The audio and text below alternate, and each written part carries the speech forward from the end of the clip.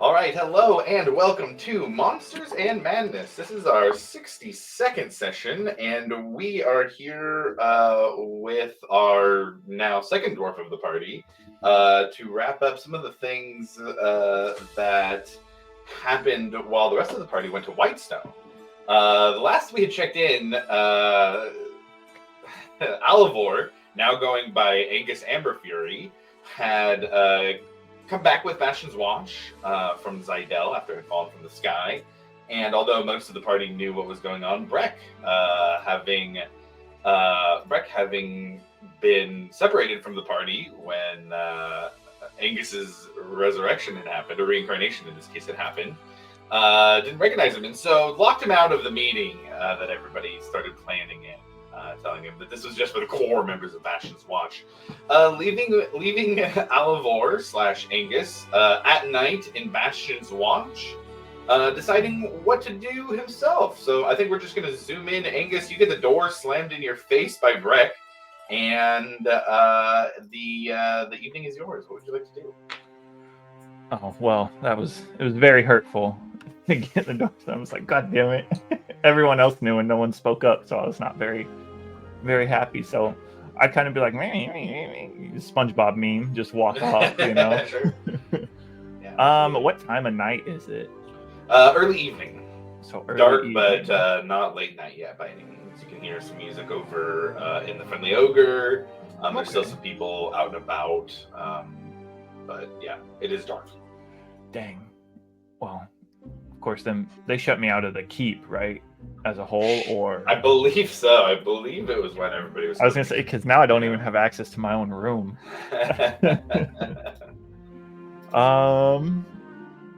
Okay, well, are the shops still open and stuff? Like absolutely. The smithy and whatnot?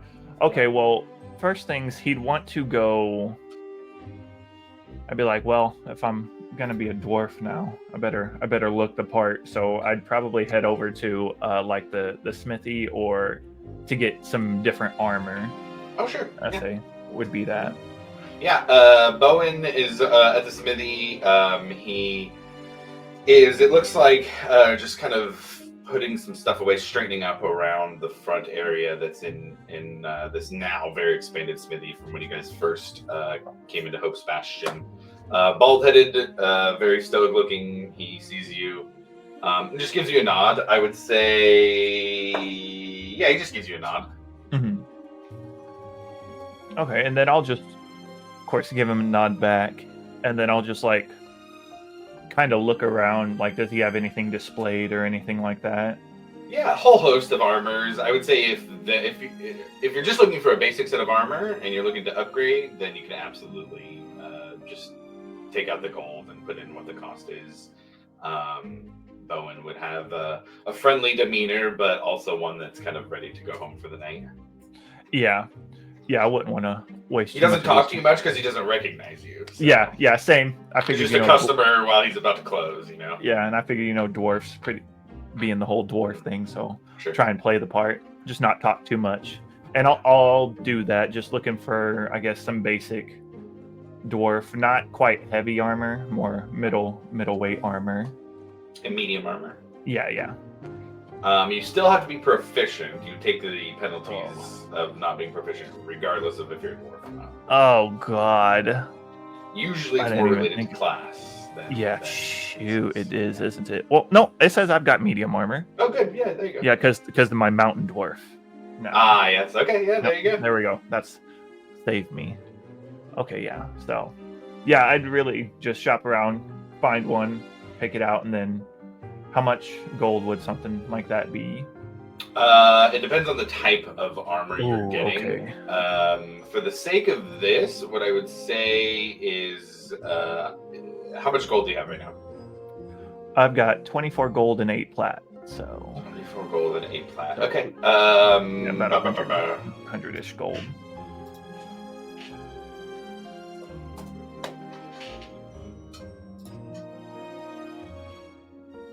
$100-ish gold. I would say if you're looking at medium armor for 100-ish gold,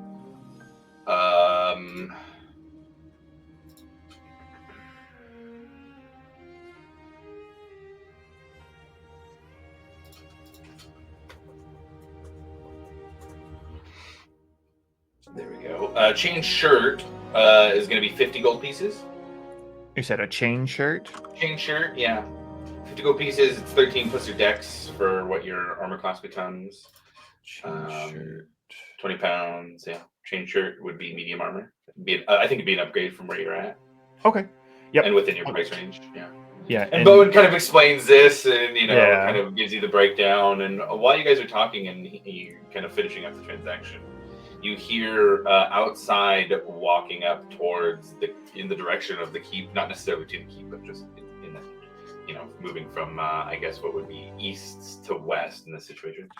You hear kind of a hiccup, and then a familiar voice say, listen, I'm not going to go up in a drinking contest against a fucking otter. That seems weird to me. He goes, well, it's only good if you make it. And you look out and you see Harry and Nori both walking. Harry with a wooden mug in his hands, kind of drinking. And then he goes, well, if you can talk, you should be able to buy yourself an ale. Nori responds with, well, you go tell them that. I've got the gold. They've got the drink. They won't give it to me, damn it. Fine. Let's go. Walking towards a friendly ogre. I say, I'll go ahead and follow them. Kind of like, yeah, just following them.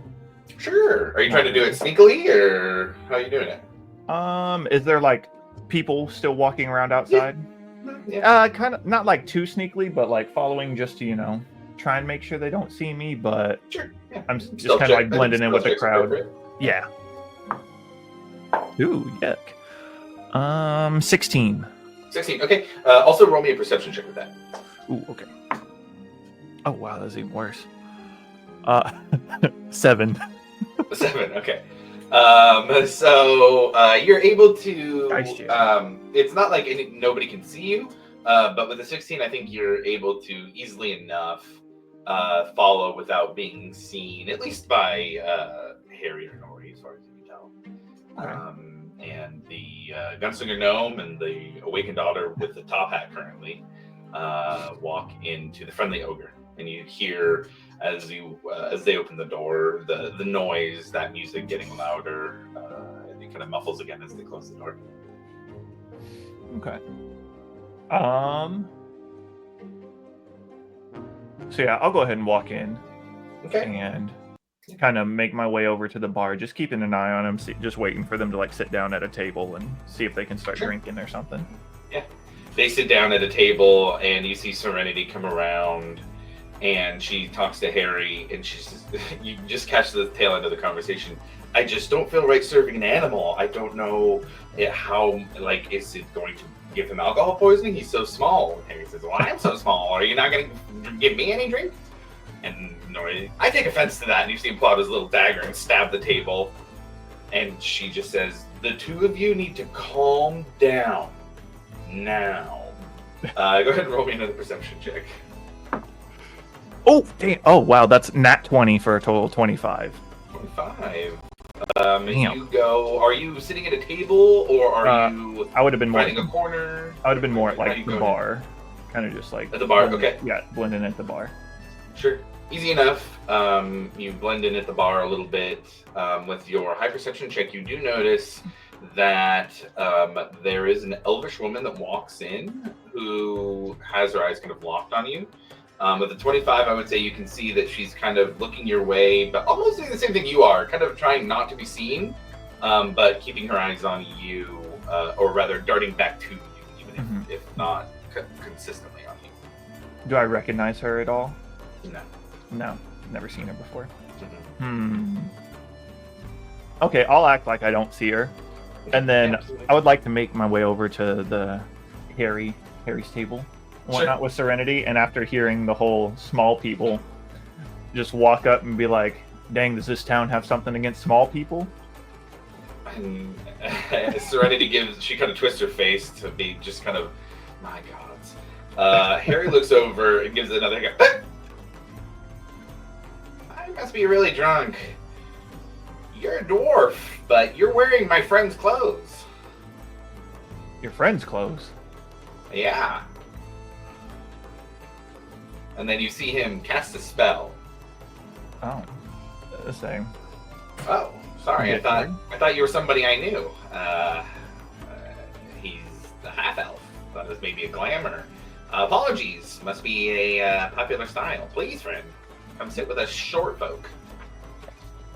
Let's say gladly. Say sounds like we could use another round of drinks then.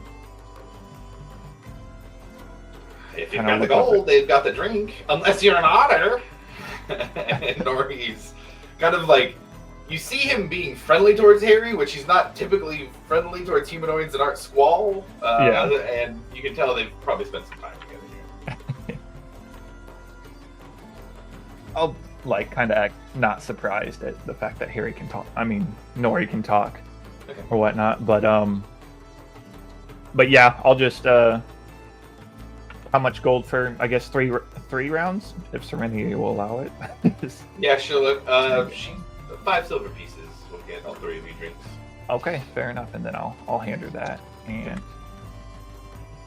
Nori jumps up onto the table and kind of looks at you. He pulls the dagger out of the table where he stabbed it in and looks at you. And kind of gives a.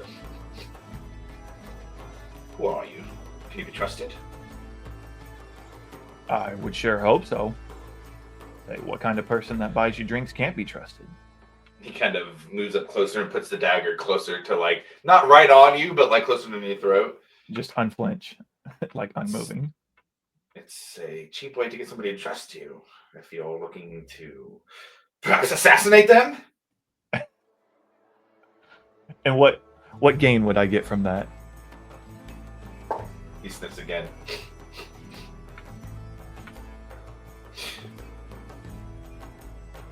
He looks back. Clothes smell. Why do you smell like dirt all of a sudden? Dirt. I just kind of look myself over to see if I'm dirty. I'm just like, I don't smell like dirt. I smell like me. He looks at Harry again. I think we are on to some kind of mystery here. You're right, this is a dwarf wearing the clothes of our friend Amavol, but he smells like him too. But so dirty. Like he's from another ground or something. I didn't know clothes and scents were monopolized by your friend. And Harry just looks at you. Alvor, what the fuck is going on?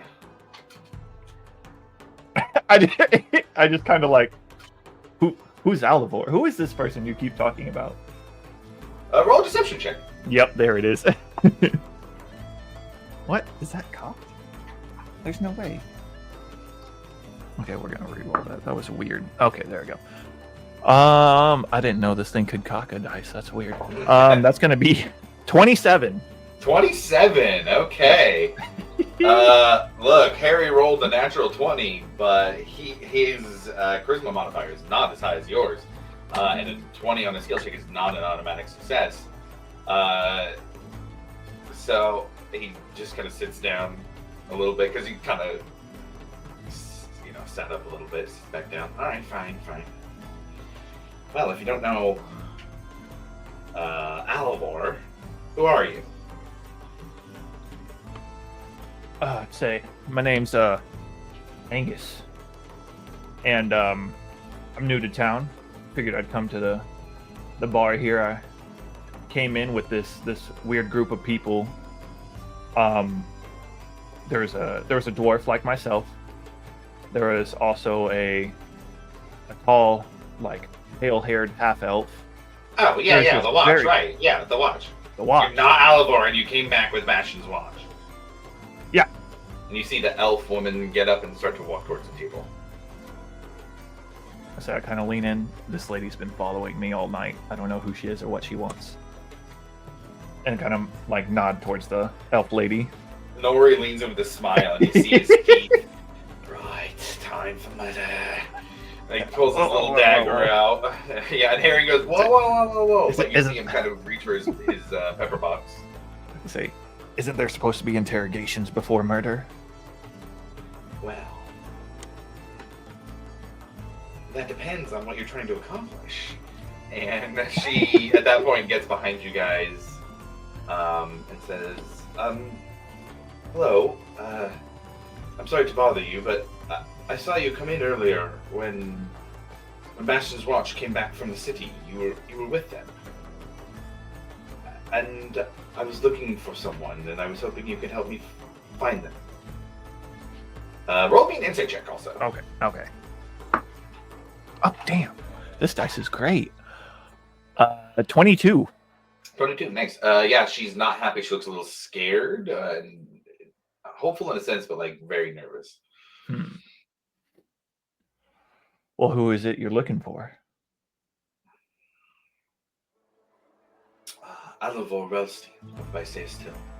I'd be like, hey, so are these guys mention that name a lot. They might be able to help. Because what the fuck is going on? Where is this guy? I need to get a hold of him.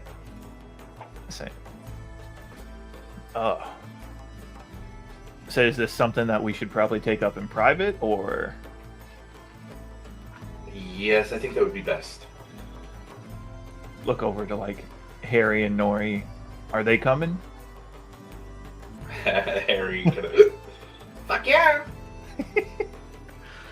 Nori puts his little dagger away. Off to privacy then. And so I'm going to get you guys, yeah, easy enough. I'm not going to make you pay for it. You guys can get a quiet room from this place. Breck's a co-owner. You go to a room, it's a little bit quieter. The sound is muted from the outside. And she says, I'm sorry to be a bother, and I know there's many important things going on, but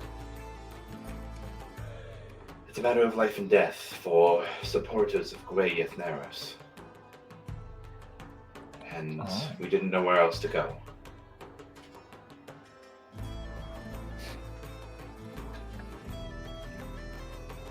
I say, I'll look at her and be like, so you just divulge sensitive information to anyone?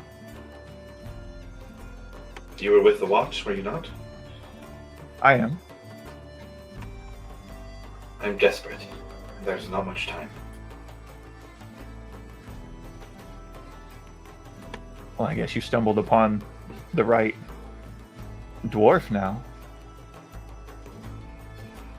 I appreciate your offer of help, but I wish to speak to Alivor directly, if at all possible. We're in a room, just the four of us, right? Yeah. And say, look at her, you are. My name is Malin. I was an attendant to Gwei, and there are a group of 6 of her personal guard that is set to be executed. She herself is on her way here to Hope's Bastion.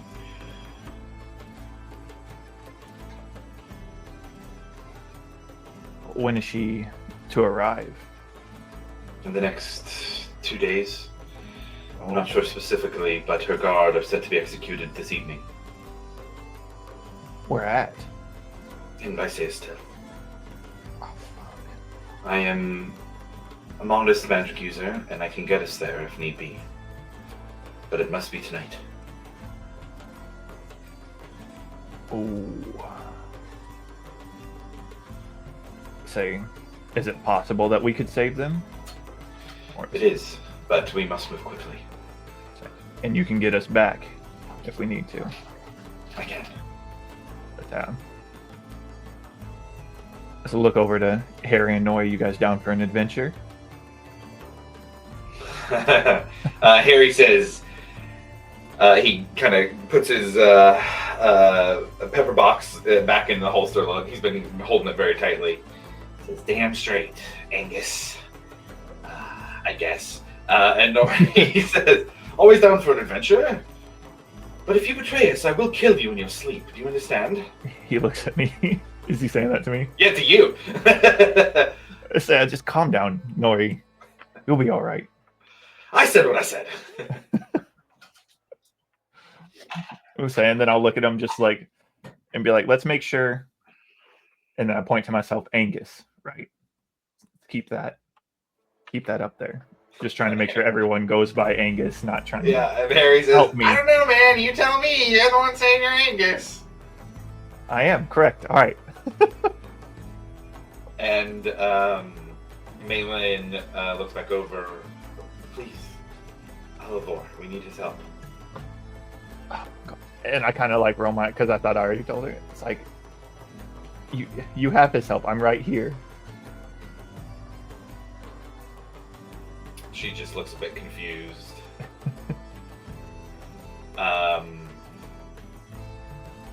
I guess actually roll a persuasion check on that one. Yeah, roll a persuasion check on that one. You are different, and you are not magically different. 23. 23. You see her face light up. She kind of moves forward and puts her hand on your shoulder, which normally would be higher, but is lower as a dwarf. And she says, "Thank you." And she kind of almost looks like she has more to say, but she grabs out of her component pouch, looks like some chalk that's slightly glowing, and she begins to trace a circle onto the ground. And as she finishes it over the next few minutes, I would say it kind of lights up and says, "We have a few moments. This will take us to my home in By Still, and I can lead you to where they're being kept from there." Okay. And if everybody steps on, if Alvor, if Angus decides to step on, Nori and Harry will gladly, as the four of you land inside. The first thing you notice is that it's cold. It's dark in this room. You went from a lively kind of tavern atmosphere to now this dark, quiet abode. And you can see that there's some windows with curtains, and you see that there's snow falling through. There's kind of a sliver of glass that's there, and you see snow falling outside. And instantly you feel... I'm not quite homesick. When's the last time Alvor has been to By Still? Oh God. Since when he was a child, I think he would have left after his mom was executed. Yeah, there wasn't really time for Alivor to really think about that. Yeah, but now you're here, just instantly here, and that the weight of that kind of hits Alivor. And Malin says, "Come this way." And she goes to the front door. You see her actually pick a furred cloak off of like a coat hanger that's by the door. She puts it on, puts it over her head, and says, "We'll be as quiet as we can." And she opens the door, and as she opens the door, you see she lives on the second floor, or not second floor, but like the second level of By Still.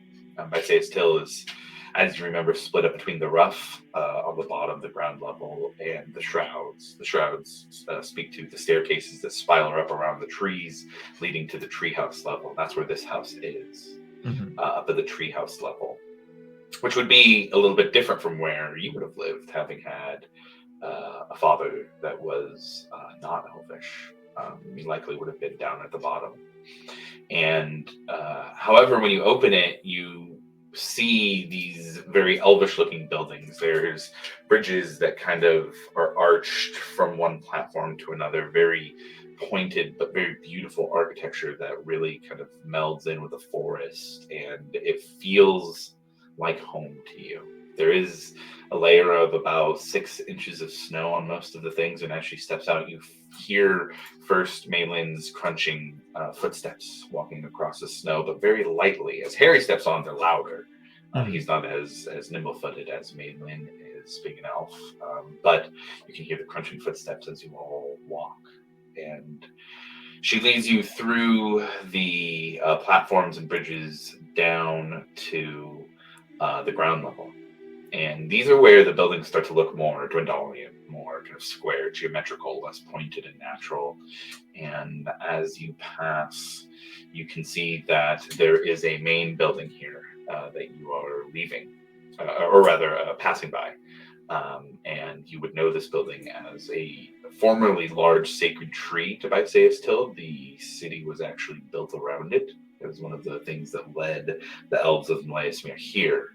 However, when it was taken over by the Empire, this tree was carved into a building meant to kind of symbolize the might of the Empire and how it shapes whatever it wants to its will. You would know this is where Utherprent is headquartered as well. And she passes by. It's kind of a central plaza, but you guys keep to the edges. And you know in this moment that you're close to Utherprent, that hits you as well, and you hear a whisper. It's time. Yeah, he would kind of like, upon seeing that and realizing that, he would kind of like stop in his tracks and just stand there and stare and just, he'd be like contemplating it. Yeah, Malin would turn and look, and what's wrong? You'd say, he's in there. Who? And then he would kind of start to walk towards the building a little bit, and of course his hand would start to go towards his the burning heart, and start to like kind of grasp onto that and slowly make his way towards the building. And just to clarify, when you were letting Malin know you're out of order, Nori and Harry were know too. Yeah, it was trying to make it known to all three of them. Yeah, Malin, what are you doing? Where are you going? Time is of the essence. They will be killed very shortly. And Harry and Nori just kind of look at her and then look at you. What do you do?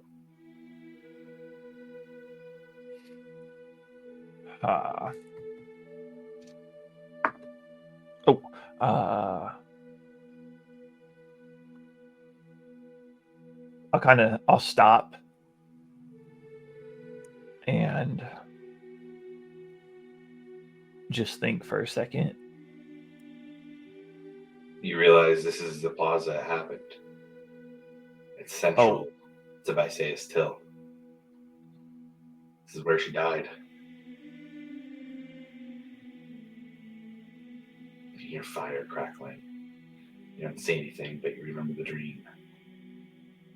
And you hear the whisper. We can burn it down. Revenge for what happened to you, for what he did to her. You are here. He is yours to kill. And as you touch the rapier, you feel it begin to glow. Or not glow, but warm.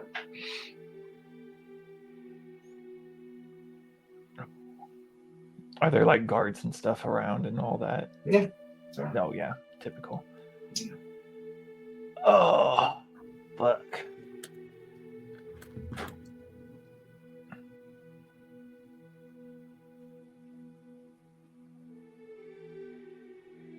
He'd turn back to the group and just say he's in there and he needs to pay for what he did. I say, I will make him pay for what he did. Harry is the one who steps forward. Alivor.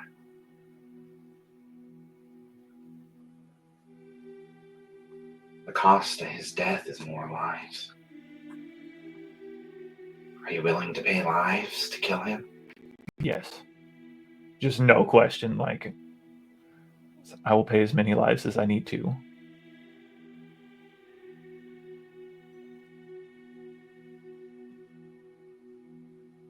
Then let me go. No. It has to be me.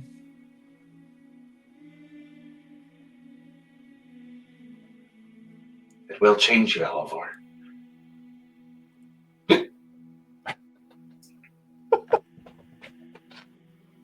Oh.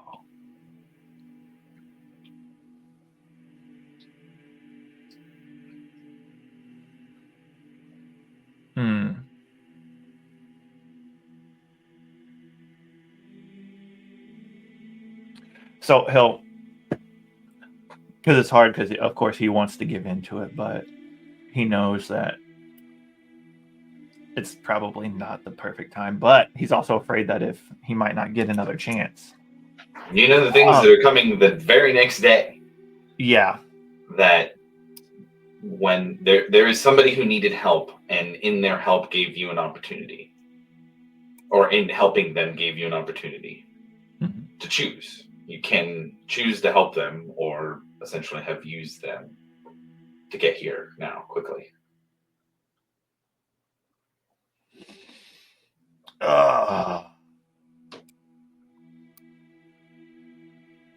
I'll turn to Malin and be like, if I help you now, you have to promise to help me later. Roll a persuasion check. Oh, God. 18.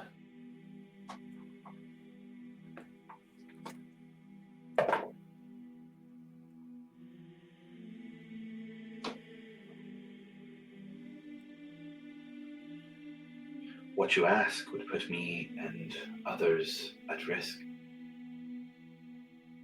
My family. What if I were to help you and failed? You would kill them, not just me.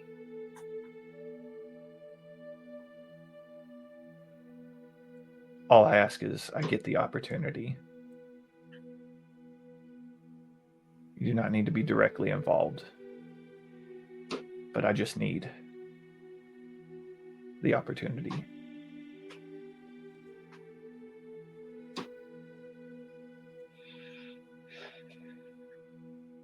I will do what I can.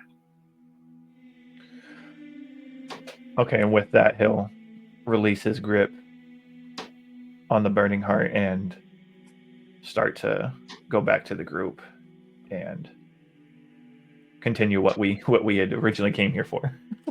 Okay. As you move forward, roll me a perception check. Oh God, these perceptions are horrible. A 9. A 9. Okay, got it. So you continue following Malin, and you get to a building. It is 2 stories, looks very reinforced. There are 2 crowns guard outside. One looks to be human, one looks to be a dwarf. It is surrounded by trees, so there's not a lot of open sight in the area. But you get to the building. She's kind of hiding behind the trees there. She says, I know of a way in or back. We don't have to deal with these guards, but there will be guards inside that we have to deal with.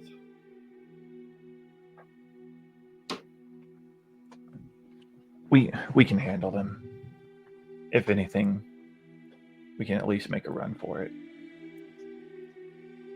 And so she leads you there, and there's kind of a it's like a section of wall, and she touches it and it kind of lights up, and just opens. The 3 of you go into a small hallway. It looks like there's a corner right off to the side and a door close to where you're at. And at this point, I'm going to say roll me a stealth check.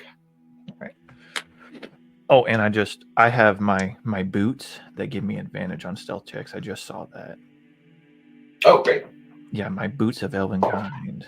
So you wouldn't have been crunching on the snow as you stepped up to it. And that's a dirty 20. Nice. Okay.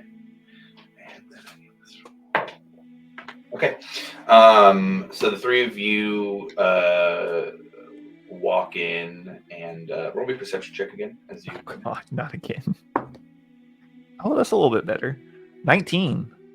I say the 3 of you because Nori is not around. Oh, God damn it, Nori. So it's just the 3 of you.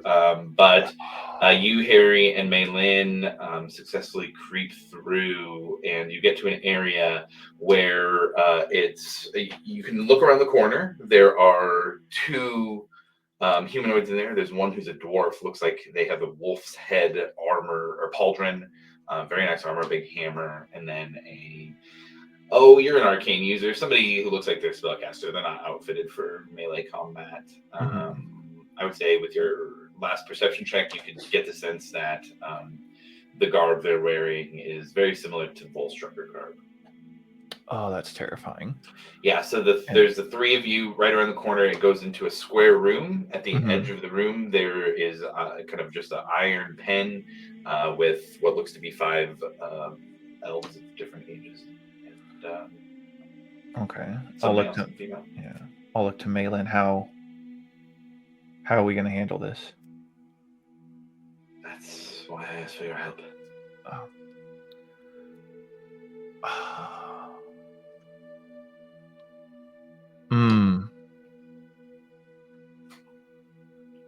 Do you think we just run in there and fight? Should we try something more stealthily? Are you good at fighting? Yeah, just not. I'm no Breck. I can't just walk in there and square up, but I can fight.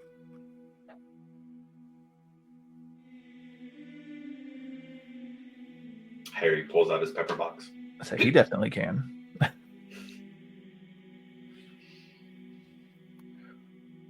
Let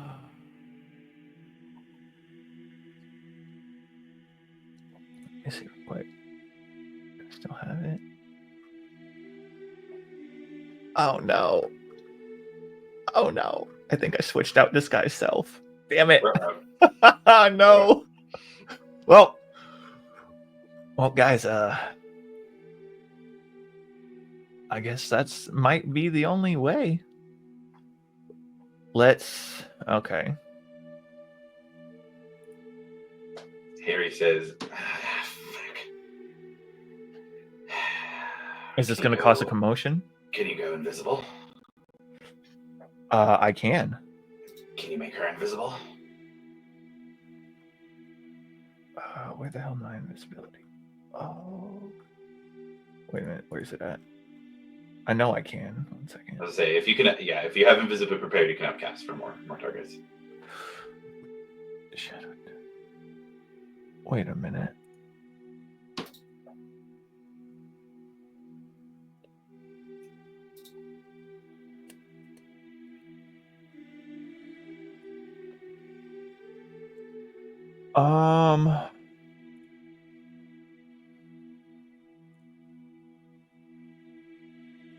There it is. Okay. I had forgot to, whenever I switched to dwarf, my feet, I forgot to choose the things on. Okay. So there's my invisibility. I was like, I can't find it. Where is it? Okay, but yeah, I can go. I just have regular. I don't know if I can make her invisible, but I can make one of us invisible. Well, then he looks to Malin and looks to you. You made the right choice, Alvor.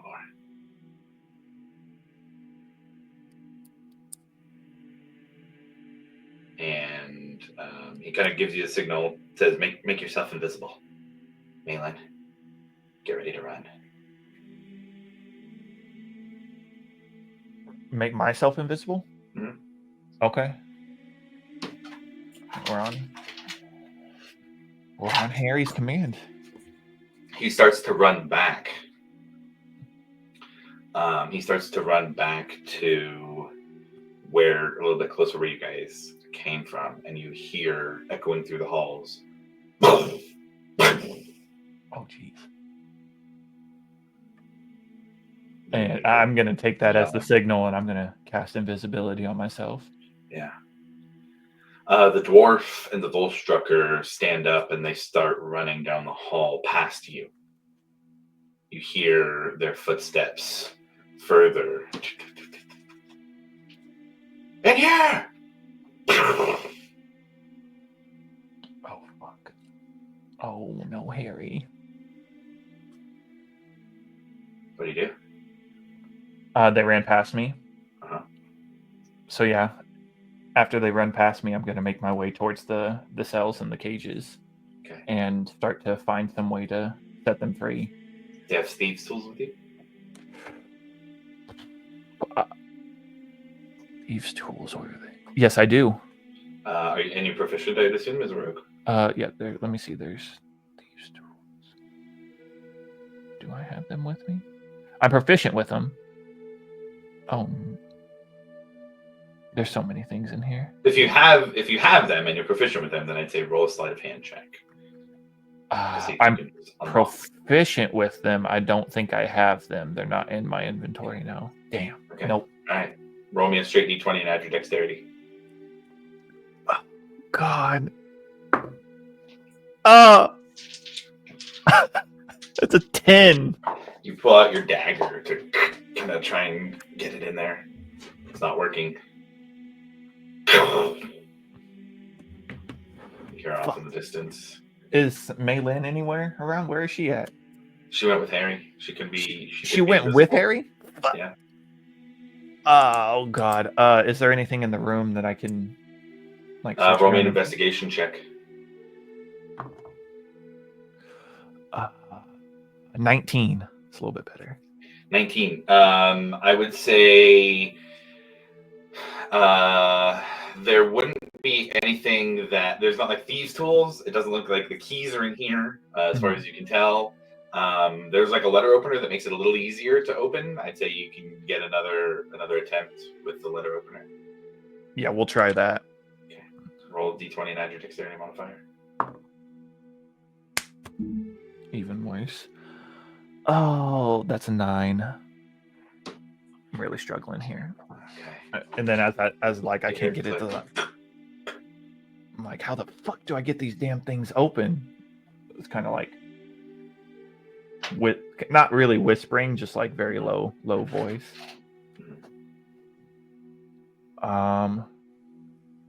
Just try and see, are they all like awake in the cages? Yeah. Oh yeah. Yeah. Say just kind of like low talk to them. How do you get these damn cages open? They just have the keys. The guards have the keys. Oh my God. There's no other way. There's no like lever or latch or anything. Not that you can tell.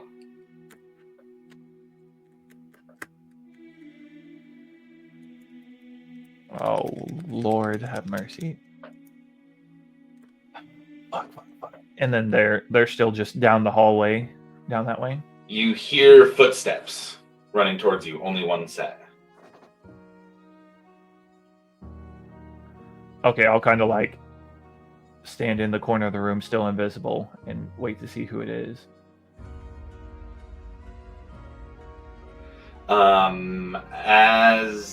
I forget you're invisible. That they would think you have heard a disembodied voice. You hear the footsteps and you see Maylin coming through. She's bleeding. She shuts the door and there's like a bar lock. She slides the bar lock closed. Oh fuck! And she just looks around the room and doesn't see you.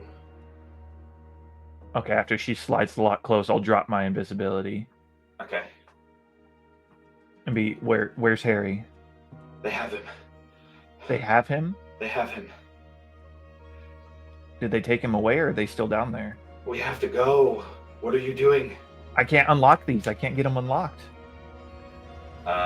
She'll We need the keys. go and she'll just grab the bars and try and open them. Mm-hmm.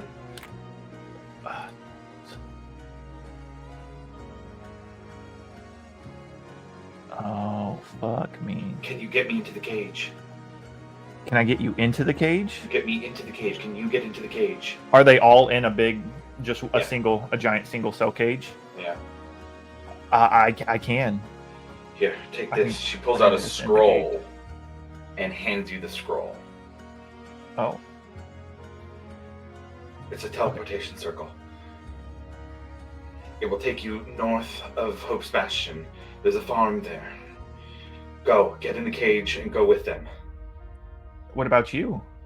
Go. And Harry and Nori. Go. Shit. All right. Well. Oh God. All right, then I'll dimension door myself inside the cage. Dimension door, you can take one person with you. I'm just Okay. going to tell you that as part of the spell, you can take a willing person with you with Dimension Door. I know that's what I'm telling you. That's why I Oh, asked. oh, I was okay. like, I need, like, I can take you with me in there. Oh, great. Then, perfect. Then she'll say, come with great, me." let's go. I thought you Yeah. were thinking like a Misty Step. No, Cheers, no. friend. Grab a hold of her, and then we just boop, dimension door inside the cage there. Yeah, so she'll do teleportation circle so that it's quick. And you see that a different but the same style of teleportation circle light up on the ground. Different set of runes around it, and she says, "Thank you, Alithor." And she goes through the other 5, leaving just you.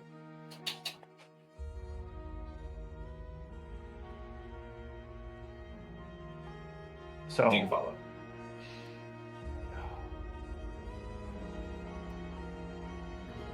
There's not much.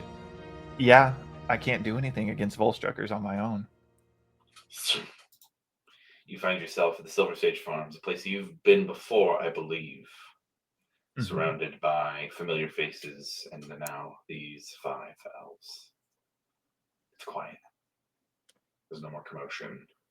Still cold. You hear the breeze outside. The trip back to Hope's Bastion will take you the rest of the night until morning. Mm-hmm. Over the next few minutes, the Silver Sage Farm elves.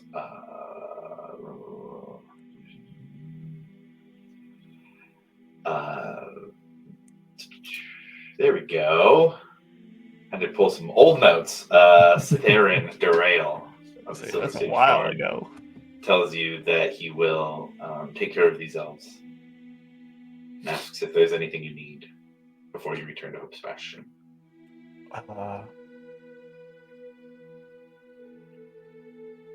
Nothing I need, but your help is greatly appreciated. And I'll kind of look to the elves and just be like, be ready when the time comes. They all nod and look resolute in their loyalty to you for saving them.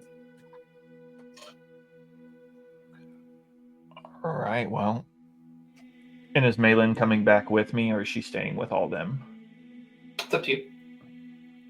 I'll leave it up. Persuaded either way. I say. I'll just look up to her and be like,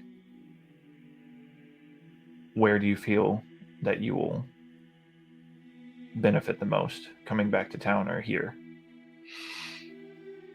I think I might like to try and get back to Bysaeus Till to see if we can help your friend. I would greatly appreciate that. If there's anything you need, reach out and we'll do whatever we can. There's still a chance to save Gwei as well. I kind of like look over to them, to the other elves, and just be like, "Yep, like we'll handle that." Then with that, for you to be able to make the trip in time, they'll let you use one of their large goats. And God, these people are awesome. And you ride the goat. It's a dwarf on a goat. Dwarf on a goat, exactly. You ride. As the sun rises over the Zemni fields, you see Hope's Bastion in the distance. It is morning now, and you enter into the gates, head back to the keep. The goat runs off on its own. They know what to do. Heads back home. And you await the return of the rest of Bastion's watch after your night in Bysaeus Till. And with that, we're going to zoom in to Whitestone. Boop. And I think we have... Who are we missing? We're missing somebody. I saw him log on, but then he hopped off. We are going to hop back in to Whitestone, where the party has spent the evening talking with a prince, waking up a princess, interrogating a Volstrucker, and making plans for the future as a hero's feast is finished and the party decides what to do next after taking golden items as their favor from Whitestone. For the rest of the party, welcome in. What would you guys like to do over in Whitestone?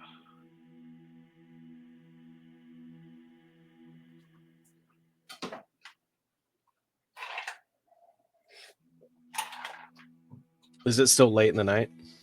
No, we're closer to morning now. Okay.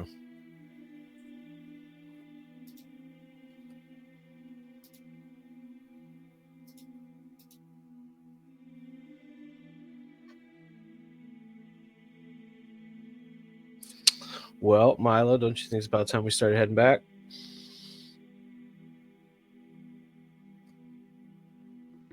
Yeah, I suppose you're right.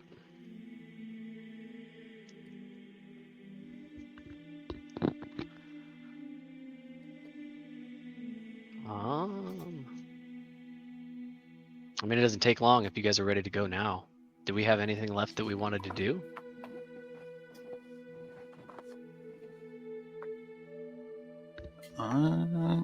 Josh, am I good for those items? Yeah. Okay. I don't believe we have anything else. I mean, did anyone buy anything they need time to attune to? No, but I could actually, there is something I wouldn't mind doing, and that's picking up some papers just to transcribe these spells. Might be useful before we go back, but doesn't necessarily need to be done. I mean, by all means do it, because I could attune to some stuff. Wizards be wizarding. We can also say, just for the sake of brevity too, during the Heroes Feast, that was a restful time where you guys could be spending a little downtime doing that stuff as well. Oh, okay. Would we have been able to procure the necessary papers at that time? And Breck, if that were true, would you mind lending me the money to go get those said papers? Yes is the answer for getting the paper. That's fine with me. How much did you need? I think it's gonna be around 250 gold, my man. Oh, that's not bad. Man. Yeah. I can do that. Yeah, lifesaver. And he like grabs the gold and runs off to go get papers.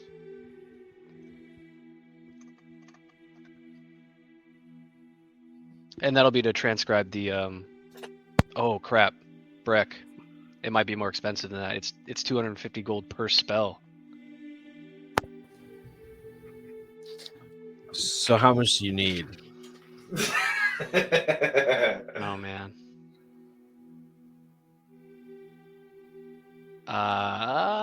Probably about 1,250 gold total. Oh, That's like for more? everything. Then the 250 I Total. gave you? Total, Just total? including the 250. Yeah. Nice. Nice. I will give you 500 more. I will take it. And I'm very grateful. How much do you need? After I got 7, so I need another 550, I believe. I think you Is only that need correct? 500 more. He 500? gave you 750, I think. 250. Yeah, Yeah, I gave you 750. Okay, 750. he gave me Another 750. 500. Quick math. 500 is yours. Oh, you guys. Oh, thank you so much. And he's just gonna bow for like the rest of the time together, continuously.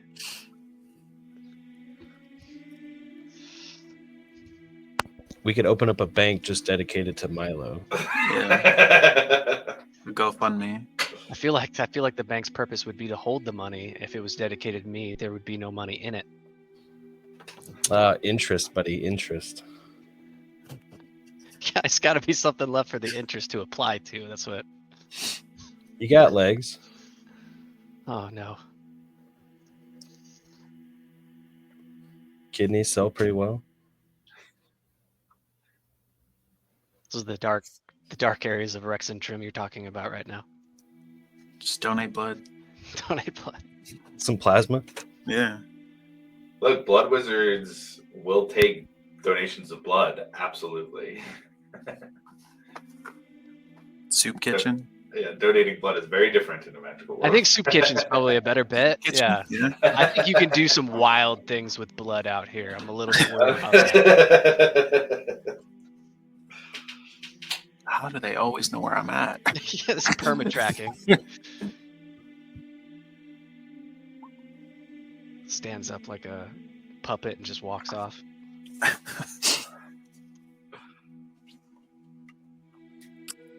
Well, I mean, if that's all taken care of, I don't think I have any reservations of just leaving now, unless if we had somebody in particular that we wanted to speak to.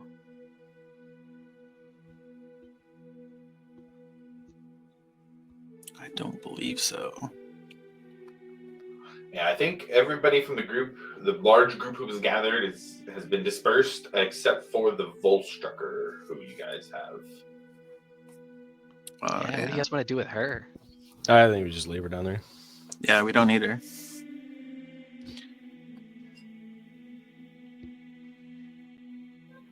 Yeah, I'm down. Starvation sucks.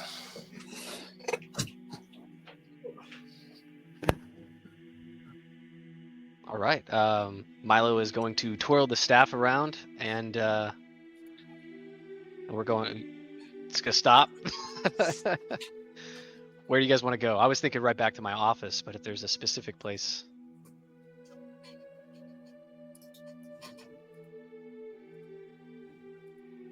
Is there a strategic landing that we might have? I feel like he's gonna know as soon as we land. I mean, your office is fine. He's gonna twirl the staff, hit the ground, and teleport to Milo's office. Okay, roll me a D100.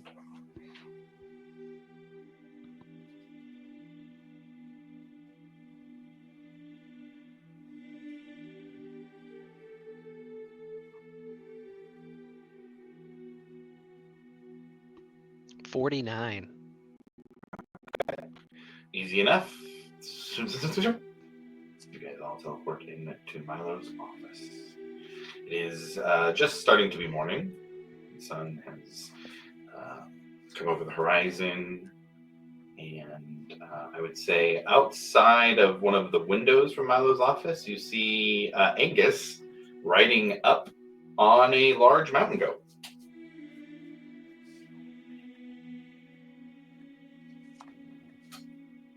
I feel like there's a story here.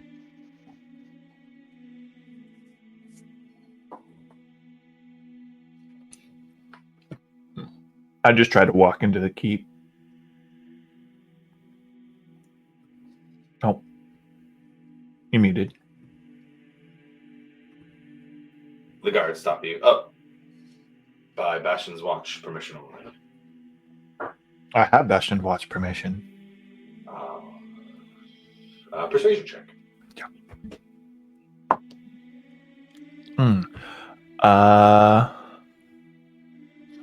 22. 22. No. Well then, I just let you through. Perfect. I'm gonna And open the I door. just walk right in. You let him in here? Huh? I said he got your Come on. permission, sir. Sir, apologies, sir. He says, I told you. He's messing with you. He knows me. That's a confused look on his face. Just look at Brett. Just quit being an ass. Please. I do not know this man. Oh my god. The guards kind of look at each other.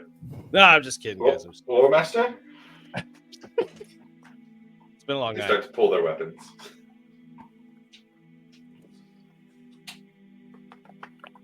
What's your name now? You're a Joker.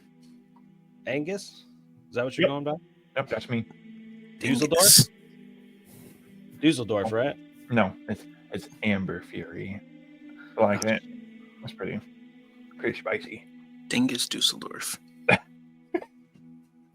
Yeah, so I've got some bad news for you guys. If we could go into the office, I have to tell you something. Yeah. Is this like sanctum worthy? Yeah. I will cast Private Sanctum Thank you. on the office. Okay, I'm just making sure all the doors are shut and everything. He'll look around, be like, "So, I know this isn't the greatest time. It's probably the worst time, but I lost Harry and Nori.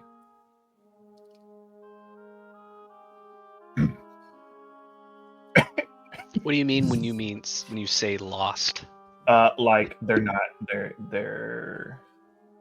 alive.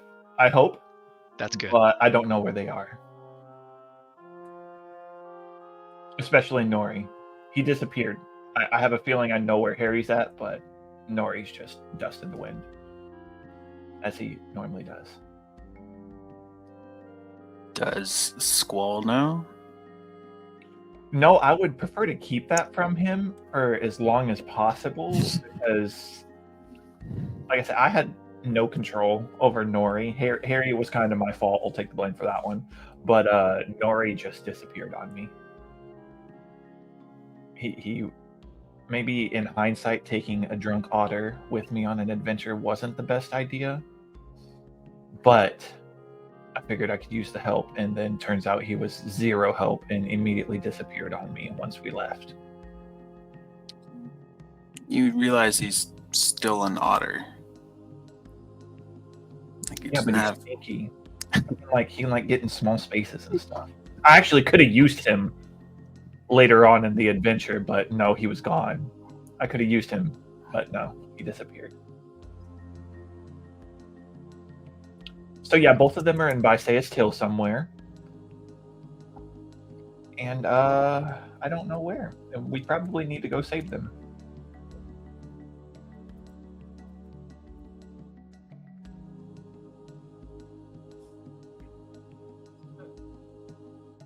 Obviously not right now, because You lost the Commodore? listen, he lost himself. He came with me, agreed to go on an adventure, and then I'm not kidding you, like not even 5 minutes into our adventure, he just disappeared. He was gone. I don't know where he went. He was drunk, and you brought him. He was kind of. Well, Harry was still coherent. He was drunk. They actually refused to serve him drinks at the bar. Oh, so he was really drunk. No, Serenity doesn't like otters or something like that. And she wouldn't give him a drink. Something about she wouldn't feel right giving an animal a drink. So I thought it was kind of offensive, but, you know. The rules are the rules. But anyway, besides the point, yeah, they're gone. And so after we deal with whatever we're dealing with today, we should probably look into potentially saving them. And you said you were in Visayas Till? Yeah. How'd you get there? I know people. How does anyone get anywhere? Why did you go there? There were some people that needed some help, and so we helped them. You know, some real good guy stuff. But you lost the otter. I didn't lose the otter. He lost himself. I'm telling you. He was with me, and then I turned, and then he wasn't. I don't know where he went. He's a grown otter. Shouldn't have to, babysit him.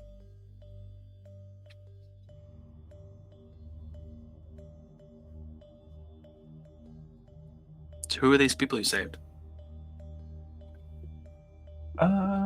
Just some elves. Inside check. Yep. Deception, baby. Rollsy. Oh god, my dice have not been on my side very much today, so I think, yeah, go ahead and it's roll truthful. persuasion or deception based on whether or not, I think, It's truthful, it's just not the whole truth. yeah, I was going to say, I think you're being truthful. I wouldn't require a deception check in this situation. Yeah. You still want me to roll or tell you what? I think still roll. Okay. I think the roll would determine if he's holding back or not. 21.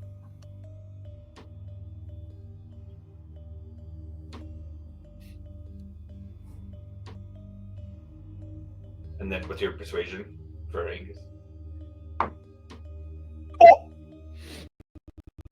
That's a horrible roll. That's 15.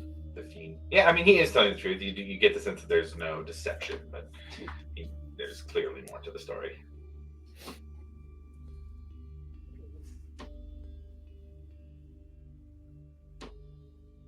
But yeah, just some food for thought. Anyway, how are we gonna deal with Trent?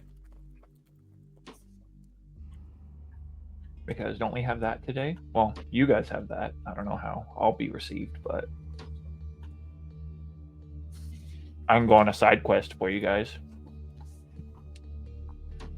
I doubt he's gonna let me in the office for such an important meeting. Didn't we tell you? We told him we nominated you as our official spokesperson. Oh, damn. It's kind of.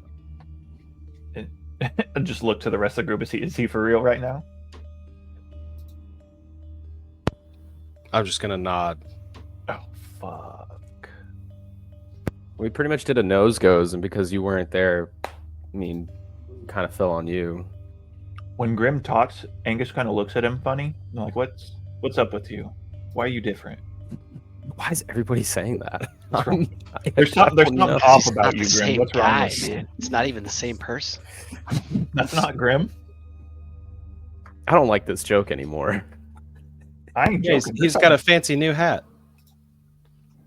and a Mhm. captain's jacket.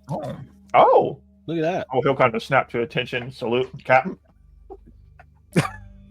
that must be what it is. It's a new title. We're working on it. Dang. Get promoted and then acts like a whole different person. I've literally just said That's something cool. for the last 30 seconds. I don't know what you're talking about. It's whatever. It's cool. I see how it is.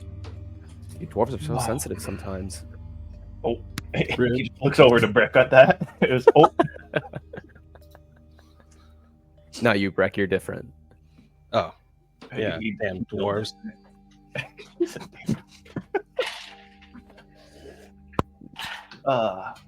but yeah, when is the meeting? And what are we supposed to be talking about? I think it's like right now. I think the meeting was supposed to be like. It was supposed to be last night, dude. I've been Yeah. putting this off for a minute. Oh, great. Honestly, I think we're in big trouble. Nah. We didn't do anything. No. We actually saved people. How can we be in trouble for saving people? Yeah, well, he's been hitting up Breck's phone like the entire time, like Well, literally nonstop. And I don't know about you, but I'd ignore him too. I've been trying. He's persistent. Oh, God, they all He's got are. this damn voice that just rings in your fucking head, you know? The ugly ones always do. yeah, Anyway, but we yeah, what are we supposed to be chatting about? Everything. Five-headed dragon. yeah. A five-headed dragon? Did you not hear about it? Like did they not say anything about There- this before you There's left? a five-headed dragon? No. We came back from the city in the sky, and then you guys shut me out. And then Well, just- yeah, I think from what we had originally been told, I think he was under the impression that it was like 5 dragons, but then we got more information that it's actually a 5-headed dragon, which is a little different, you know. It's like one's like a god. there's first off, where the hell did dragons come from? Oh, what was that place called? I Something forget. Cross? No.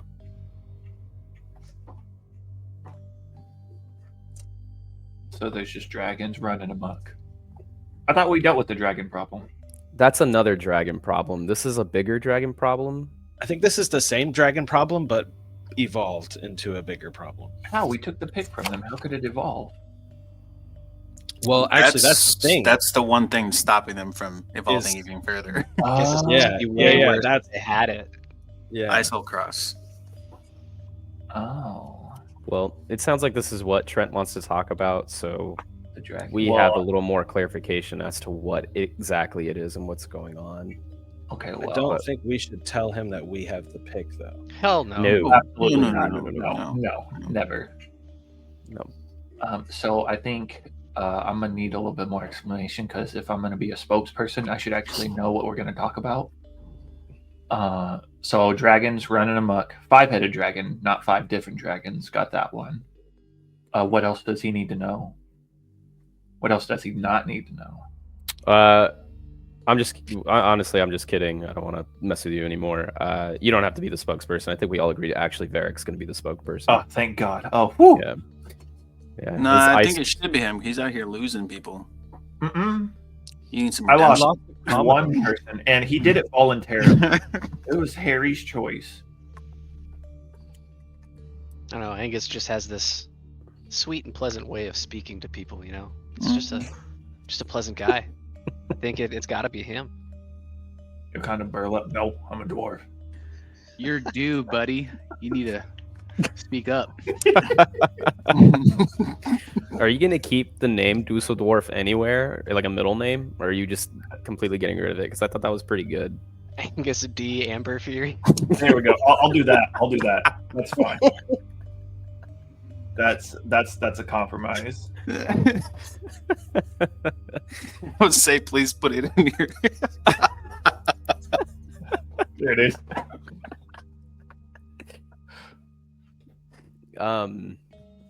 Like I that. don't know. There's just so much to go over.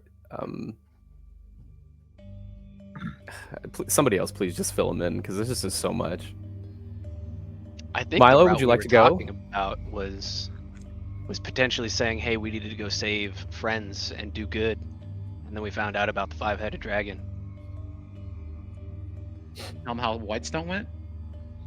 Ooh, not really exactly about the prince and everything like that. We want to steer clear of. So what's the Trump lie card. for that? Don't bring that up. Got it. Do we want Angus to even know? If he's questioned, he can't lie if he doesn't know. I like that idea. I'm pretty good at We lying. won't even tell him Deniability. about the meeting in Whitestone. Plausible deniability. Are you guys saying all this out loud? We're having a sidebar while Angus is sitting on the side. Come on. Go sit down for a second. Say, well, not as they speak out loud. We're not telling him about the meeting in Whitestone. And I'm like, oh, a meeting in Whitestone, huh? Yes, with Lady Vexalia about Residuum. Okay, right. You're not telling me about that. Got it. Got it. Okay. We had that favor we wanted to call in, right? Oh, yeah. That's why we were there. Did we end up calling the favor? Well, that was the meeting. We did that. The favor was the meeting for. Also, In just order to- around this particular subject, it's probably safer you don't ask questions. Yeah. Back So with you you later. guys Just called go in there. in Go in there. the Don't shoot from the favor hip. You'll be for fine. Residuum from Lady Vexalia that you met in Whitestone, and there's also something about the Dwendalian Prince that I remember. we sent- Nope, there's nothing about that. There's nothing about that. No. Nothing about Cut that. back, Okay, run okay. that back. Yeah, Run it rewind. back. Okay, that was a fib. And it has He's a missing. residuum. It's a joke. And It's a good Cerberus joke. Assembly apparently is the Mhm. culprit. That's Mhm. how that's going. Yeah. Cerberus Assembly is the culprit. Hey, Milo, So do you have any we're memory spells? I So do we're actually. accusing Trent of. That was one of the ones that my mom left me actually from way back when. However, it is going to cost another about 200 gold to get that copied into the spell book. He's just Don't mess with my mind. Here's 200 gold. I have 200 gold. All right, noted. Go talk Today- to Sean later today. Yeah, today the D in your name stands for don't ask any more questions. Don't know shit. Don't know nothing. Oh God. Angus, duh, Amber Fury.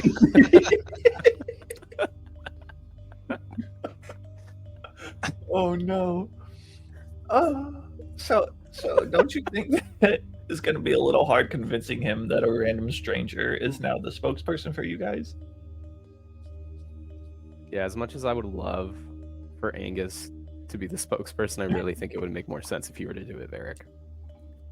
don't know. You know, people in our position need PR representatives or high-standing Yeah. representatives for the settlement, and we have There's grown a- to the point where we wanted to employ somebody who speaks for us. You are my acting attorney. Mm. I'll walk in with them. Bingo. Okay, I got to go get a briefcase real quick. Rummage through, just come back with a briefcase. That's my briefcase, man. Got his like stamp from school on it. Yeah. It's a Soul Twist Academy branded briefcase. Yeah, student briefcase. It's just full of Milo snacks. See, damn it, man. Those are the ones I was trying to save. Dude, so that's why this room is never restocked. It's always in this bag. Angus just reaches in and grabs a snack and just opens it and starts eating it. I said, damn, you kept the good ones in here. My mom sent me those. Well, your mom's awesome. This is great. You guys want some? He holds it out to the rest of the group. Yeah, I'll take one. Oh. Yeah, I'll take one too. What I find weird is that this is like the dragon thing.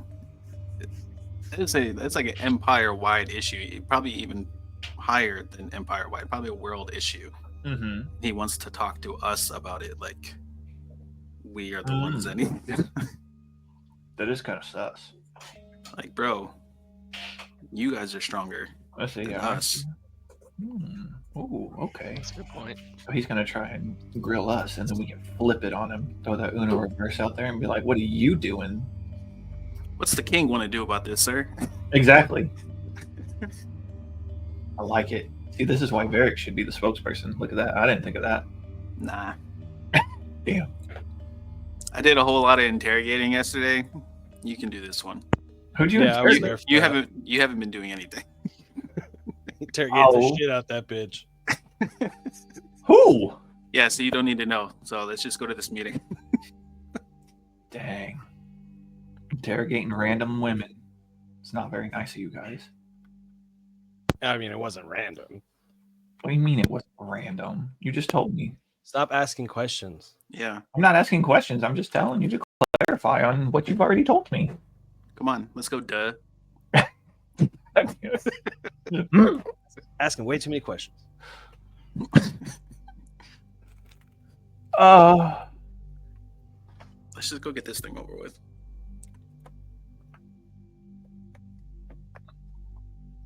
Hold on before we go. And then I'm just gonna.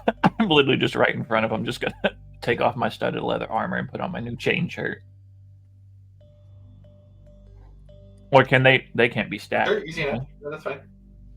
I don't believe they can be stacked. Okay. Fair enough. So I might need some of this because this is already looking like it's gonna go south. Also, can you hit refresh on your character sheet? Yes. You know, I know he's kind of new to the whole dwarf thing, but I expected him to still be a little bit hairier than that. Ah! Josh, how could you? Did you change it? I did make my choices. Oh no. You guys gonna see Alivor just look around, a little bit confused, but then go right back to the conversation. Is he like just like a clean shaven dwarf at this point? Nah. Or is he just hairy? No, he's a hairy boy. Looks like a true dwarf. That dust y'all used really just went all out. Did At what you? point So do you you reach said you into just a condition? Sorry, go ahead. you said you looked at something At myself. like It just looks like I lost something. so like a specific area you were looking that I could Nope. catch on. Nope, my whole body. Just the whole body. You ain't got no Freaking- nipples. Oh. Oh no.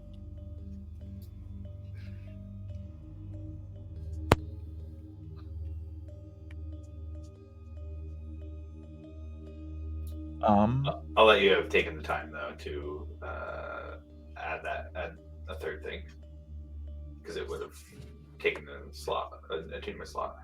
Oh, thank you. So if you want to add one of the other things, that's fine. Yes, please. I thought I gave my hunter's coat away. Didn't I give Ekamos? Didn't I give him the hunter's Jaguars, coat? do you have a hunter's coat? The only thing I really took from him was that cornet that he gave me when we were in the city.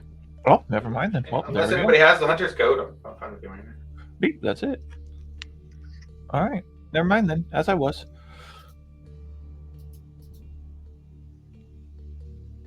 Okay. All right, boys. Well, I guess let's go ahead and get this over with. And I'm gonna like wave my hand over my other hand and make my ring of mind shielding go invisible.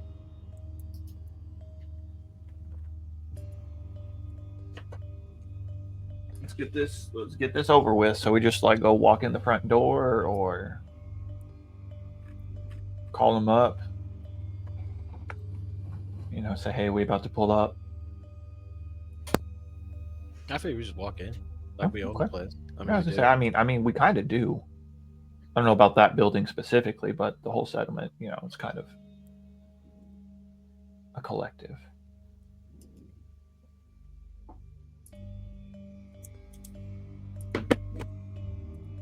So I hear you guys are just walking over.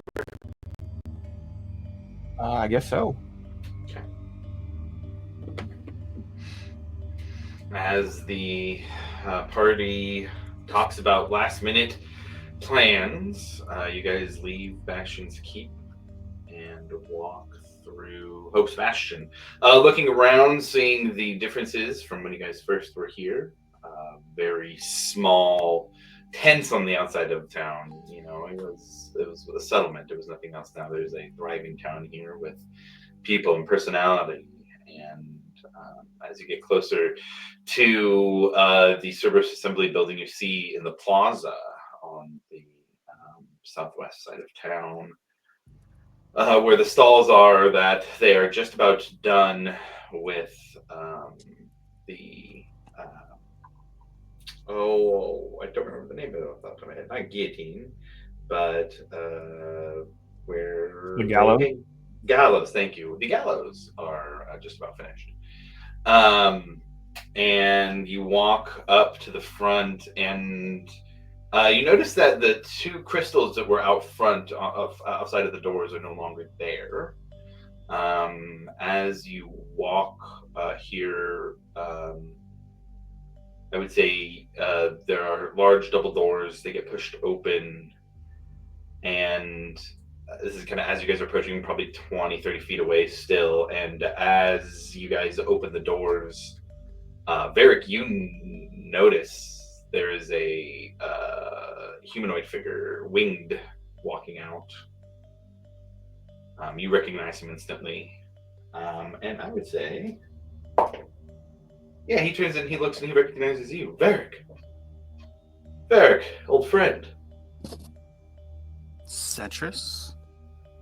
Yes. It's been some time. And you see there is a difference on his face. On his left eye, he has a large scar. Normally with a scar like that, you'd see like an eye that doesn't work or no eye anymore. That's kind of the case, except he has it's glowing gray, almost like this gray gold that's coming out of his eye. It's just that it's like a circular gray gold orb where his eye would be. And he comes closer. He reaches out a hand at first, but then just like looks to go for a hug and pulls you in, claps against your armor. My friend, it's been so long. Yeah, what are you doing here of all places? I'm answering the call. Inspired by your story. I heard that there was more help needed in Hope's Bastion, a place that, and he looks, Vasanti, and he gives her a hug as well, a place that the Floralies had come to help establish. I've been listening to your tales. It sounds like you've made this place something great. We've been trying to, yeah. More than trying. Look around. The stories of this place are reaching a status of legend already. How have you been? Been good. How were your travels, your adventures? They were...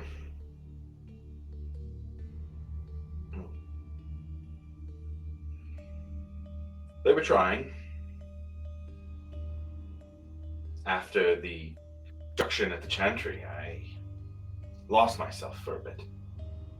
But I'm here now, drawn to tales of the legend of Bastion's Watch.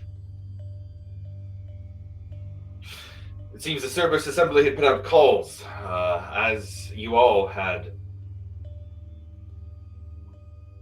been pulled towards more important matters. There were still things that needed to be done.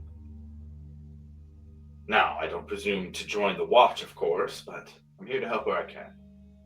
And everybody else looks and sees wearing kind of a light decorative armor with the described scar over the eye. There is this Asimar-looking creature that has black wings. And they're kind of pulled back a little bit. They're not fully extended, but they do make him look bigger, larger. He seems pretty imposing, but very friendly with Eric. Well, I guess where are my manners? This is the Watch themselves. This is my friend Zetrus.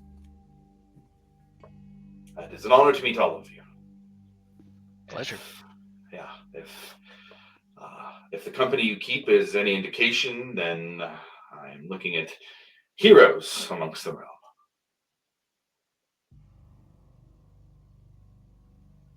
He just kind of looks, well, seems you are all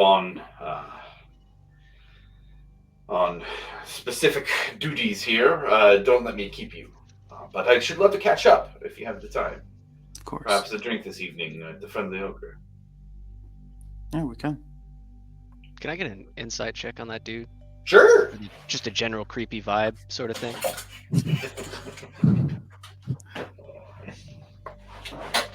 It's gonna be a whole hearty 7. Whole hearty 7. Knows You just- everything. This guy's on the up and up. You just- Man, this guy. Yeah, you just keep looking at his eye. You just you're trying to figure it out, maybe get a sense of facial expressions or if he's trying to hide anything. Guy's the prime candidate for Just keep- CFO in a day. Yeah, you just keep looking at the eye. It's gonna be after your job, Angus. Yeah, it's, the way it's looking, he can have it. And he continues on. As you guys continue into the Cerberus Assembly Hall, there is, you see Emmeline with a very tense look on her face as you walk in. She almost looks a little bit disappointed, we'll say. And, oh, good, you're here. They've been waiting. Bro Kewick and, the High Boulder and Master Igathon are both here and ready to speak with you. Oh.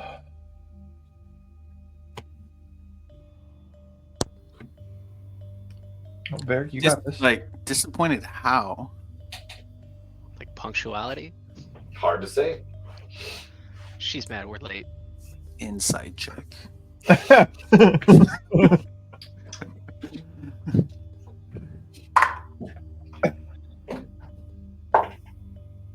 Uh, 28. 28. You don't detect any falsehoods. Yeah, she's disappointed. I would say you don't get any idea about why, but you do get the sense that she is disappointed. If you have a detect thoughts or something similar to that, that might work. But I don't think a high insight check would let you know exactly what she's thinking. I will get the sense disappointment and perhaps.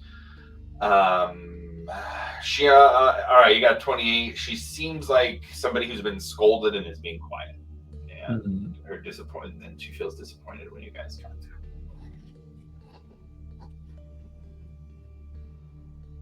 Well, Angus. Oh god. I'm about to fuck this all up. Anyways, here we go. Before Milo enters, he's gonna step like over to Emmeline and just ask if everything's okay. Oh, roll persuasion check on that one. Interesting. Ooh.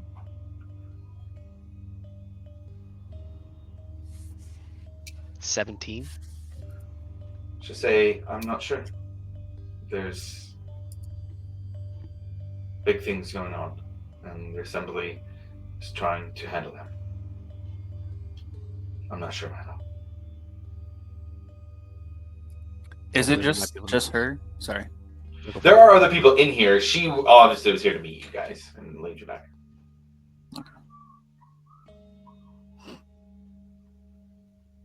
Guess we'll see what we find out. And he follows.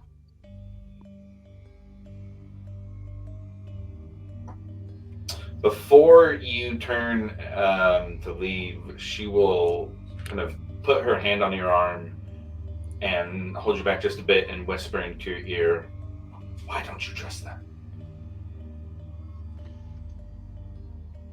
Wait, she said, To you, why don't you trust them? why She don't you whispers. trust them? It's because they are not worthy I of will our stop trust. him. Like if I hear that, I would say, "This isn't the place." How would Yeah, Val follow- respond to that? I would Stop or follow continue? Varric. I would stop and follow Varric. God. Both of you roll me a charisma check. D20, add your charisma modifier.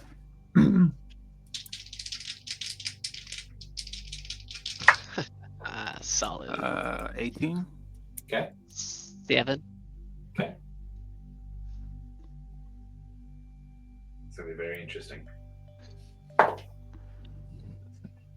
Okay. Emmeline moves to the front and guides you back to a room you have not been to yet. You've been to Trent's personal office. She leads you off to the right instead this time, to a large, it's like purple wood doors. And as she gets closer, they open. And it's kind of odd how you guys see things when the doors open.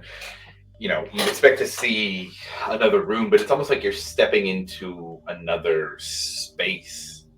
And I use this space pretty intently. It's a room that it feels like as you walk through the doors, you're walking into an unending space.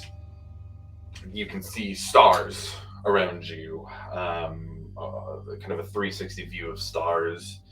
And as she walks in, she walks into kind of an invisible ground. There's nothing to really walk on, but each step there's almost just a tiny sense of a glow, as there's almost like this invisible platform that she walks on. And she walks into the room, and you can see off to the left there's a few things. There's a table with food and wine, very succulent food and wine, an astrolabe, maybe a few feet off that. Along the left side of the room, off the far wall, there's a podium with a book on it, kind of a large 5-foot mirror. Looks to be some kind of sword or something sticking out of something on the ground. A desk, some bookshelves, and then the middle of the room, you see a large square table with chairs set for each member of the watch. Off to the right side, there's almost like a stone podium. There looks to be that large cannon. Breck, you think this is like a ship cannon, but there's arcane runes written all over it. It's pointing towards the wall that you guys, the wall of the door that you guys came in. Some stones on the ground with some arcane writing as well. And then at the front of the room, there is a very nice chair kind of up on a podium with Trent standing in front of it. It's a very regal chair. You'd almost expect to see this more in a throne room. Not the throne itself, but just a very nice, very regal looking chair. Off to the side, there's another one with Rokuik standing in front of that one. You also see two crystals, the two crystals that look to be out front of the Cerberus assembly building before that. They are, you do get a sense of a magical glow. Milo, in particular, you get the sense that fire energy is here in this room, in those crystals, and they all look to you to be the same crystals that were up in the floating city of Zydal. There are 2 Volstruckers in the room, one on each side of Trent and Brokewick. And Emmeline walks up to stand at Trent's left side, up by about 5-10 feet, off directly next to the Volstrucker. As all of you walk in, the doors behind you, without any touch or any indication, start to close. And as they close, they seem to disappear.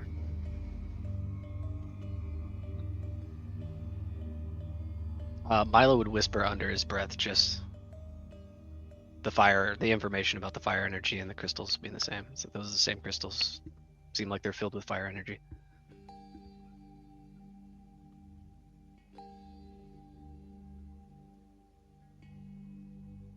What do you guys do?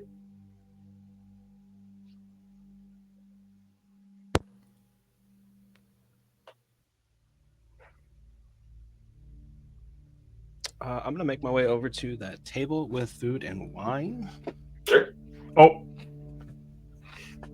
Easy enough. Grab me a pitcher of that and a cup, and then take my seat down at the table. Sure. Everybody sees Breck do that first. Milo will go sit next to Breck, but he's gonna pass on the food, I think. Same. yep. Passing on that food. How about Echomouse? Grim. Yeah, I'll just follow suit with everybody, but not eat. Okay.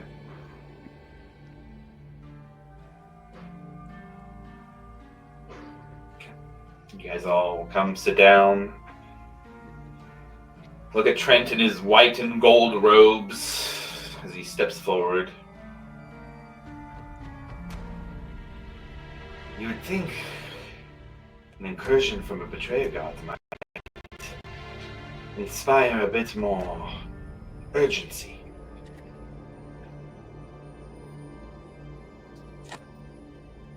But it would seem Bastion's Watch always has their own agenda.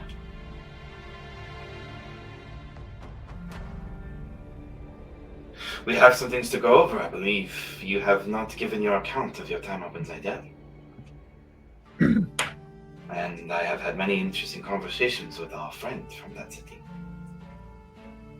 But first, the thanks are in order. You have given us great information. You have led us to great things. And although you have gone off on your own, you have accomplished what we needed you to accomplish. So please, let's start up in the city in the sky.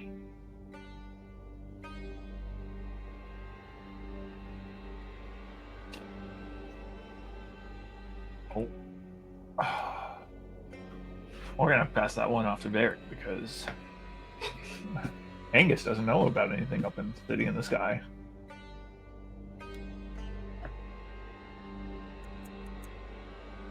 Yep, Angus just looks at Varric and be like,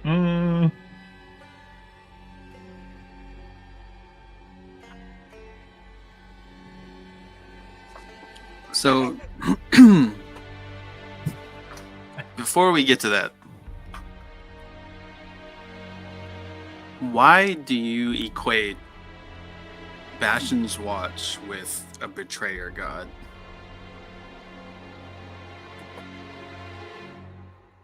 How do you mean? Oh, yeah. You said there should be some more urgency, but it doesn't seem like anybody else has done anything about it either. Why are we the ones that are tasked with a betrayer god? A god, you just said. Last I checked, we were part of the leadership of one small, brand new town in the Empire. Seems a pretty big leap.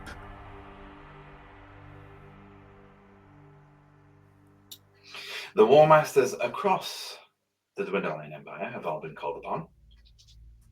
Forces need to gather, and the nearest place to Isocross is in the Zemi Fields. Yes, what you say is true. It is not up to you and you alone, Beric. I'm not asking you to go and slay a god.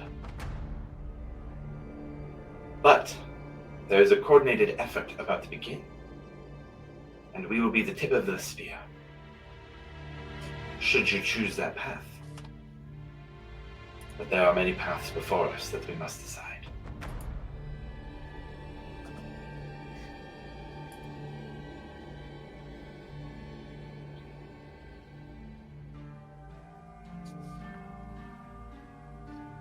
And many of those paths involve things that may have been found by Bastion's Watch.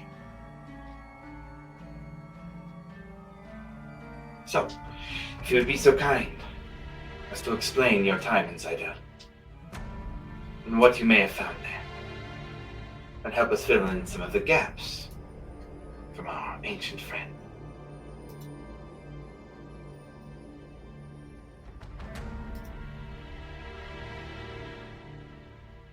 I mean, we found death.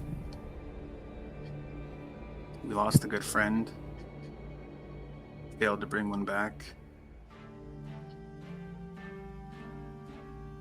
And only got out of there because the gods helped. Not really a good time.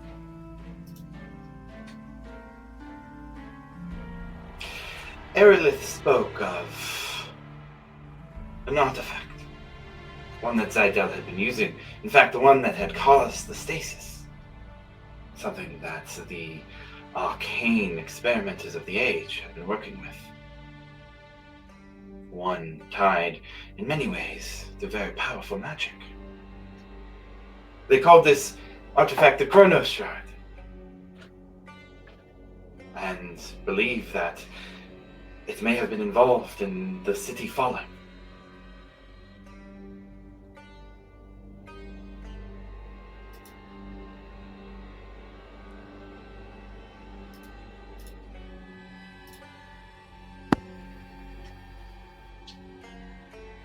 Are we not so sure that the city just ran out of residuum?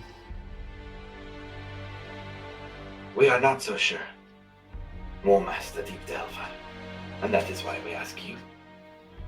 Aerolith was in stasis until waking to disaster. You are the only ones left to fill in the gap. So I'll ask plainly, was the Chronos Shard found in Zidel? And was it the result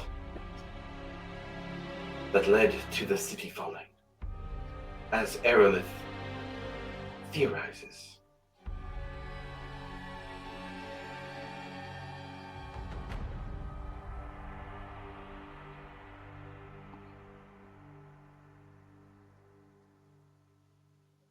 The same Chronos Shard that was used to enhance the crystals, to hold enough arcane charge for very powerful magic.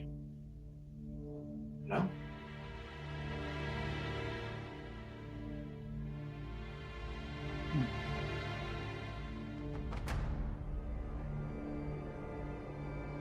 It sounds like a decent theory that that's what could have happened. I'm not an arcane expert myself. I can tell you I don't have a shard.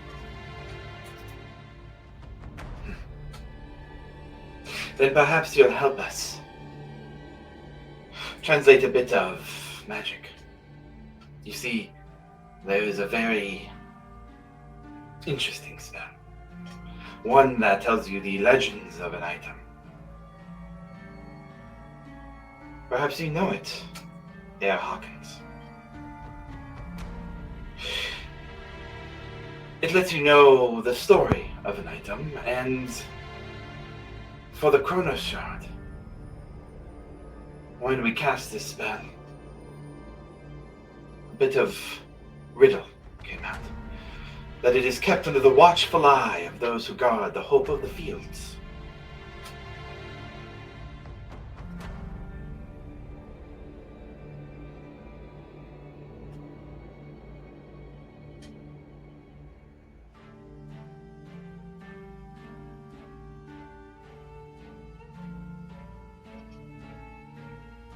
Can you teach me that spell later?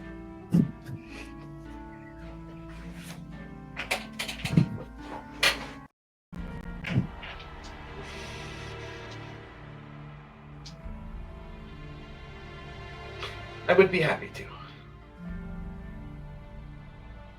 I would be happy to share much power with all of you.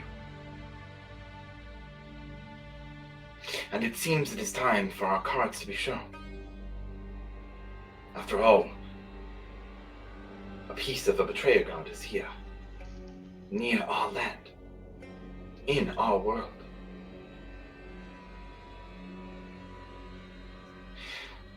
Those behind this god have not found everything they needed. So, let us put our cards on the table. We have found ancient magics in the ruins of Sheltengrod that came from the ancient city of Zidel that allow us access to higher magic than any in this current world know. Magic that we can use to stop Tiamat. Or, even better, to take control over the god. We can achieve this with this ancient knowledge, with the witness of those who came from the city and the items from the city.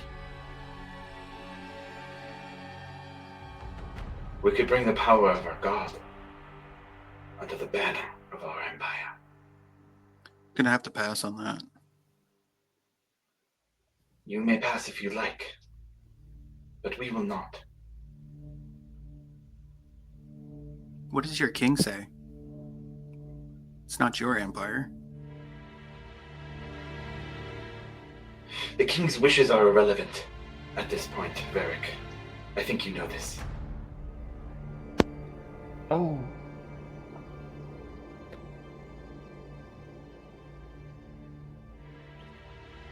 Do all your war masters know that's how you feel?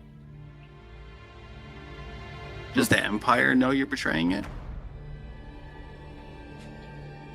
No, Varric. I think they do not.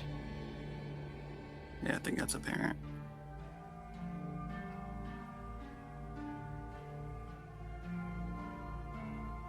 So, at this point, there are 3 paths in front of you.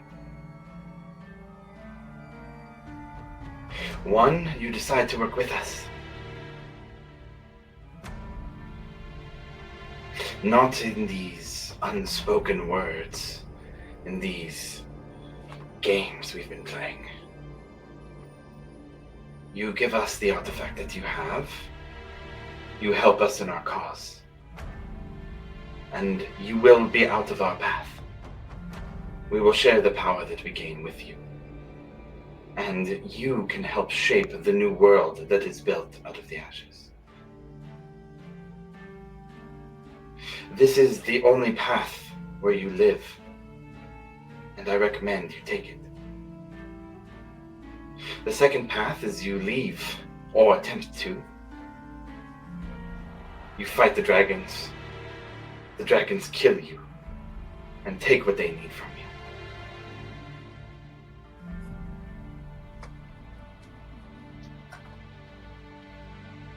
Or the third option.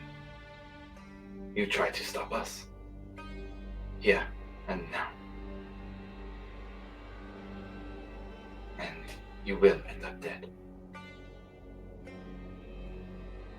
So, what will it be? Will it be a fight? Or will we work together to save and shape this world? for the arcane to finally conquer the divine. To finish what the ancient mages started. What we were destined to do.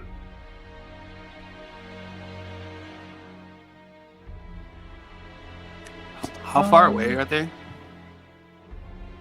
guys want to see? Yeah. I was going to say, Alivor was going to speak up a little bit after we take a look.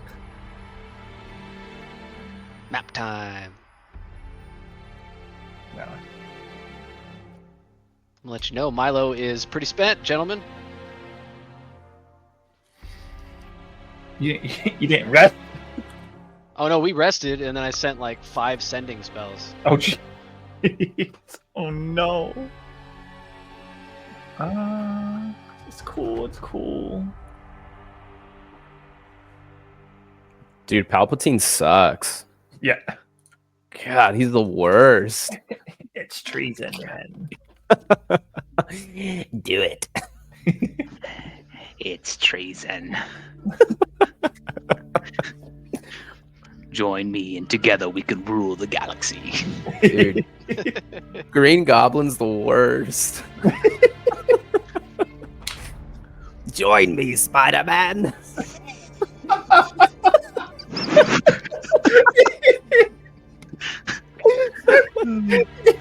Oh, that was perfect. That was Or fucking together perfect. we will fight to the death. Give rise to the new galactic Empire. Oh no, God. Think about it, hero. Oh no. Oh fuck. Wait, I missed that because my son came home. What did I miss? Everything. What was the last thing you heard? He offered, like, hey, or Varric said something about, hey, does all your other War Masters know about this? And he's like, and then I had to step out. Oh yeah, he essentially said yeah. he essentially said we work together and we defeat it and then we control a god, or you take care of it yourself and you die and we still do what we want to do, or we fight right here right now and you die anyway. So and Which then do you initiate. Combat Mission hasn't been No, no, initiated. no, not And the yet. question that was asked. I just asked how was- far Yeah, away. no combat. Yeah. No combat. Okay. Whew. Not yet. Not Yeah. yet. Green Just- Goblin has not Might thrown not the happen. daggers yet. Okay. Might not happen. Who knows? Might not happen. And the glider's not off into the distance, about to come No. and just swipe. No. Whew. Godspeed, Spider-Man. So to give you guys an idea, I would say. Oh, let's see. Varric in particular, you're 40 feet from Trent. This is just visual. Okay. Yeah, just for visual. Okay. Yeah. The table is probably about 25 feet away overall, Mm-hmm. but that's the setup. Okay, can Alivor speak up for a second? Yeah. To point out here, we got Volstrucker, Trent, Brokuic, Emmeline. Okay. I do have a And we're not in a question tower about that has windows, and we're not going to fall, correct? Not as far as you can tell. I don't want to fall. You guys Thousands are. of There feet. is this weird feeling of like floating. Everything feels like it's just floating in midair because of the room. And no one's got a purple lightsaber. No, I think we're okay. This elevated platform-like space over here on the right with a sigil on it. What is that thing? Not sure. Okay, Yeah. Are you talking about? Just to make sure that right there. that is exactly what I was talking about. Yeah, not sure. You'd have to take a closer look. Alivor would kind of call out to both the Volstruckers and Brokuic and just be like, what do you got? What say all of you? I don't know about y'all, but to me that sounds a bit, dare I say, treasonous. Speak to go against the Empire. Are all of you on board with this?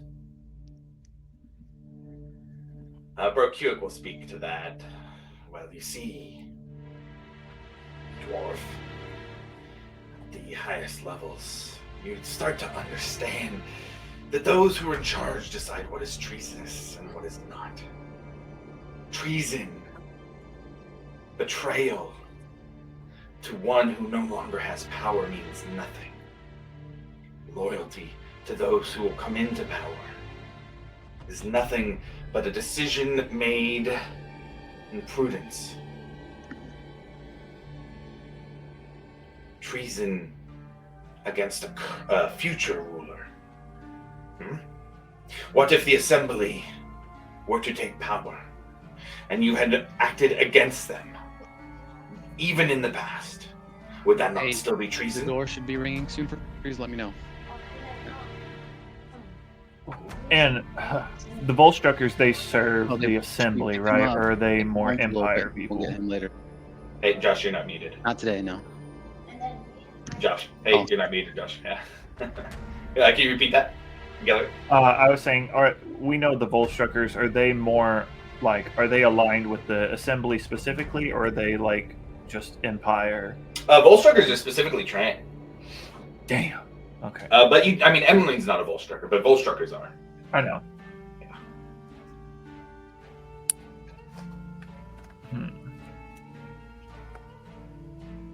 Is Emmeline in the room right now? Oh Yes, Yeah, she's she right- is. she's right there. Yeah, she's. In How's the she blue. looking? How is she looking? She is taking everything in. She's watching. She's very alert, curious. Does she seem nervous or calm? Nervous as hell. Yeah, not calm by any means.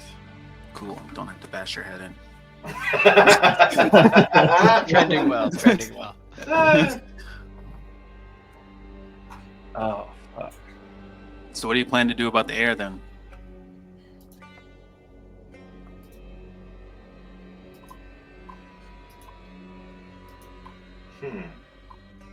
I doubt he's cool with this. The missing here. That is what you speak of, Eric, no? Perhaps.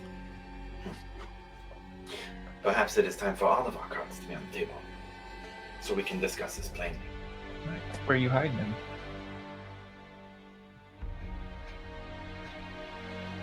We are not hiding the prince. I thought you Although I said think all cards you were all on the know table. that. All cards are on the table. And we are not hiding the prince. Perhaps there is a card you might like to play.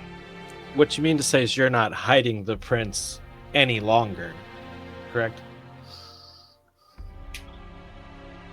Correct, War Master.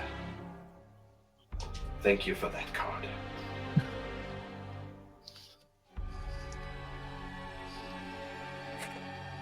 Well, So you have if you don't have him, then where is he?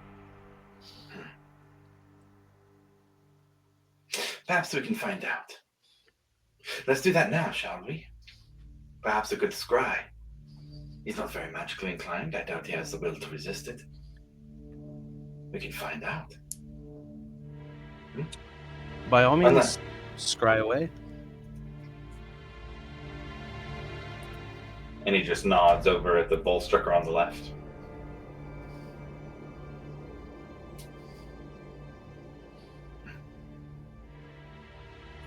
So we have a king who is not much longer for this round. We have an heir who is missing. It seems that there is no Dwendala in line to consider. So again, I ask, will Bastion's Watch help shape the future, or be left in its past? Where is the Kronos Shard?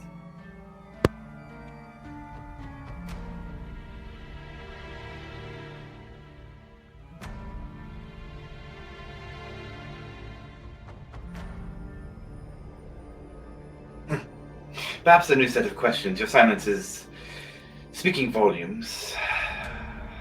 There is an item needed by the dragons.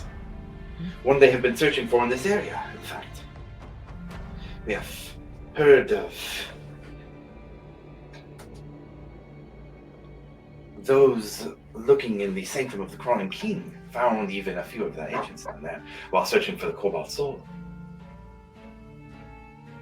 Bodies, at least. Perhaps the will of the Talon might be something that is on your radar? Something that you could go find. You would be heavily rewarded for this as well. Perhaps in Zydel itself, you found not just one artifact, but two. Perhaps we cast Legend Lore again and see if the words are repeated.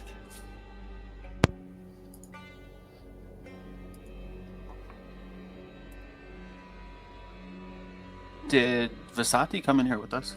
Yes. Okay.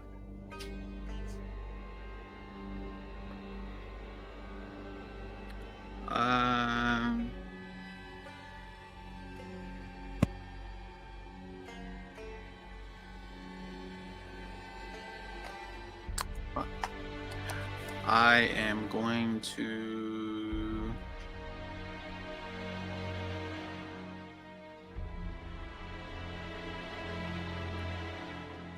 What's this shit called? Sorry.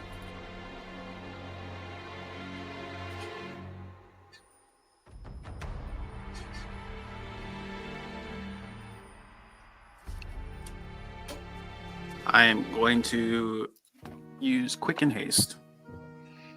Okay. Tired of hearing this old man talk.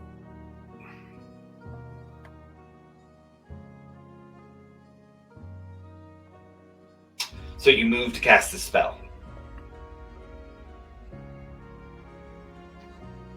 Yes. Does Quicken, does an ability say anything about being able to cast before combat?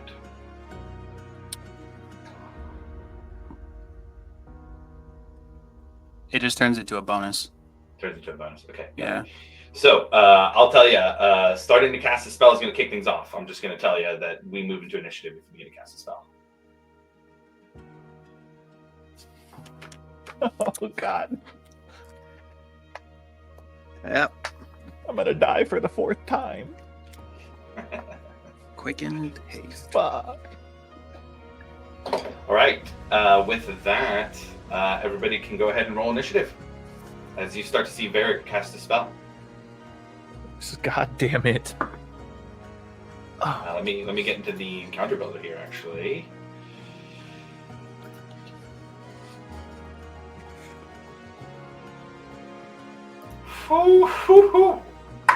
Owie.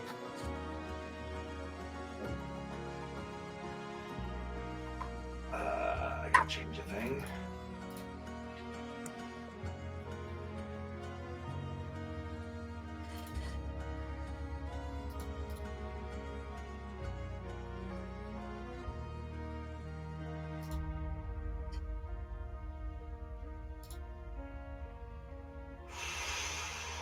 Okay.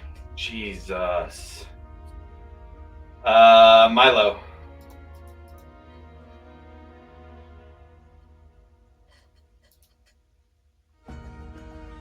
Muted? God, how many you guys got high? 18. Okay. Breck.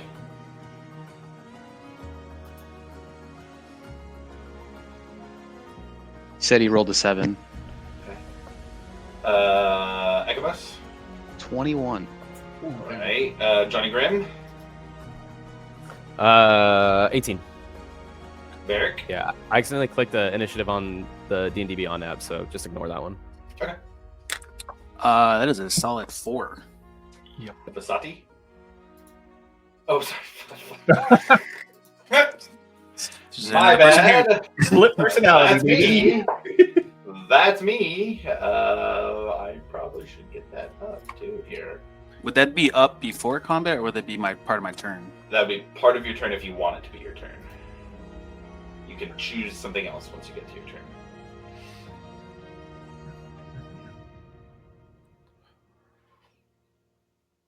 Or do the same thing, whatever you'd like to do. She gets a +1, so she got 20. Dang. And how about Angus Amber Fury? 13. 13. Of course, my fucking sword's gone. God damn it. All right, gentlemen. Zit. Ekamos. You start us off in combat. You start to see Varric cast a spell, and you know this is happening as the Volstruckers and 2 assembly members begin to start to move as well. What do you do, Ekamos? You are over here. Middle, right side. Middle. Yep. All right, I'm gonna do something new here, just for flavor. You're gonna see Ekamos grab his amulet, and I'm gonna cast Spirit of Death. Oh, tell me about that. Actually, hold on here. I'm gonna make a decision here. Okay. Before hearing about it, I think, to be fair. Okay.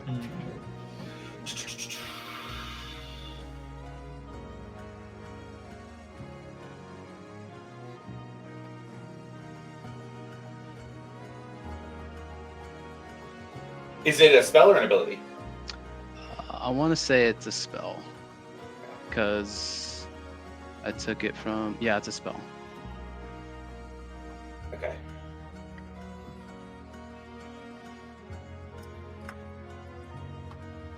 Yeah, they do it. They're going to cast. The Volstrucker closest to you is going to attempt a counterspell. What level is the spell you're casting? It's gonna be at 5th level. 5th level? Okay, so they need to roll at least a 15 Arcana.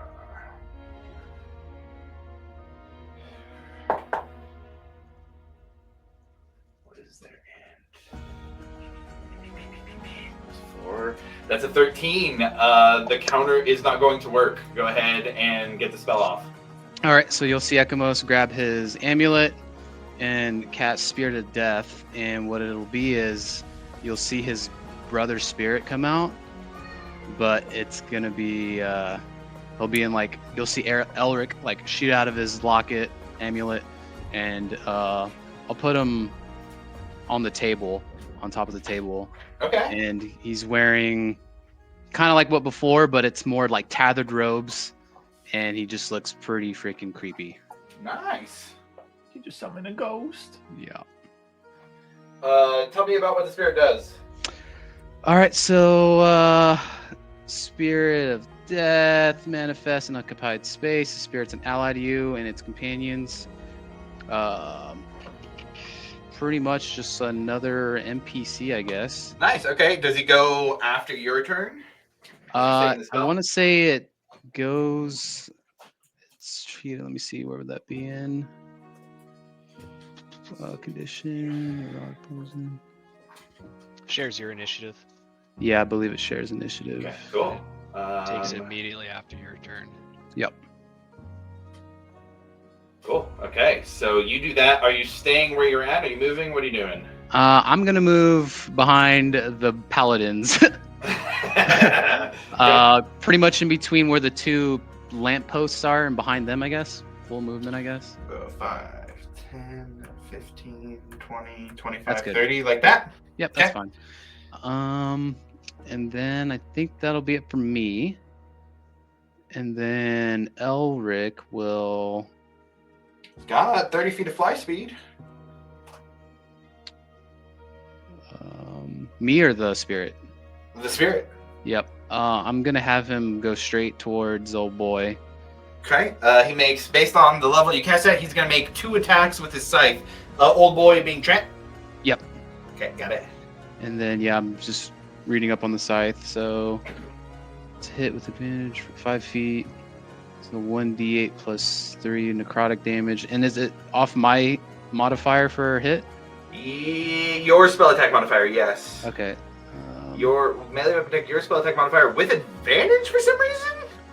I guess. I'm reading that too, yeah. Yeah, so go for it with advantage. Okay. By the way, love the flavor of this. Yeah. I'm actually really glad it went off. Yeah, I know. I was like, I wanted to this to be really cool. I was like, God, I hope it works. Yeah.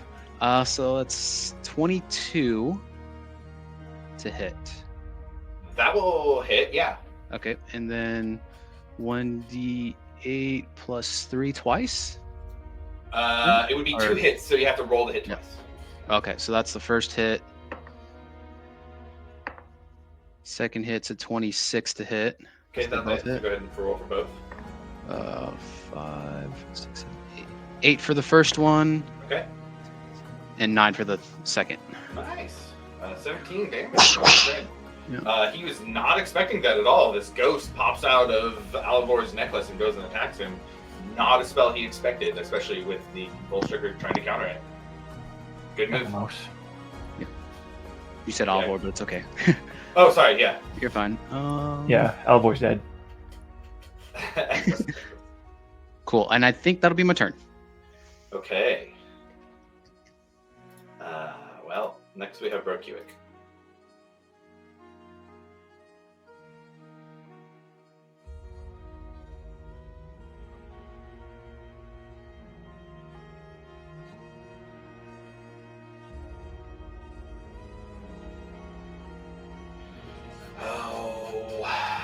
They know. Yeah, I think they know what the big threat is here. I think they're going to raise their hand and point at Varric and begin to cast a spell at Varric. Any responses? Josh, just a quick refresher on timeline stuff. All the sending spells that I sent happened after a long rest? I Or believe did so. we I take a don't long think- rest? I don't think you guys have long rested since then. Okay. Here's the thing I'm going to do. It's not your turn. I'm just bringing up this roll when you ask for it, or when you're asking about it. Roll me an Arcana check.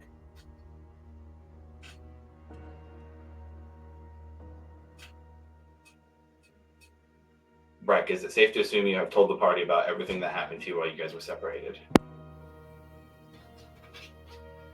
Do you mean Angus? No, Breck. Breck. When you guys were separated up in the city, would you have told the group about Oh. what had happened, everything that happened? Yes, I definitely would have. Okay, Mallow has that Arcana check. I was at 21. Those crystals currently hold spell slots. Noted. Okay, so Brokuik Earthcloak is pointing at Varric. If there are no responses, Varric, I need you to make me a Constitution saving throw. Josh, we still have the benefits of Heroes Feast, right? Like, is Correct. that still up? That And is then- still up. Heroes Feast is big right now. Did To Varric, Milo, do you remember if you sent those sending spells before or after Heroes Feast? I think all 'Cause the if it sending was- spells happened before. I think it was before too. Yeah. If it was before, then we took a long rest after, didn't we? After the Heroes Feast, or like after the long rest, we then did the Heroes Feast because we knew we were coming back. I remember the Heroes Feast being like the last thing that we did, but I don't remember a long rest between sending Yeah, I spells don't and think that. there's been a long rest since you guys were in Hope's Bastion. Because that would have been marked if we had taken. Yeah. Okay. Yeah. Well, we have Heroes Feast at the very We least. do have Heroes Feast. That's big, which means What is- all what does that wisdom do again? saving throws are within. So you gain several benefits. The creature is cured of all diseases and poison. You become immune to poison and being frightened. Make all wisdom saving throws with advantage. Hit point maximum increases by an amount we rolled last week. Does anybody have that up on their sheet? Yeah, I still have it. I think it was 11. It was 11. 11. Yep. Okay, perfect. So then you gain 11 hit points. Your maximum increases by 11 too. So it's not just you get healed for 11. You have an additional 11 hit points on top of that. Okay. Varric, just make that con save. Let's go, dude. Please. 21. Yes. Okay, that is a. Oh, actually, let me check. Oh, That is a Man, success. sick. oh That my is a God. success. So you will take half damage, which is going to be 31 points of necrotic damage as Brokuik Earthcloak casts Finger of Death on Varric. You said 31. 31, yeah, for half.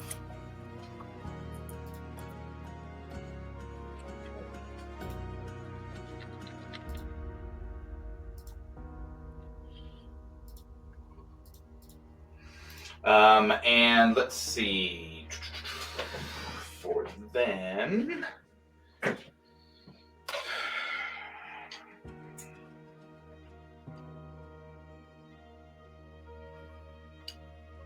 They're gonna move over there. Vasanti's next. She got pretty high. She has all her spells. I also bought her that item. Remind me again. That was the amulet. Yes. Yes. Okay. I do have that on her right now, so it should automatically calc that into the rolls. Good move on that one. So she is gonna throw some heat, I think. Can she? Oh God, yeah, she's gonna try, I think.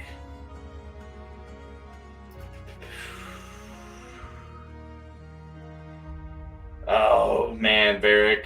Vasanti looks at you and then runs forward.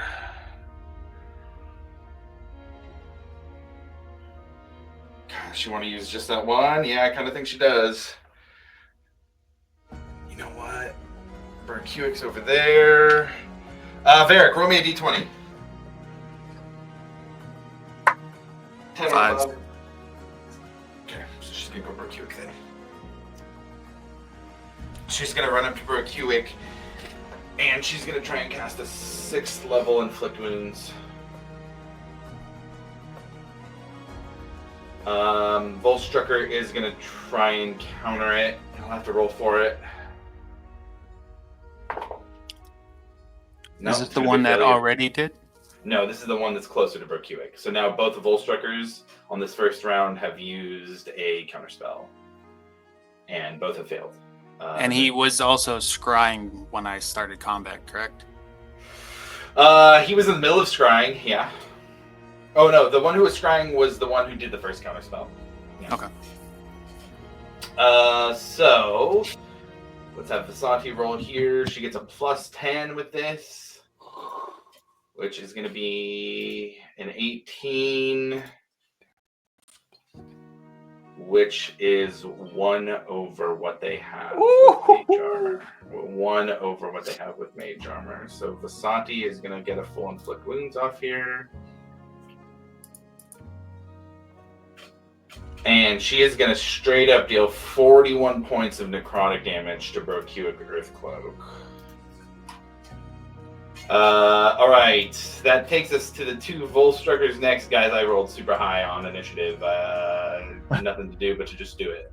So the 2 Volstruckers are next. The first one up top is going to go. That one is A. Yeah.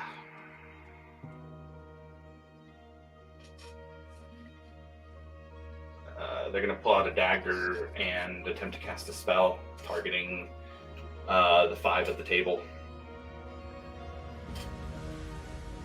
Any responses? Okay, they are going to cast a 5th level Steel Wind Strike.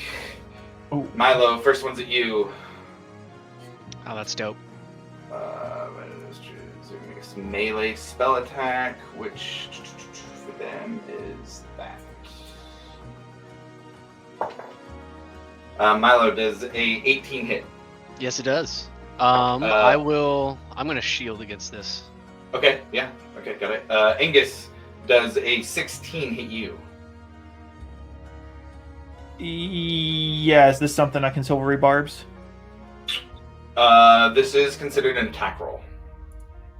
All right, yeah, I'm gonna silvery barbs that. Okay, reaction to silvery barbs. That's a little bit lower this time. It's 1 under 15. Meets it, beats it. Yeah, that got me. Still. Okay, got it. Varric, we're looking at a 25 for you. Yeah, it's Breck, 19. That does not hit. Grim, 11. Miss. All right. Milo's got those quick reflexes. So, I think it's Alvor and Varric, or sorry, Angus and Varric who took the hits. Angus. Angus and Varric who took the hits. Yep. Oh, that's too many clicks. Stop. Both of you are going to take 35 points of force damage. Damn. And that is one of their 5th level spell slots. They are going to come and stand in front of Trent. Other Volstruckers next.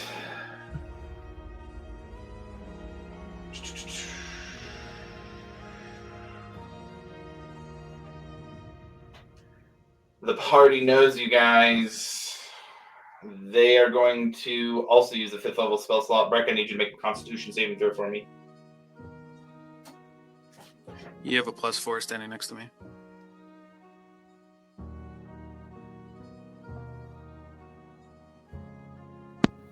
$25. 25 will be a save, so you'll take half. Which...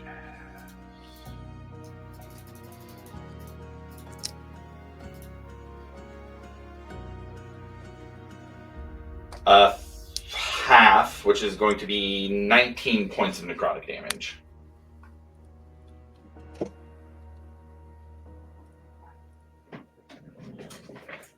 And this one is going to pull their sword and go over behind Vasati, who is now flanked. All right, next we got Trent, who's taking a hit.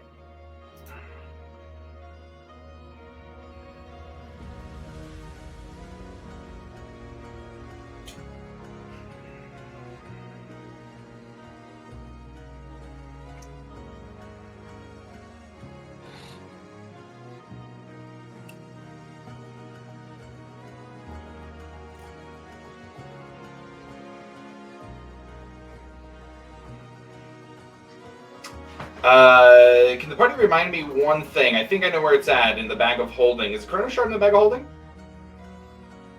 No, it's in Milo's crazy chest thing. It's in the chest. It's in the chest. It's in the chest. Okay. Trent is going to move to cast a spell. If there's no responses, he is going to cast Time Stop.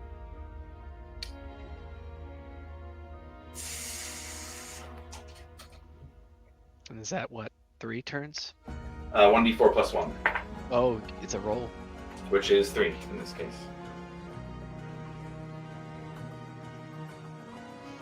And with that, I'm going to do this. It's like fighting the Ginyu squad. As time stops for everyone. Milo, what's the name of your chest spell? Secret chest? Okay. I believe. I want to look up something real quick.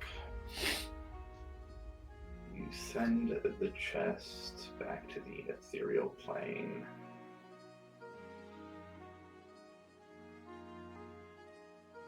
Yeah. Yeah, that thing ain't close to you. So... boy.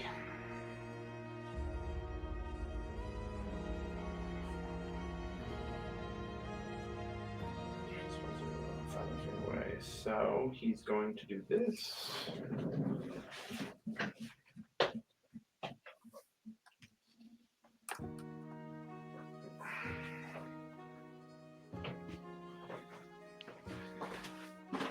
How much text are you going through right now? Oh, too much, man. Too much. He only has one of these, luckily, so, let's see.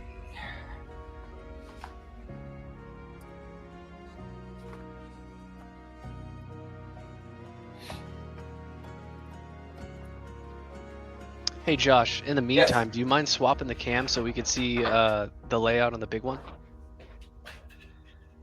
I think that would still have the same effect of seeing what's going on. Oh, gotcha. Does Never that mind. make sense? You know what I mean? Yeah, absolutely. I'm gonna... Here, let's use these, actually.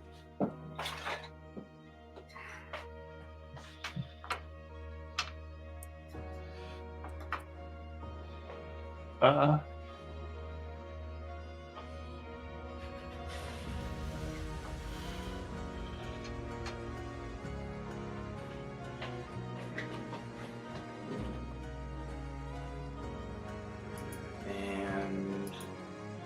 yeah, there we go.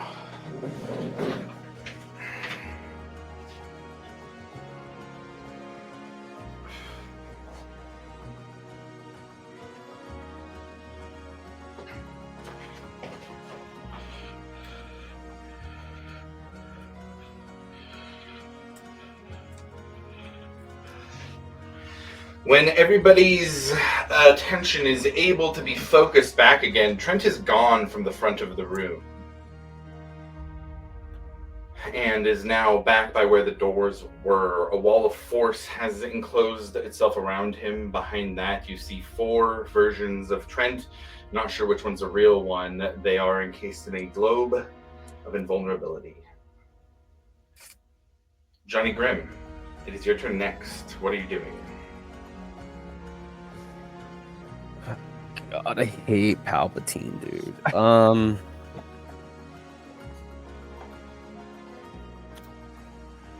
Can you point out where I am? I'm sorry, it's just really Oh, yeah, tiny. no, you're good. You are like that one. Okay.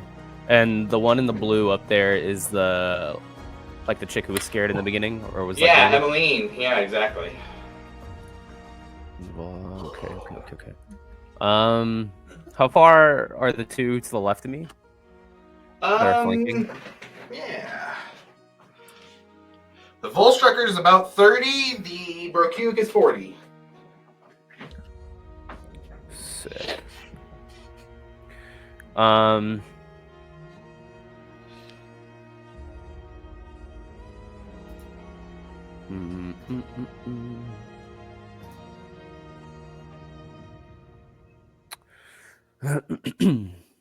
I don't want to leave her alone. I'll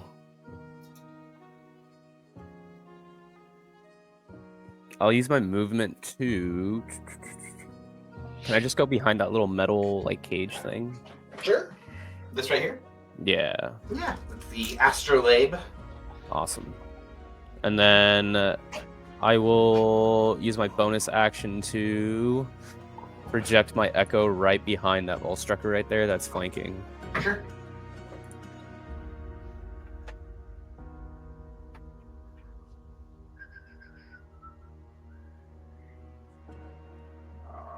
Where's the usual echo? I don't have the usual echo, so I will put that one right there.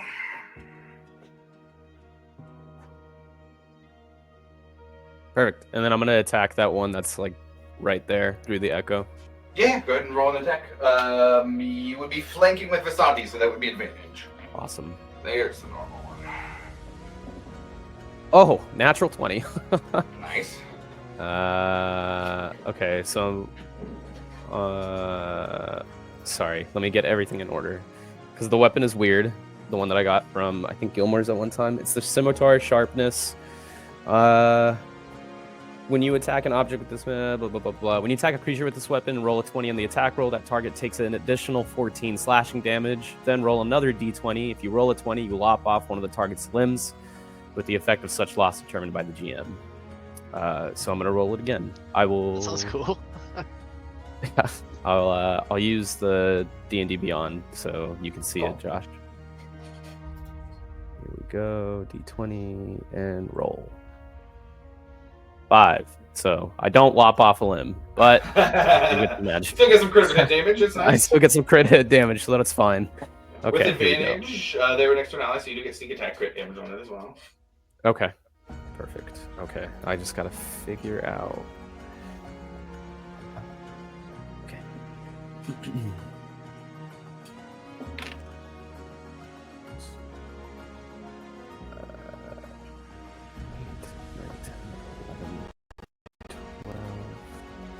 Sorry, I'm pulling out a calculator because this is a lot. No, you're good. Oh my god, I'm panicking!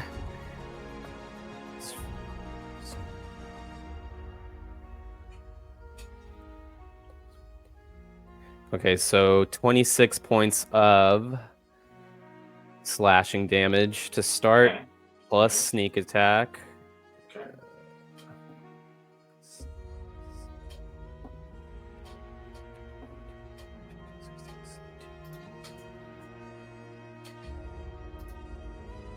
Plus 36 Nice. points of Big sneak hit. attack damage. Big hit. Plus the 14, right? Yeah, plus the 14. So that's all total. 62 total, I believe. Okay, got it. And then I will unleash Incarnation and attack again through my Echo against the Okay. same target. Here we go. There's a...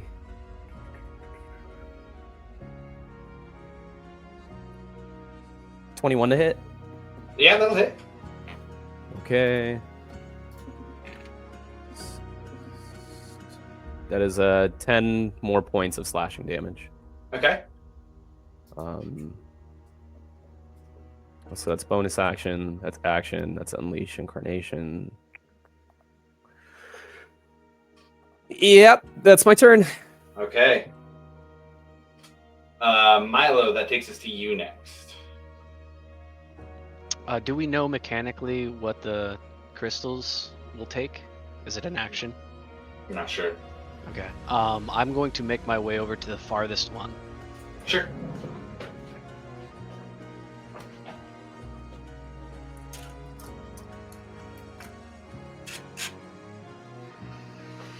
And You I'm make your going way to there. try and activate it. Okay. You getting closer to it, you feel that dragon fire here, that power of Tiamat, that divine power in this. You reach out with a free action, touch your hand to it. Let me. What's the number here?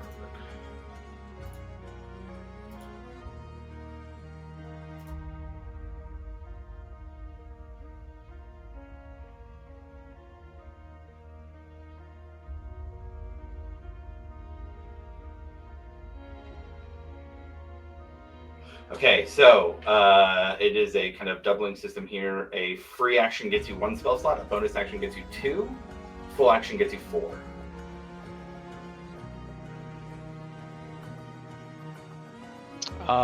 Can I only interact it with once per turn?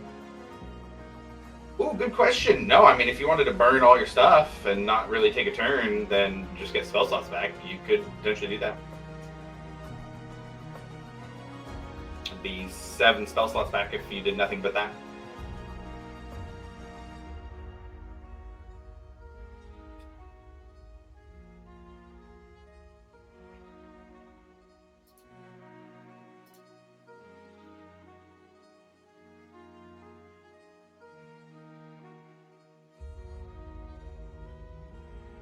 Ah.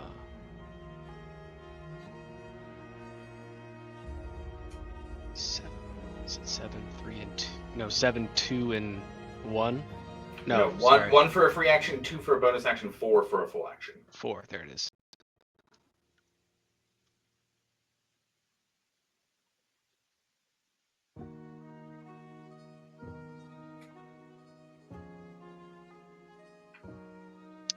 Alright, let's do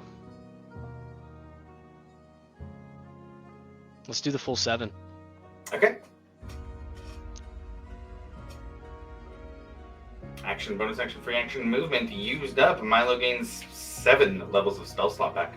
You can choose how you'd like to apply those. It could be, doesn't have to be all first level, but it can be 7 levels of spell slots. Gotcha. Okay, anything else for you then? I think that's it. No, I think he's just gonna ride that power train for a little bit. Okay, well, if that's the case, Emmeline is going to look over to Milo, and I'm going to give Milo a chance to say something here to Emmeline as she decides what to do. I'm just gonna make direct eye contact and say, ever since we first met, I've always known you to do the right thing, or at least the logical thing. What is your heart and your mind both telling you now?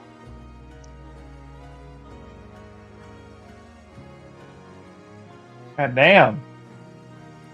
a good one. No roll needed.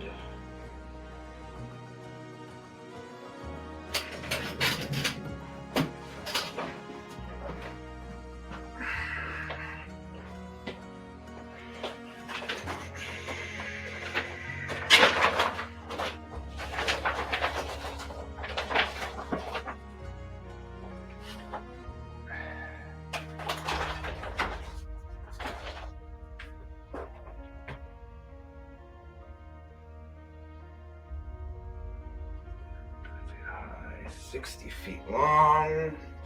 Perfect. We'll use this. She's going to cast Wall of Fire between Vasati and Berkewick, cornering Berkewick in the Wall of Fire by himself. He's going to make a dex save.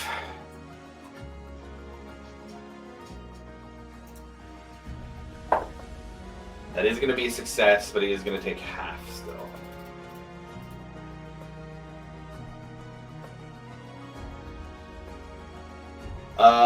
Not a ton. He's going to take a total of 9 fire damage from that, but he is stuck on the other side. She'll have to run over here a little bit for that. She'll run over there to the corner. Now Vasati is on the right side of the wall. All right, that is going to be her turn. Angus, you're up. Breck, you're on deck. Varric, bringing up the rear. So I've got a. I'm gonna need you to settle this for me, Josh. Sure. So, reading Globe of Invulnerability, would it be possible to dimension door inside the globe? Oh, that's a great question. Let me find out, because that's a big question. Yeah, I've been reading it, and I just don't know. Because Can't technically, I'm not creatures or targeting objects within anyone it, in even there. if the spellcaster that is such a spell can target creatures within the barrier, but the spell has no effect similar to the areas affected by such spells.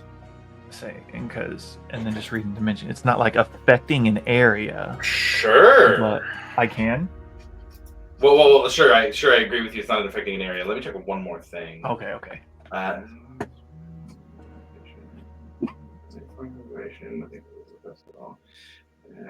Ethereal plane blocking ethereal travel through the wall. I don't see anything on Wall of Force or Globe of Invulnerability that says you can't dimension door in there. Oh, okay. I'm gonna look over to Varric and Breck, who wants to go smack the crusty old man.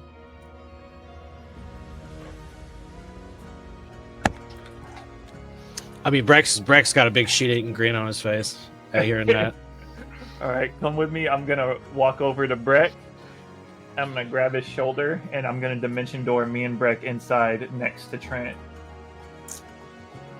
Now, I need to check the globe. If we can get in the globe. Hold on. That's what I'm. Yeah. Let's see. It's 10-foot. It's 10-foot radius. So there is room for you both to get in there with a dimension door. And yeah. All right, and with that's going to be my action, and as my bonus action, using my Master of Tactics, I'm going to use the help action to aid Breck in attacking Trent. Okay. Yeah, you guys are inside the Globe of Invulnerability. That'll be a thing. Mirror image is still up, so that is still a thing. But oh yeah, getting through those other two is big. All right. Anything else? Nope. Just getting Breck in there and helping him. Breck, you're up. I am gonna swing away with the battle axe. Okay. Go for it. 26 to hit. 26 hits. I'm gonna add a 3rd level smite to that. Okay.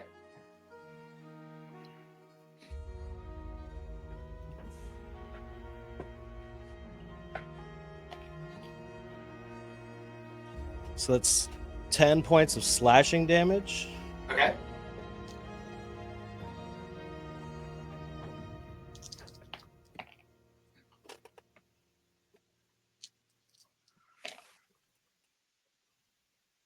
and 22 points of radiant damage. And this isn't a spell, so yeah. 32 points. Yeah, you hit. The old, crinkly old man does not like that hit. Because I was just saying I provided help. What's that? Give Breck. I think it said advantage, or help grant advantage on the attack. Okay. Yeah, Breck, did you roll advantage on that for possible crit? I did not, no, but I will. Nah, that was an 18 the second time. Damn, close. And then just for flavor on the Divine Smite, as I kind of swing up through it, you see like thorns start to wrap around the battle axe as they go up. Nice. Love it. You see a bloodied Trent recoil from the hit. And I'm going to swing again. Does a 23 hit? 23 also hits, yeah. I'm going to add a second level smite to that. Okay. Fuck him up, dude. Okay, so that's... Oh, you know what? Shit, dude. Hold on. Mirror image. We got to roll for mirror image. For that first 32, roll me... Oh, he has to roll. Roll a d20 to determine whether attack. If you have 3 duplicates, you must roll a 6 or higher to change the attack target to duplicates. So let me roll a d20 here. Fuck. No, the first one will hit. Let's go, baby. So second one, I'll roll again here. No fucking way. Yes. Next Tell us attack the news, hit. Josh. Next attack hit. Let's go! So it's 10 more points of slashing damage. Okay. And 14 points of radiant damage that time. So another 24. Yes. Jeez. Okay. I mean, he's still out for sure. And I think that's my turn. The Okay. 2 and the 4. Oh no.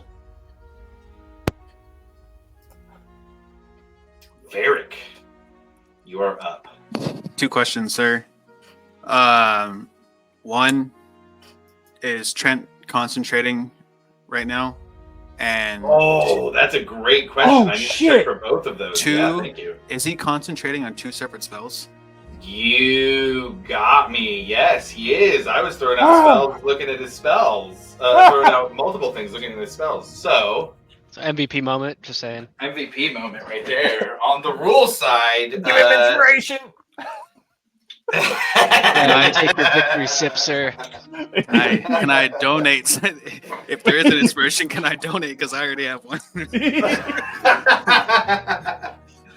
There, I would say you can't look. Oh, man, no, I was you like, can't get, those you are can't get that those are much. strong spells. Is he concentrating on all this? That is good. No, you got me on that. So I'll do a actual full-size globe of invulnerability. Let's see. I'll have him Hey, put me in there. done something else. Oh yeah, you're in there. Wait, Don't where let are me you? out. You put me off to the Oh, side. sorry. There you go. I want There it you on go, the there you go, action. there you go.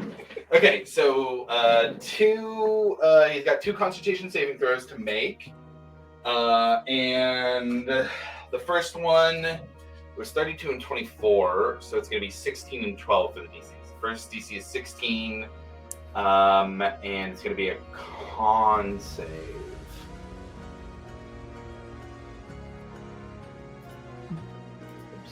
And I hate to ask this, Josh, but since we dimension doored in with each other, can you put Angus next to me? Yeah. Yeah. No, thank you. Appreciate it. There's a lot That's going right. on. It's The just- 2 dwarfs. The Thank 2 you, I dwarfs need coming for Trent. Josh, I would just Okay. want you to know you're doing great. Oh, thank you. Okay. First roll, he's got to get above a 16 on con saves in order to keep it up. Oh, okay. The dice giveth and the dice taketh away. That was a natural 20. He still has to roll above a 12. And he did. He rolled a 14 on that one. Joke's on him. He's stuck in here with me. Yeah, there you go. Okay, so Varric, to start your turn, there you go. No Wall of Force, Global Invulnerability still in play. I did have a spell that he replaced with the other one that is not concentration. Okay, so one more question. Sorry. No, please. This is a very big moment in the campaign. Please, we need to make sure we get everything right. Okay, so I started off combat by casting a spell, Correct. an instant cast spell. Everybody went before I got that spell off. Unless there's something in Quicken's spell that says, like, you have... Because essentially what you're talking about is a surprise round.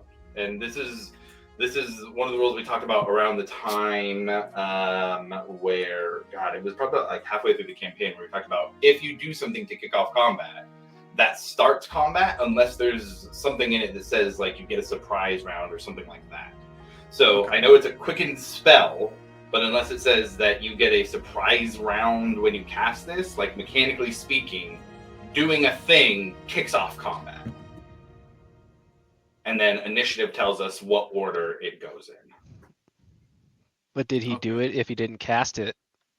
Yeah, so, like, starting to cast a spell is what kicks things Okay. off. Like, they see you casting a spell, and they're like, great, let's fucking cast our own spells. Okay.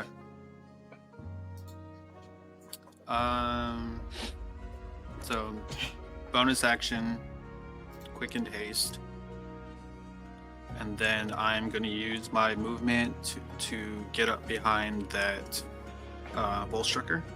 Okay.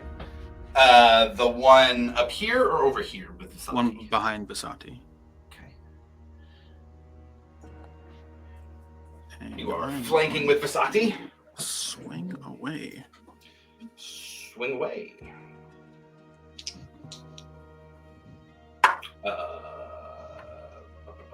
That was terrible. 17. 17 with that. Let's see. When did he do the counter spell? Did he do it after his turn? No, it was during this round. It was during this round, but you get your reaction back on your turn.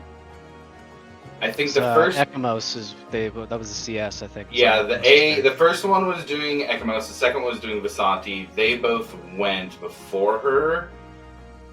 So they do have a reaction. God, that's a terrible thing to have a reaction on, though. They'll die if they don't. They'll shield. How close are they to me? Oh, good question. Need to take my wall of fire in place. Milo, they are right at 60 feet from you. All right, man, make it count. Let's counterspell it. Counterspelling a shield!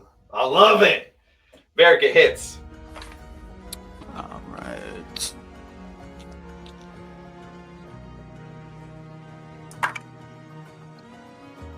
That is 14 points of bludgeoning. Oh, dude, this dude moved up to flank your sister with Brokug Earthcloak, and you came up behind him and flavor how you kill him to make sure that doesn't happen. I'm just gonna come around the side of his head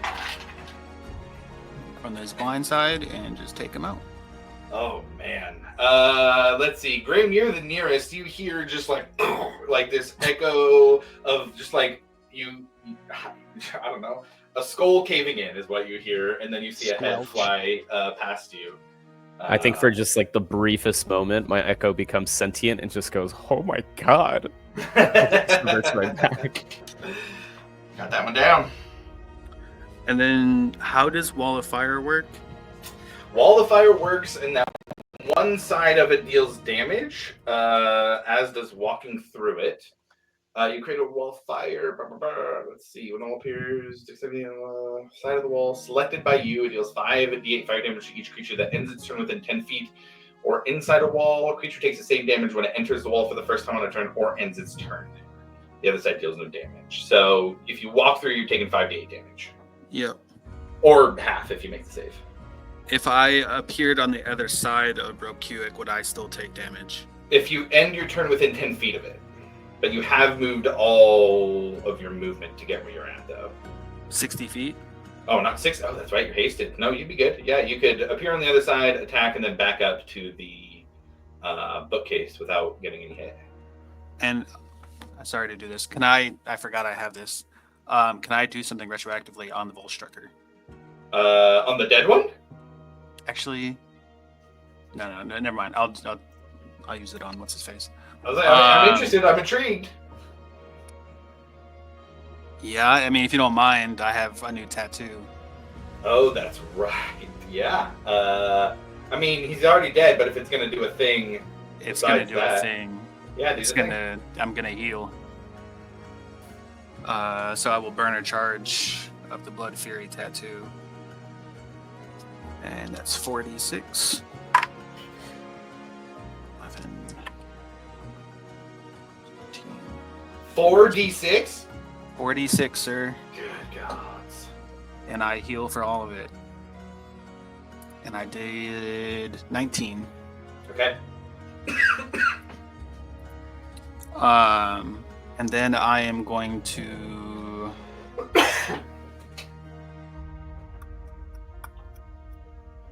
so I use the bonus. I'm in the middle of my first action.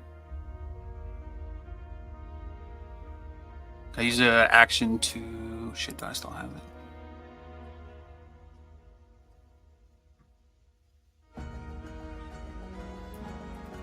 it. Ooh, Jesus.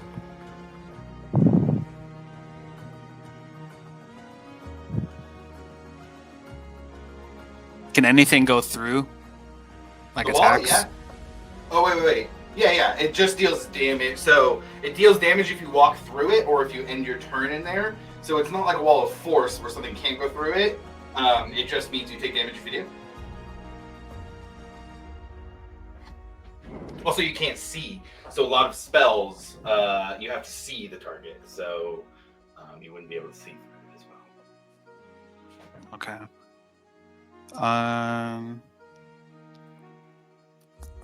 How far is the other Volstrucker? Oh, about 30 away. So I'd be able to reach him. Yeah, I'd say so.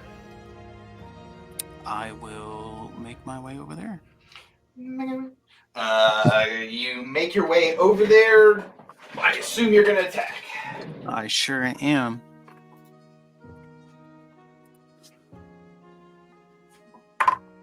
Jesus Christ. 17 again.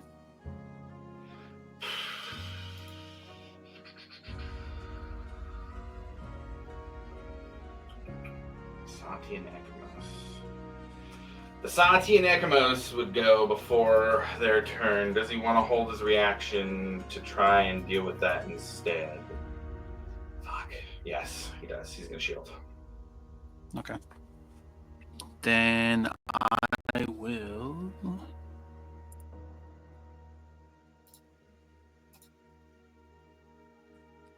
I can't use another spell. I already used one this turn. I will make one final attack with my bonus or my second action, and that is 22. That will hit. Yep. Beats 20. And I will burn another charge of the Blood Fury. Okay. Because it says anytime I hit with a weapon.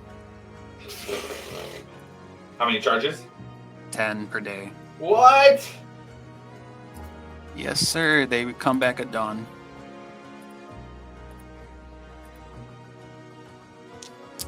So...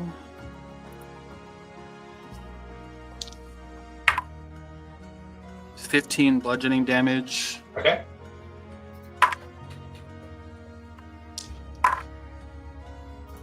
$18 necrotic. Okay. Got it. And that will end my turn. Got it. All right, that takes us to the top of initiative. And I'm going to change this up a little bit here for that. There we go. Let's go classic here. Back at the top, we're starting off with Ekamos. What are you doing? You got a globe of invulnerability behind you, a whole bunch of stuff happening in front of you. Yep. I'm gonna attempt to attack the one that's next to my spirit, my Elric spirit. Oh yeah, sure. Hitting a level 11 now, I have 3 beams, so that's fun. So I'm gonna do that. Okay. First one, oh man, that stinks. 11. 11 does not hit. Okay. 17 for the second. Does not hit. Okay. And 21 for the third. Just hits. Okay. And then for the next set, 28 for the fourth one. That'll hit. Okay. 27 for the third. Or, yep. Sorry, fifth. And then last hit. one. Yep. And then last one, 25. Yeah, that'll hit. So that's 4 total. Let's see. Yikes.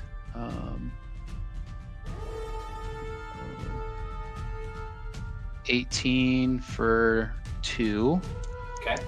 And the other 2, 6 and 10. So 18 Nice. plus 34 total is what I count? plus. Yeah, Okay. 34. Okay. Big.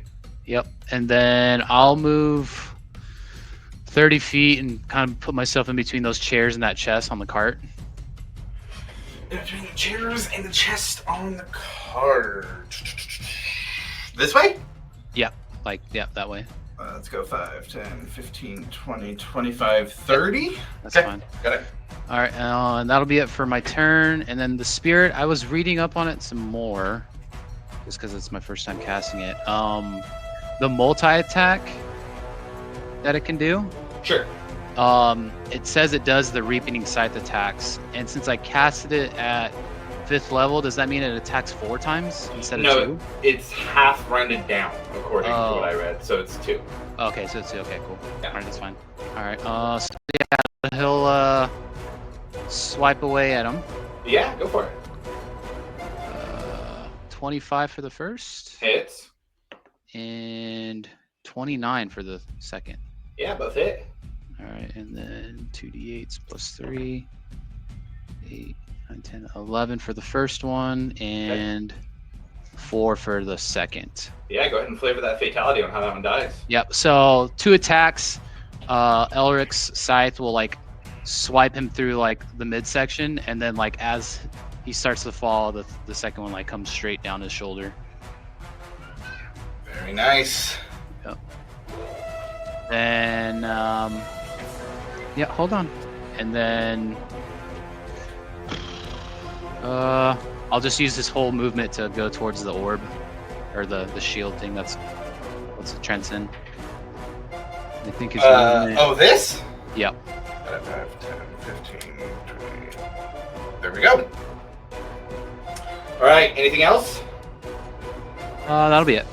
Okay.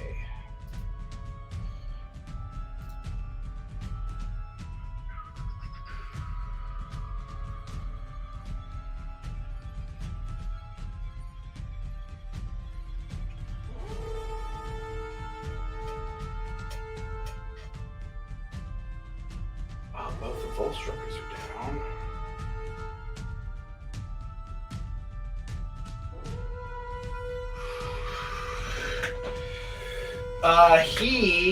Berkuic. Lost my headphones. Okay, there we go. Berkuic is gonna push through the fire. He's gonna come around. We'll go 5, 10, 15, 20. He'll push through and just take the 5. Well, take the deck save. See if he'll take 5d8. Take half.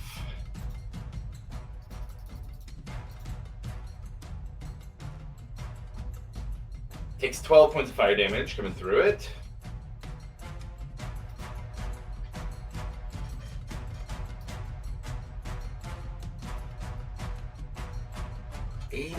feet is what we're looking at here. 80 foot, 40 feet, 80 foot radius, it's 100. It's gonna go 25, 30.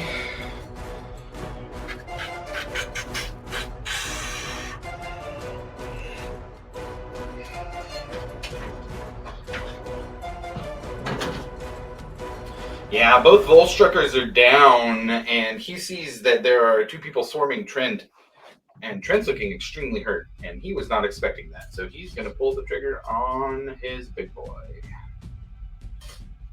And in front of him, you guys start to see rocks raining down from the sky, just raining down from the sky. Did he move 5 feet within the echo and then like move away, like through? No, he used 20 feet to go around. Word. Okay, gotcha. Yeah. Yeah. So anybody? Magic. It's not.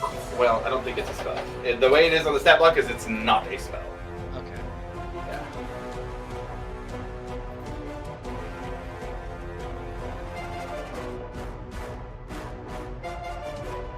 Yeah. Milo, here's the deal.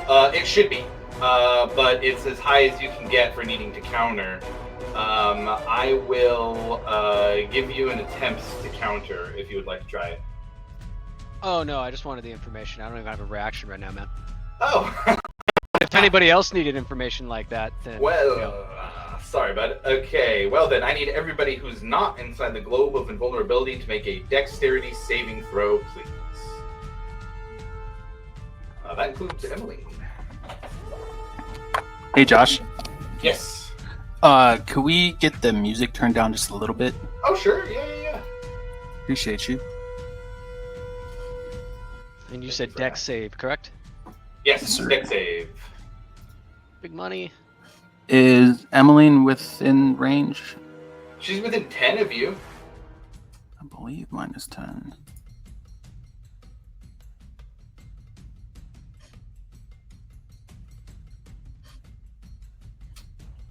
Vasati. Oh, Vasati. Both Emily and Vasati pass.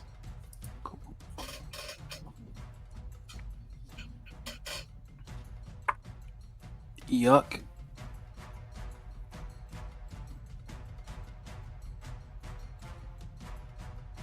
I'm gonna go ahead and use that inspiration. Sure. Who did you say had to roll again, Josh? Everybody outside the globe of invulnerability. So everybody but Breck and Angus. Oh, wait, no. Perfect. I have advantage. I think on haste. That's a 25 for Grim. Okay. And then, it's evasion, so I don't take any damage if it's like half or something. You're real lucky. 17 I'm for Icamos. real lucky. 17 for Ecamos? Yep. Okay. And then I'll do the spirit.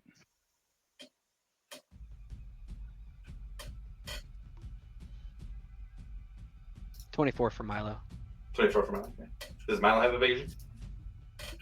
No. And then 12 for spirit. 12 for spirit. Okay.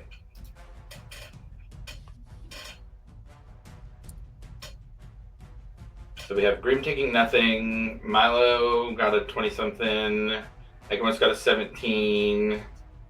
Emmeline and Vasati both passed. I think Varric's the last one we need.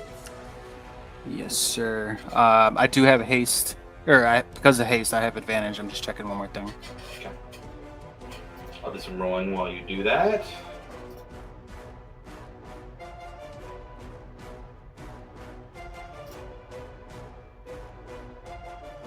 Okay. 17.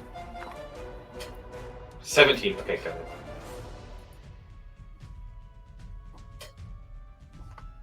Okay, so for anybody who got under 18, I believe that's Varric and Ecamos.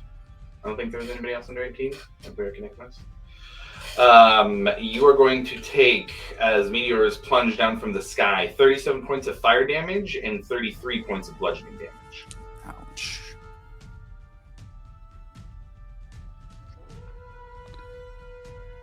And I think that kills off the spirit. Yeah. Okay.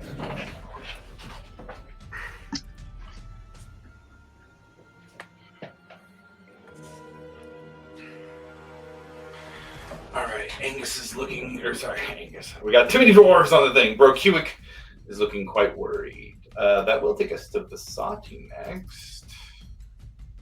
Actually, just You can never have too many dwarves. I know, right? There you go. Yeah, there you go. Yeah, Exactly. dwarf power, baby. You cannot do it. Okay, that is going to be the end of Brokuik's turn. Vasanti's next. Oh, sorry. Half damage. I got to figure out the half damage for that. Anybody who succeeded still takes half. So if you succeed, you are going to take what's half of 36 is 18 points of fire damage and 16 points of bludgeoning damage. Got it. So 34 total. Let me mark that for Vasanti and Emmeline. Ooh, Emmeline is almost gone.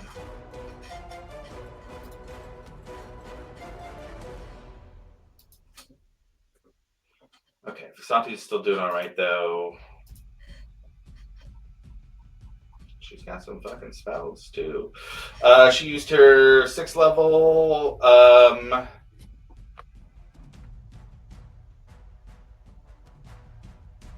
Fuck it. I think she wants to kill this guy just as much as you guys do. She's going to cast a 4th level fireball. Oh yeah.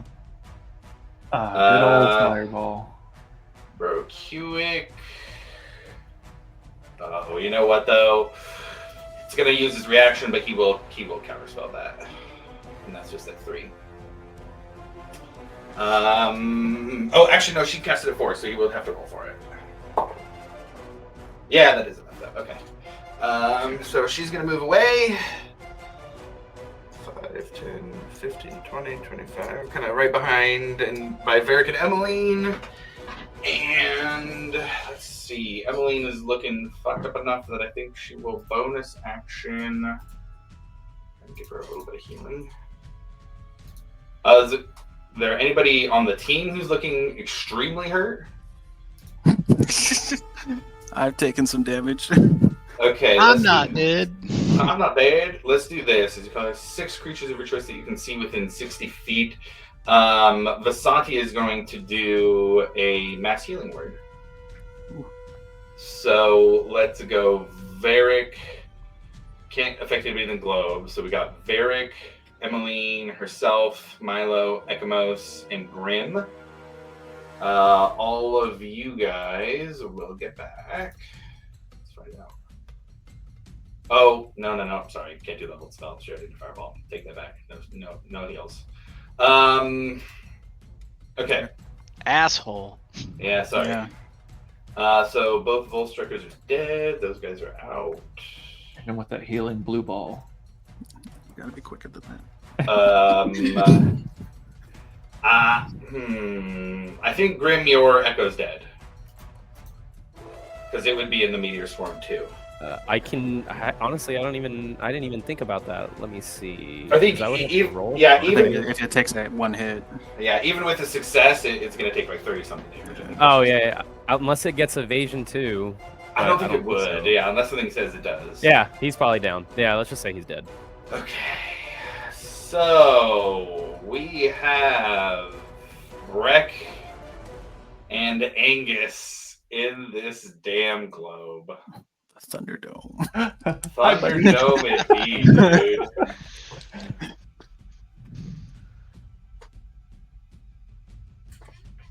So it begins, my pretties. Oh. What they call Morty in that episode? Oh shit.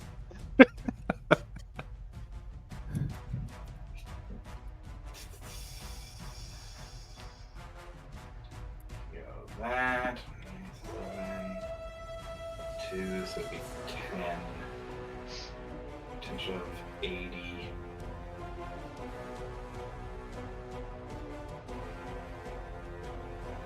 80. What?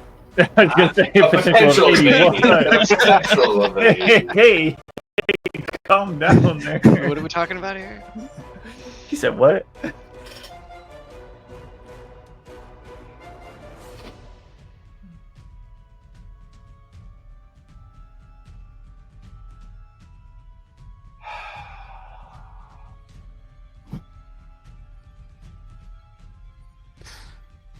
You guys. Don't like that. No. Son of a bitch. You guys. You guys. I hope you're as prepared to die as I am, Angus. Hey, it's 4 times the charm for me, man. I'm no stranger.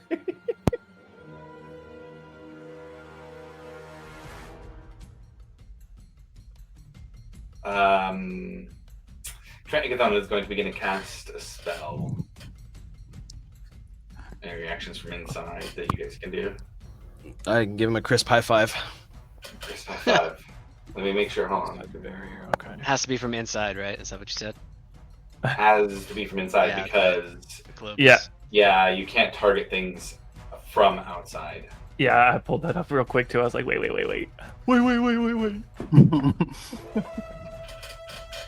Man, yeah. Yeah, you guys got him on the ropes. He's gonna cast a 7th level spell in. Man, this what? dude.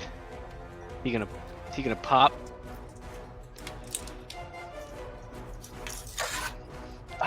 See you next time.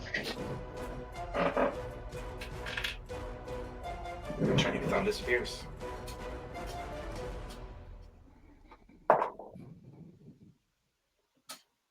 Johnny Grimm, that takes us to you. Well, there's only one person left, right?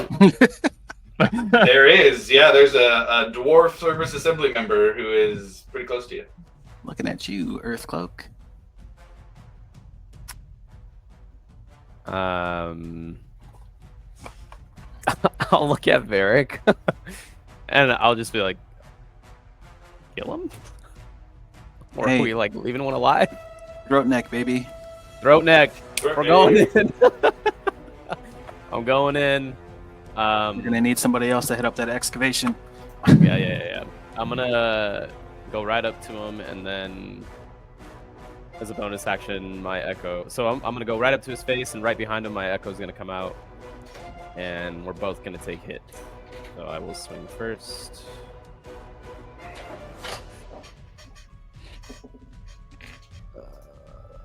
That is a 17 to hit.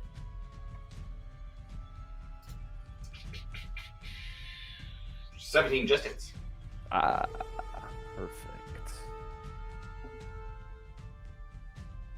That is 7 points of slashing damage.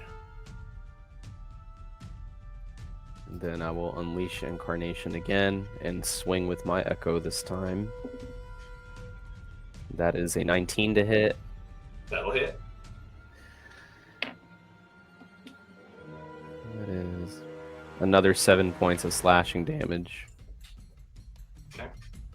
And fuck it, we might as well just burn it. I'll action surge and take another swing. Okay. Come here, boy.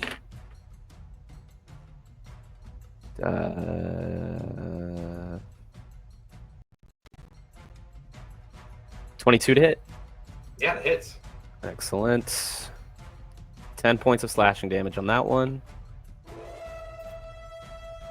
And then I will use Unleash Incarnation one more time for the last hit. And what is it to use on Unleash Carnation? You can heighten your Echo's Fury. Whenever you take the attack action, you can make one additional melee attack from the Echo's position. So action surge, because I action surged, take one additional action. So because I Very attack, nice. I'll attack again. Cool. There's a 23 to hit on the last one. That will hit. There's another 10 points of slashing damage. Another 10. Okay, got it. Okay, anything else for Grim? That's it. I could tell him, like, you can die now. Like, it's really okay.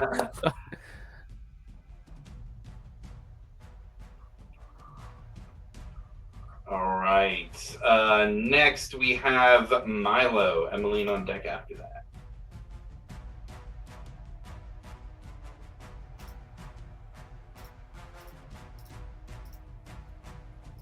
Muted if you're saying something. There you go. How are they looking over there? Berkuk? Yeah.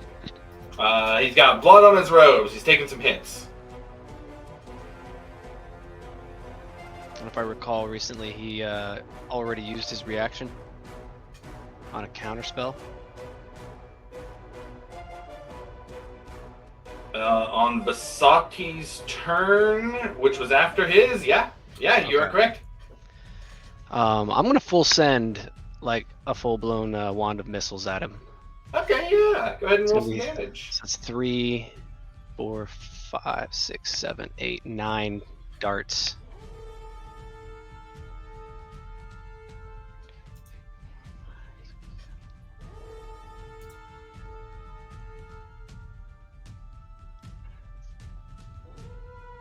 Uh, 30 points of damage, force.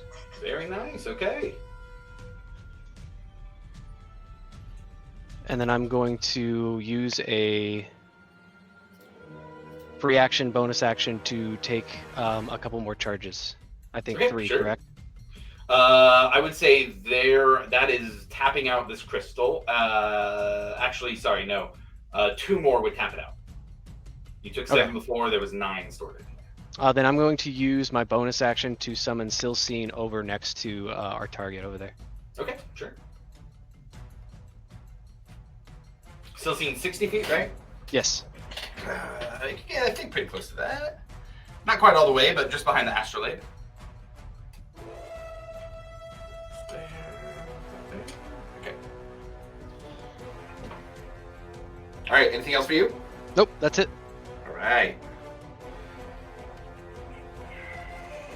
Emmeline's up next. She's hurt as hell. And Grim is right next to. Grim is right next to her, but here's the thing: she does have a thing she can do. It's first level. Yeah, I think she's gonna do that. 2d8 for each slot above the first. Oh man. Yeah.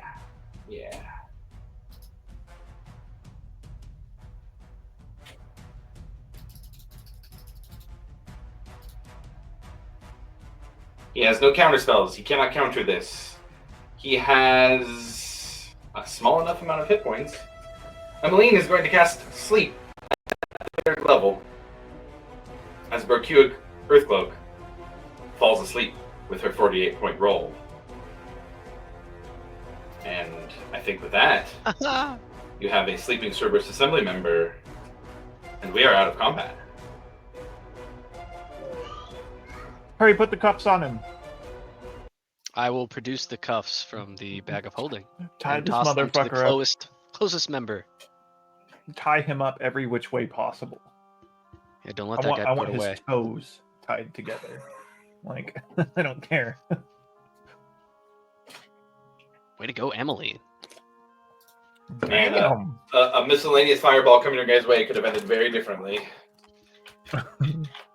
Especially with some counter spells thrown in there, too. Oops.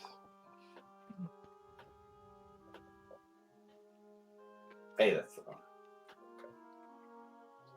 And with that, we are out of combat with the 2 Service Assembly members either gone or asleep.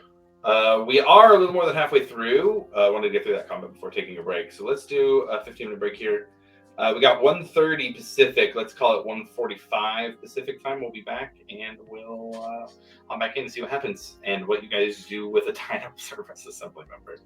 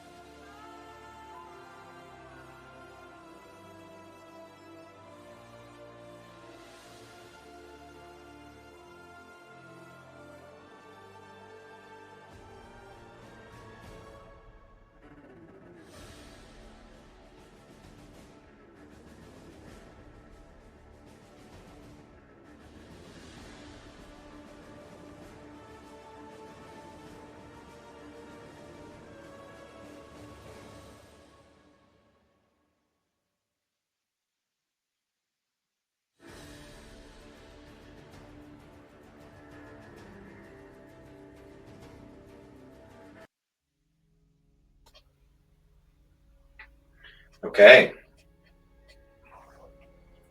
With that,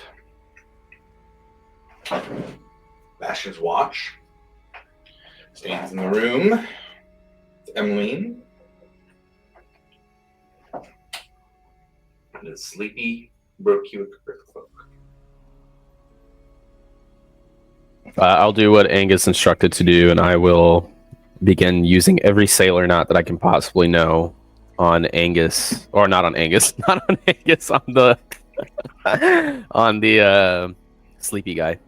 I mean, I'm into that, but I don't think now's the time. Yeah. We'll bookmark that for another time. Okay. Easy enough. You guys get him restrained. Yeah, I'm gonna blindfold him too. Everything. This dude ain't casting nothing. Sure.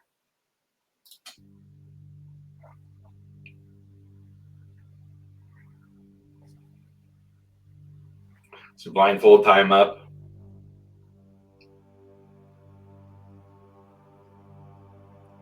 So Yeah, the whole thing. So what do we do now, guys? Trent's gone. So that's not very cash money. Milo, are you able to scry on him real quick to see where he might be?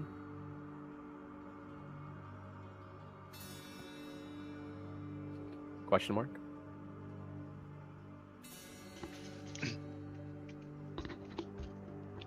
I don't think Milo has scrying.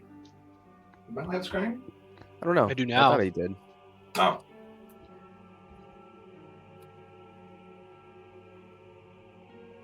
However, it is not prepared. Well, So it means we would have to do a long rest before I would have be able to access that. what about Emmeline? Welcome to the crew. Can you scry? Also, hope you're okay. Yeah, she just goes fuck. I just I know. a service assembly member. Fuck. They're gonna kill me. I'm gonna be put in prison. No. You don't understand. Little slap across her face. Get yourself together.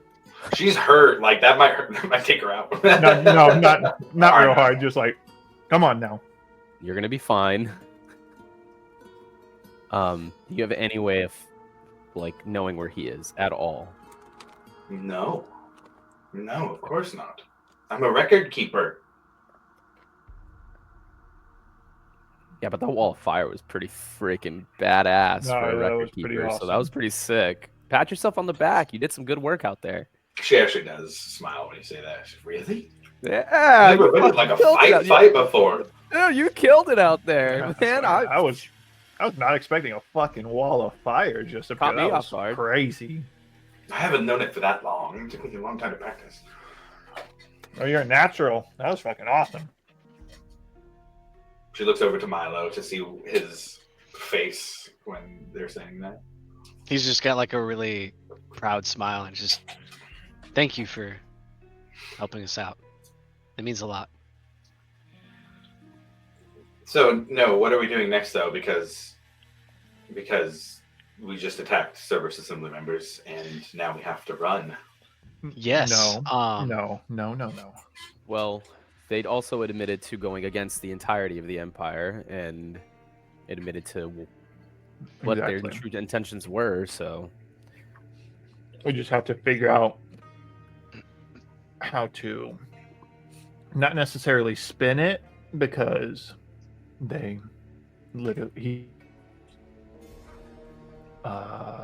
He did threaten us. Join us or die.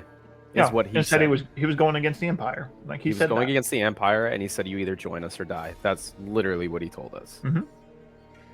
And So so, now we just have to like tell everyone that, and we'll be fine. yeah, we have to get the word out like now before they try to spin it. And luckily, we also Yeah. have this dork tied up over there. So Hey, Emily, where Yeah. are we, by the way? Oh, this is just the fancy decoration they have in this room. It's all mostly illusion. Okay. I don't see any reason why they're going to need access to magical energy like this. So these crystals, they're from Zidel. He said that they're trying to control a god. Look, it depends on how much you want to know and how deep you want to get into this. We can provide you some form of safety, but also if you want to be more active in your participation, we can let you in on things. But this is, you obviously just started, so. We Dude. tell you all this, you're in. You're all Yeah. in. There's no I'm going pretty- back. To be fair, Emily, I think you are already in. Yeah, I attacked a service assembly member. I think. Oh, okay. I say we Okay, tell let's her just everything. tell then. her. Well, Milo, go ahead, tell her. Yeah. And I do that, and I tell her. Opinion style breakdown. I give her the info. I give her just the kind of overview of something of a like of Tiamat being out there. Way And up then, north.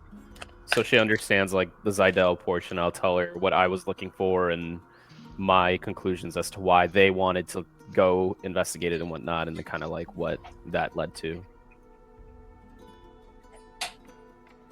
You guys tell her stuff you found? The shard? The pig? I didn't include that. No, I'll just tell her like my portion of the Zidel trip. Can't speak for my man Johnny over here. Yeah, I will not speak about other people's stuff and like, because genuinely, I don't think I actually. Well, if Breck told us, but I will not. I will keep that part out of the story because I will just say it from my point of view of what went down. Because I wasn't there. I was hiding in a building, and then everything started to collapse. So that. So Trent was talking about it. So at the end of you guys recapping everything, she'll just straight up ask. So did you find the shard? I have no idea. I don't know. The city literally started collapsing when I was running away from a Oh, fleshy roll a monster. deception check. You do know. Do I know? You Oh do yeah, know. because Breck told us how. touched it. Well, you got guys so know high. me with it. Oh Like, yeah, Yeah, that's you right. goober. It's like 5 times. It's like, bro, you've interacted with that shit more than anybody. This whole time, I thought He's we were talking addicted about to something it. completely different. What a Yeah. goddamn No, I'll spiritual roll a trip deception. Why journey. not? I haven't had to use a deception this whole campaign. Here we go. You'll love to see it. 24.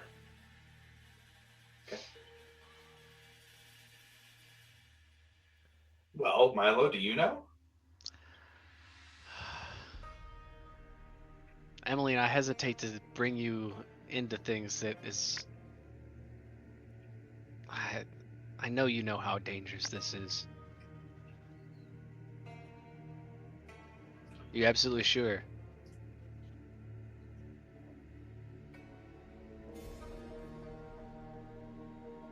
And also, gonna do an insight check.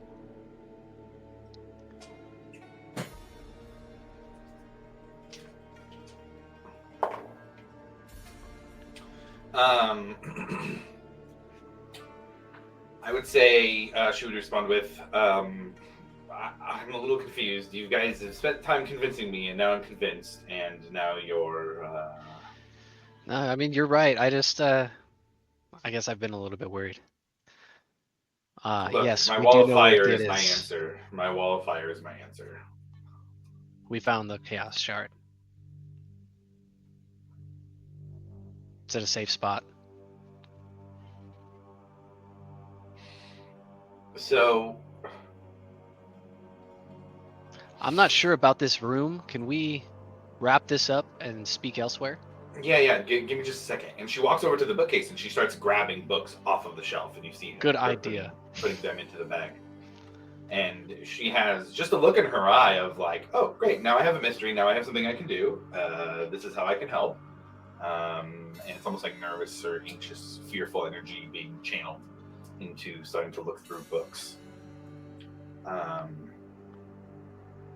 level magic, told her about?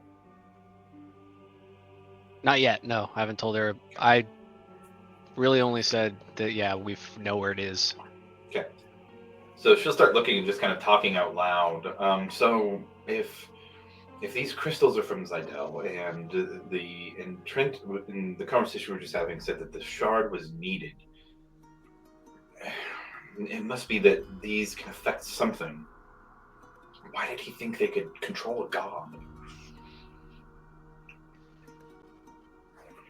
She just kind of says all that. They talked about some spells they had found in the ruins of Schattengrad, and they talked about powerful magic, but I didn't expect anything beyond what we already know. Certain 9th level spells can shape the fabric of reality. If they could cast beyond that, then that must be whatever he was looking for. I What they might need the have shard something for. you want to look at later. That might answer your questions. Just And raises you her eyebrow. would be very interested in reading it. Well, I don't. Oh boy. So are we running while we do this, or are we staying here? Can I go take a look at that other crystal that's filled up with magic? Sure. And unless if the rest of the party... Actually, I think we might all be able to draw from this. So if anybody wants to replenish some magic, I think we might be able to use this shard. I definitely still need a recharge. How are you guys feeling? I feel great, man. Honestly, I don't use magic. I'll take a little crumb. Little crumb. No, you obviously need all the stuff you can get, but if you got a little extra, How much do you think you need? just like. So how does it work? Guessing There's 9 if levels of 9 spells. levels, So yeah. there's 9 levels of spells you can go on. Oh, dang. Well, I say it'd be nice to have a 4th level spell slot open, but I mean, like I said, you're the spell Take it. boy, so if Take you the need 'em- 4. Yeah, you can take the 4th. I'll take a 5, and we'll just cap it. Okay. Thank you. Boop.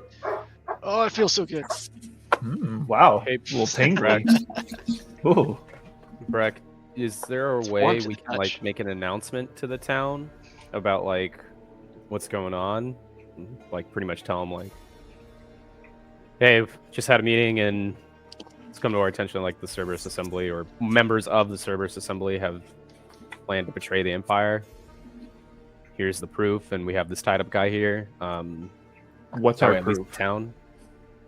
I mean, the record keeper for one. Oh yeah, she's the only non-biased. Ooh. Well. I'm sure Yeah. she's got.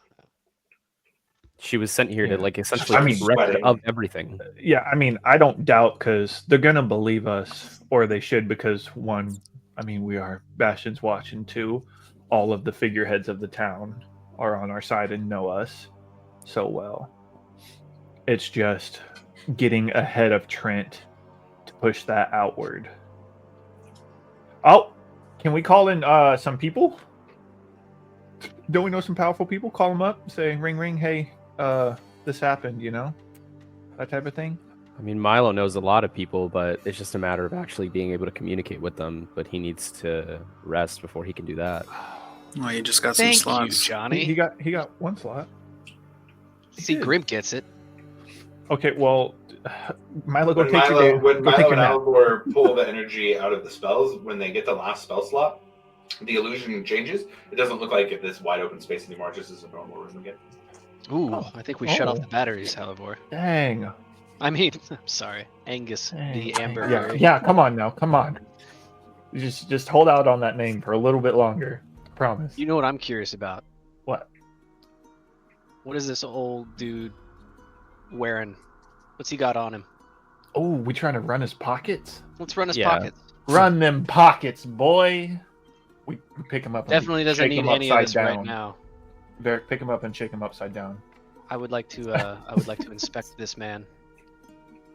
Yeah, I don't want him to have any components on him or anything. Hey, go over and roll an investigation check. Can I assist? Sure. Oh, yeah, y'all roll. I rolled horribly. I got a You can't 30. roll and then say you guys roll instead. Yeah. That's not quite how that works. I wasn't gonna roll. I was gonna let Milo have advantage. Oh, okay. I will try and outdo the 30. I say he assists Milo. I Alvor doesn't outdid find 30. anything. I got Oh, 31. holy shit! He did. He did. Holy hell. Got right in the deepest part of those pockets, man. Yeah. You Left, right, actually center. A find full out. cavity search. Yeah. Full You actually cavity find out, Systematic and thorough right there. Knife hand. Brooke has a super hairy ass. Trying to get into a pocket, you accidentally get inside the drawers. Um, Some Wrong dingleberry pocket. action going on back That's here. a prison pocket. Not that pocket, dog. While Milo's doing that, I'm giving him a wet willy the entire time. Just gonna make this as uncomfortable for you as possible.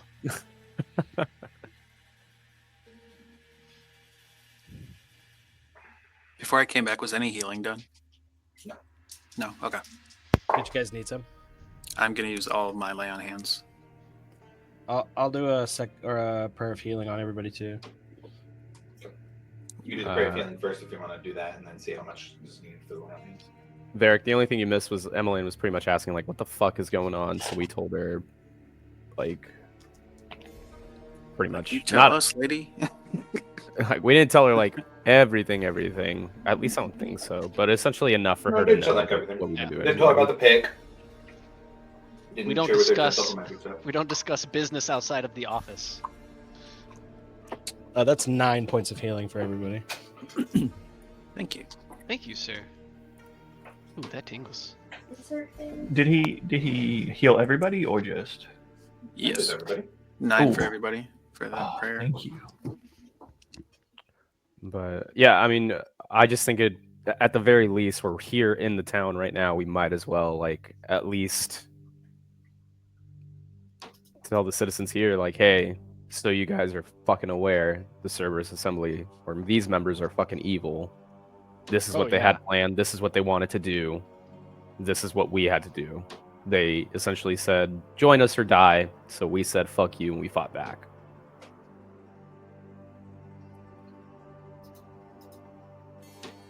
Yeah, I agree. But I mean, it's also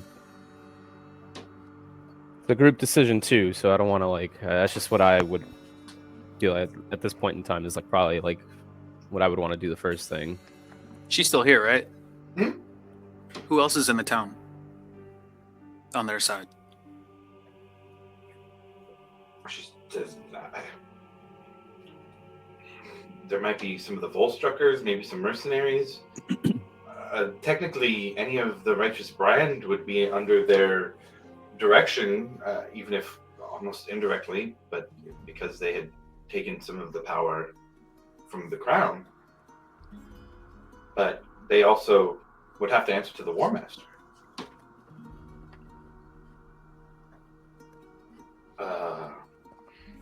I don't know the last time. Let's see. I think it's been about a week since Irisor was here. Baroness Irisor. It's possible she could hop back in at any time. I don't. A handful of people, really. If the assembly aren't the ones here themselves intimidating people into following, I don't. You know, it's kind of see it down on her. I almost don't. I don't know if there's anybody. Is it the Righteous Brand that provides the security for this building? A mix of Righteous Brand and Crown's Guard, but again, if the War Master orders, he's more All right, direct. I think it's the first thing. We need to secure this building. Who knows what they have in here? They could have a teleportation circle in here. Well, they could just teleport in, really, unless we Yeah, secure it true. in a more meaningful way. Yeah. Might require your more powerful friends, Milo, to really secure this place. Yeah, but at the very least, we can have the guards people here that kind of like be on the watch and stuff like that.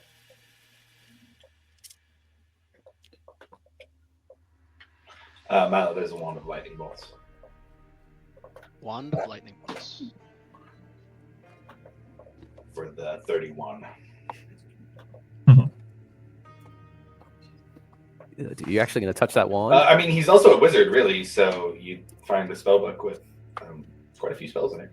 Oh, well, we'll just go ahead and take this. That says Sure. jackpot. And he like takes the book and like taps him on the forehead with it. Appreciate your kindness.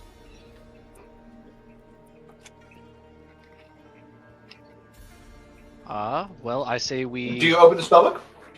Yes.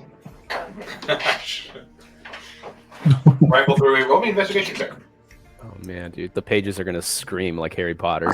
Like I found a Horcrux. It's a 20. At the back of the spellbook, there's probably 5 or 6 folded pages. It wasn't written into the spellbook itself. You open it up, it seems to be transcribed. Roll me an Arcana check.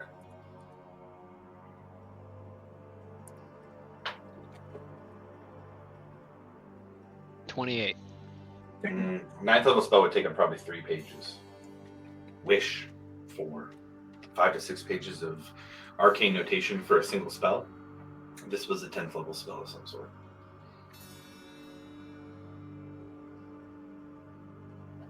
It's not a scroll. I'm not saying you have a scroll. I'm saying that this seems to indicate they found a 10th level spell in the Runes of Shankar. Hey Emily. It's a small development. Have you seen this? No, what is it? Come take a look. It looks like magical notation. It's not anything I recognize, though. This is an older version. She points out one rune in particular. This is an older version. I haven't seen that in anything but pre-calamity books, which I've read 2 of. Well, if you were trying to develop something new, you would have to augment the old stuff. At least that's where I would start.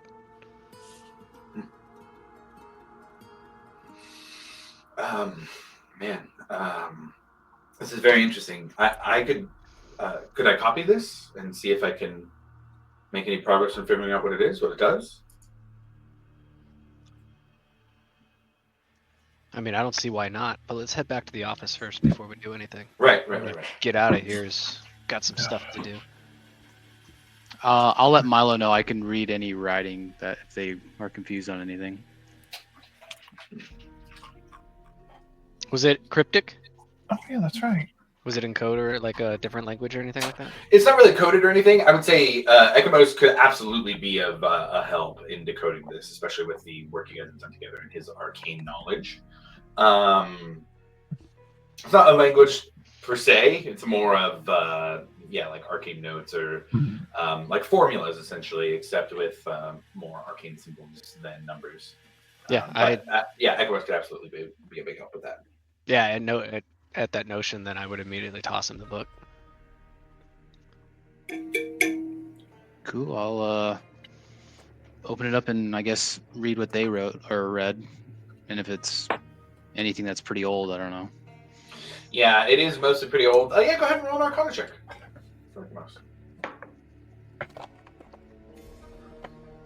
26.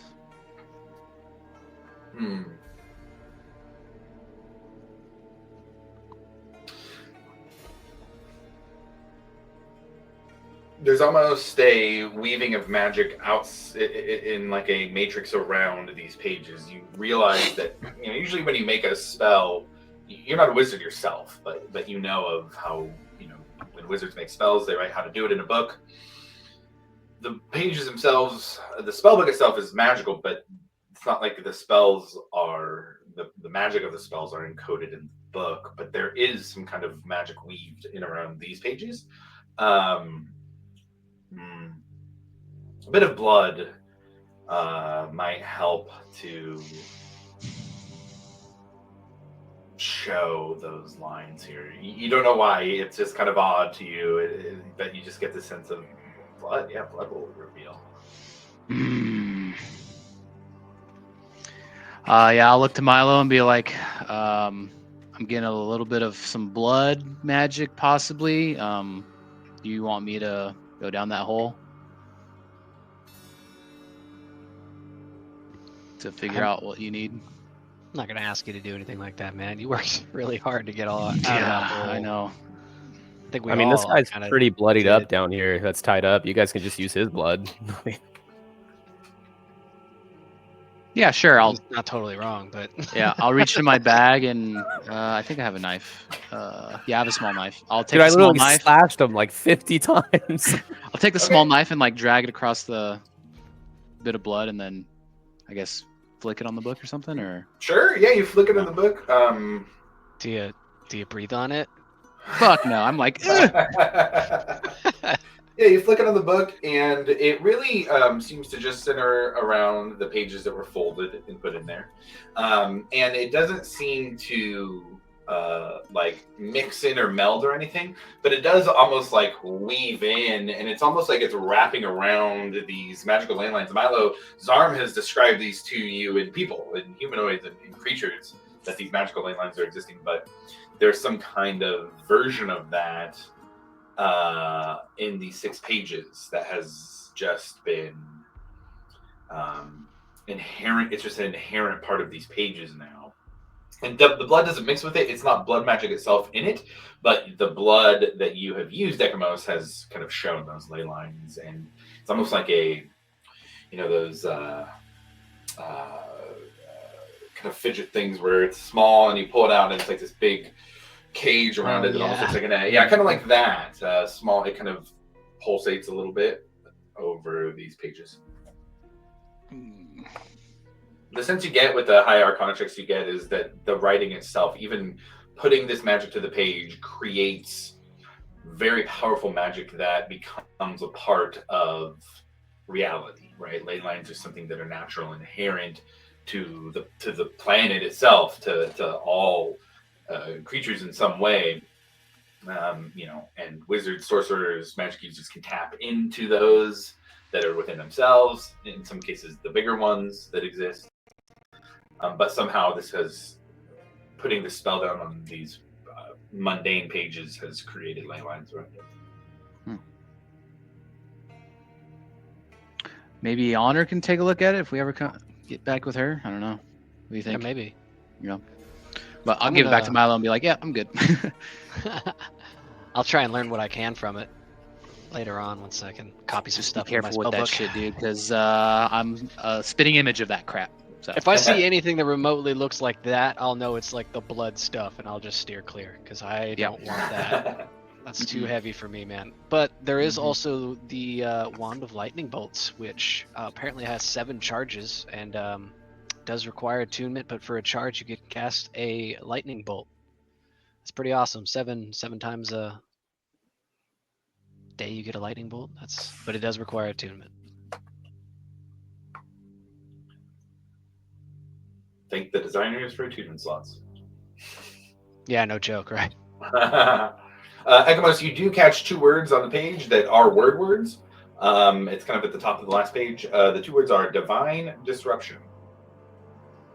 Yeah, and I'll say that to Milo. Does that mean anything to you? Divine disruption? No, but that was above one of the folded spells in the back with all the other stuff. I want to say Divine I disruption. 2 and 2. That might be the name of the spell. I don't know. That's what I was kind of thinking. Yeah. And they were all talking about controlling and manipulating gods. Mm-hmm. That seems might have been the quite spell on to do- point. yeah. Yep. Food for thought. All right, you guys want to get the hell out of here? Should we take a look around, maybe? 100%. Yet? I think I'm gonna go take a look around. Sure. Let's find wants- Trent's office. Ooh, yeah. Run them drawers.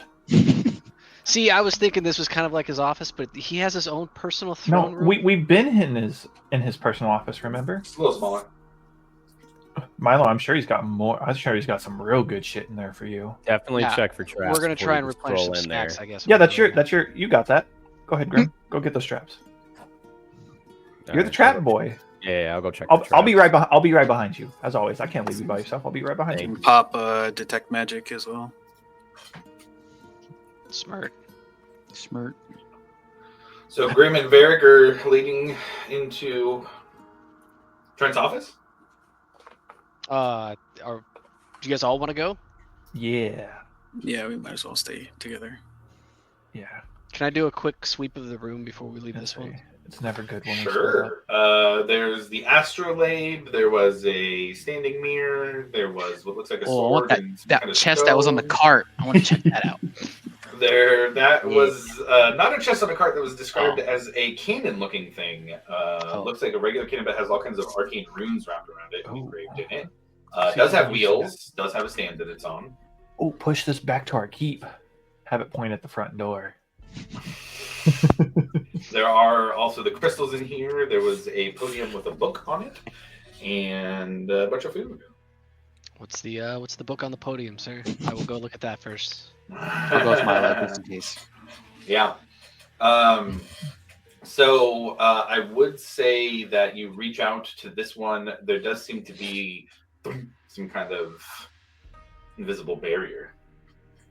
Oh, okay. Let's do visible barrier.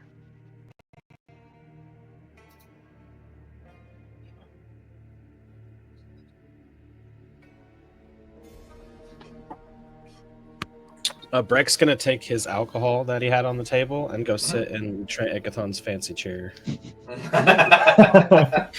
Nice. Do I see abjuration? On The book he's trying to touch. oh, I got yeah, you do specifically. That's Yeah. pretty solid. It's pretty solid. Pretty solid, guys. Oh, I'm learning. And I would say not necessarily on the podium or on the book, but on the podium. What do you got, man?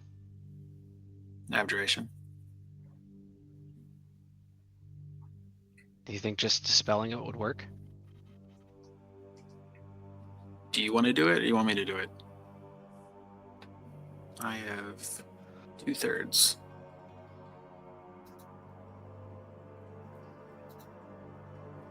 I got a 5th. No. Yeah, we don't want to waste that, man. You keep It's that for all- yourself. Seems a little, yeah. Excessive. Yeah, if you don't mind. Yeah, I'll use the 3rd level dispel.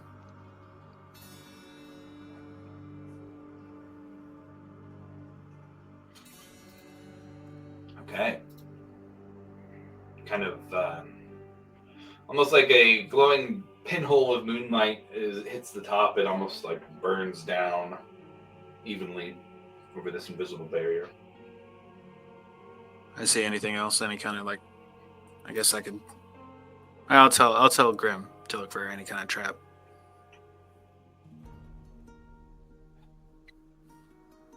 Yeah, I'll do that. Yeah, you didn't take any damage. You'll be fine. You got this, Grim. Just We, all, cheering him it was on. we both just back away. Yeah, you didn't take any damage, dude. Go out, get all the traps. Actually, Yeah. Just run through Dirty here. 20. What was it? Dirty 20. Dirty 20. Doesn't appear to be trapped. Looks Magic's fine to me. gone. That is all yours, right. Milo.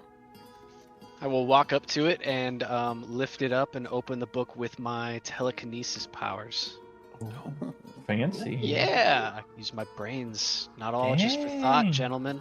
I definitely step back before he does that. I just want to point that out there. I say we're good. And I step back. Yeah, I don't know. Every time I try something new, it still goes really bad. So, No. That's it's a good EOD. choice. Seen it safe. Show up Like, 8 yeah, hours just late, confirming that's a bomb. blow it up. I knew it was a bomb, man. Get rid of it. I got a bot for that. Don't worry. Here, Emily, catch. Oh, jeez.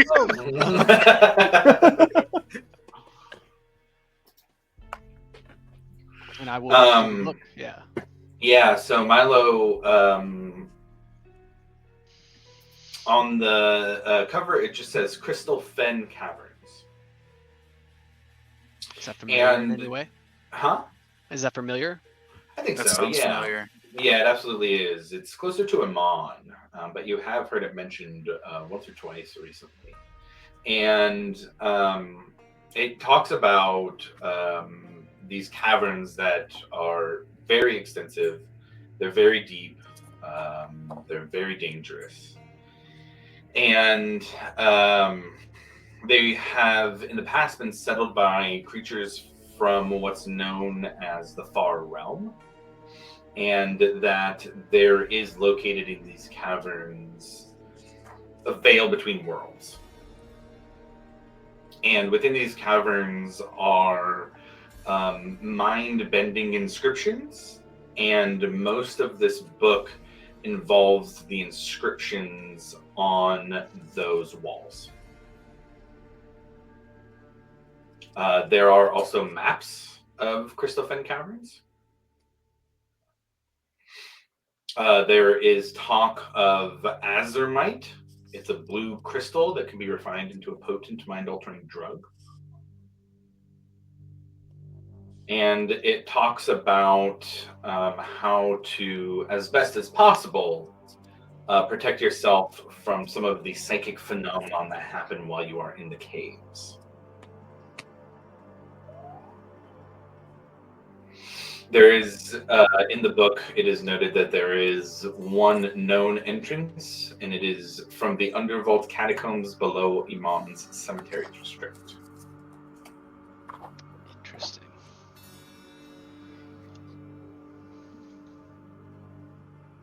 The last chapter speaks of a guardian in the caverns. That without this guardian, the caverns and all of Exandria would be overrun by the aberrations from the Far Realm and even beyond.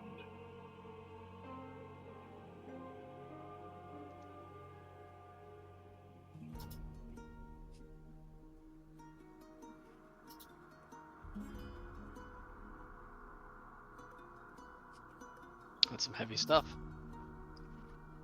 There's also like a guide to procuring resources and making drugs in here. So I know if we ever need a fallback, we've got a guide. You say drugs, huh? I did. Something, azurite dust. I don't know. We could probably rename it for the modern time. Oh. So if you guys Well, got if you anything need creative. a guinea pig, I will be your drug guinea pig. Do those work as well on dwarves?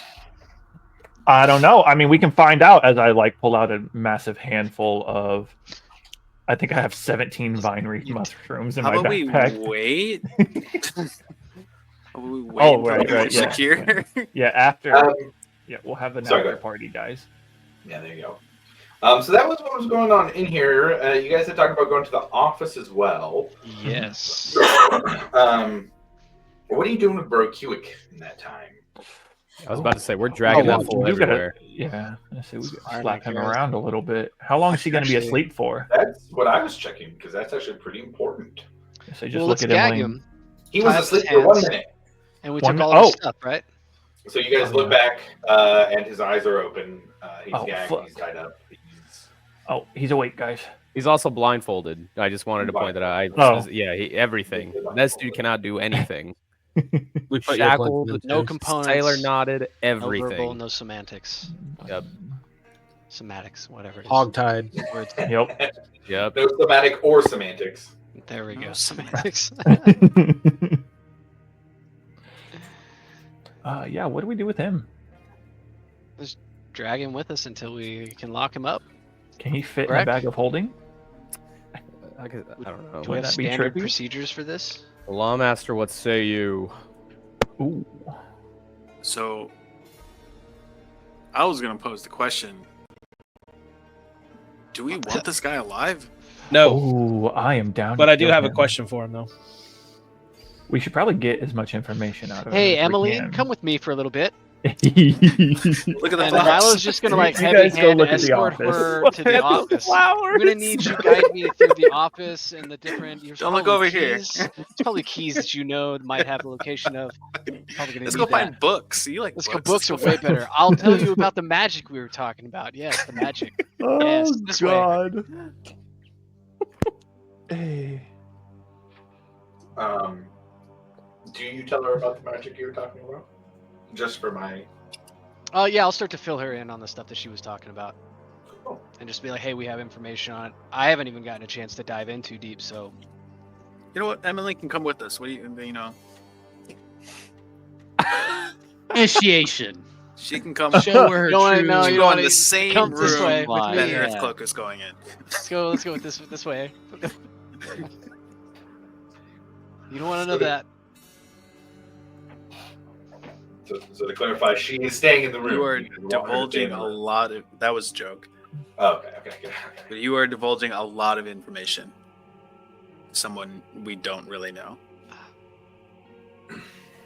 She's my friend from school. No. We're your friends. You don't know her. It's a classmate. All right, we'll talk about it later then. And I'll shut up in the meantime. But Breck, you had Let's a question. go. Let's go to I the did have a office. question for Hello. I can try and prep this guy. You know, you guys want to make him scared of you, or attempt to be scared of you? No, we No, can do it's that without okay. magic. Yeah. Oh, okay. Well, you know, I just whisper sweet nothings in his ear, and he becomes. You want me to take off his Terrified. blindfold, or you want me to keep it on? Yeah. Ooh. Now just start with the gag. Okay. He doesn't need to see. He knows who he's talking to. Yeah. Can I take Emily out? I'll Yeah, leave yeah, you do. Silphine here. Sure. I'll leave Silphine here. Jesus, you monsters. All right. No, he started it. We are in the end game, bro. Yeah. I will remove the prisoner's gag. He begins to cast a spell with words. Yeah. Nope. Stick it right back in his mouth. Yep, put it right back in.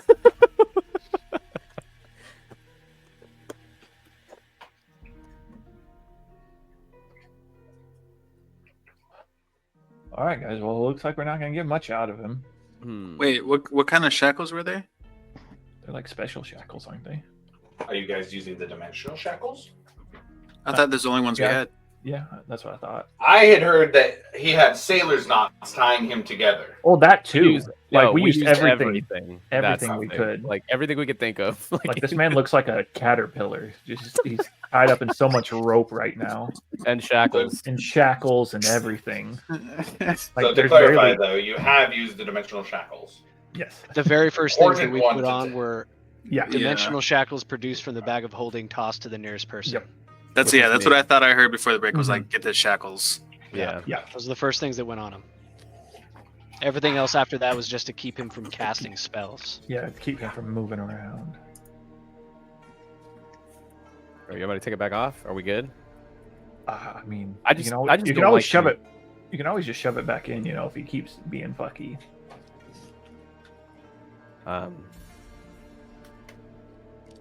Okay. I will get really, really close to this man's ear, Uh-huh.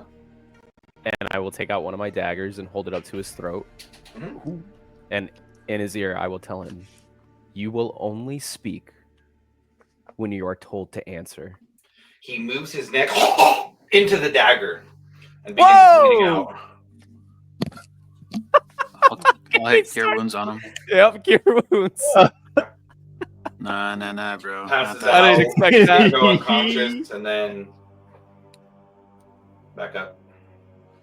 Do we have like a truth thing or something? I don't know. This guy's making it really difficult. See that low?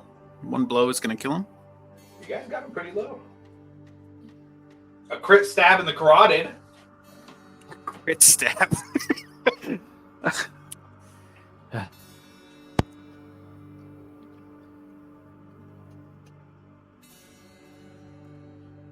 How do we do this? I don't know how to do this. I've never had anybody so willing to die. I might have a little something that we can make him. I don't know. He might be pretty con. Why don't And I you- pull out in my bag. I've got this, and it's oil of Taggart. It's a little bit of poison that might be able to poison him and make him unconscious again if we wouldn't just take him along. Or This lasts for 24 hours, by the way.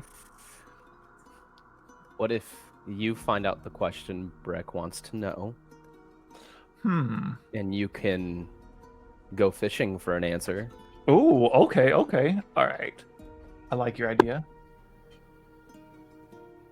Okay, Brick. Yeah, you'll just have to ask the question, Brick, and that way he can. And because I don't want to, Ask your question.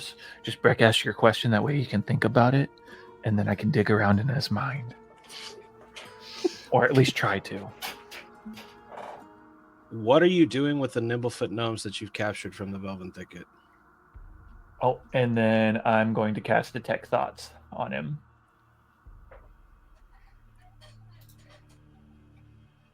We're going deep too. We're gonna try and go deep. What's the save? Wisdom 17. That's why I don't know if it's gonna work. He's a wise boy. That's a failure. Oh, all right. Good move, you guys. I like that. Good move. You get the sense there is a dungeon in Rexentrum there being held. Okay. I'll just relay that. I'll just say it out loud to the whole crew.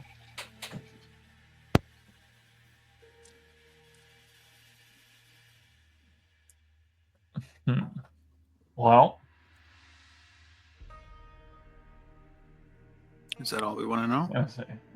anything else? Yeah. That's everything I needed to know. Oh, okay. Geller, you're tapped into his mind right now, yeah? Yes, I am. Ask away, boys. He that's not a still a first level spell. You don't get to just read his mind. No, it's second level. Oh, sorry, second level. I got something. Okay. What are you guys using to worsen the condition of the king? Oh. And where is the king?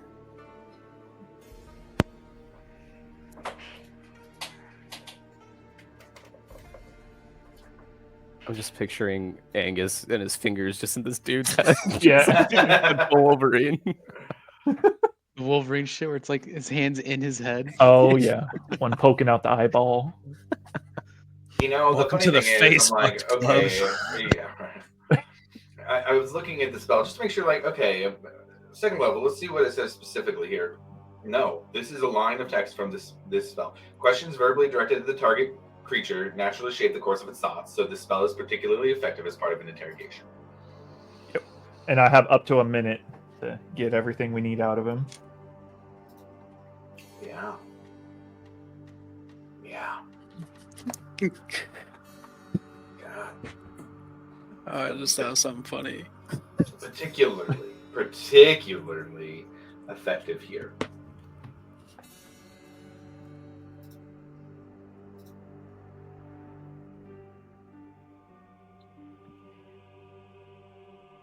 What's in that little noggin of yours? Essentially, it's not a specific spot per se, but you get the information between Nogvarat and Shady Creek Run in a assembly hideout. Okay. The south of the Dunrock Mountains. It's not usually physically traversed to. There is a teleportation circle there that just a handful of people know, mostly Volstruckers or Assembly members. Oh.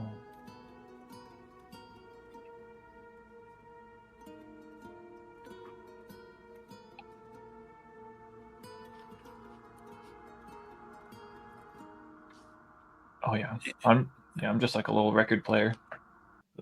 Everything he thinks comes out. Telling everyone everything. You said Nogvarat and where? Shady Creek Run in the south of the Dunrock Mountains.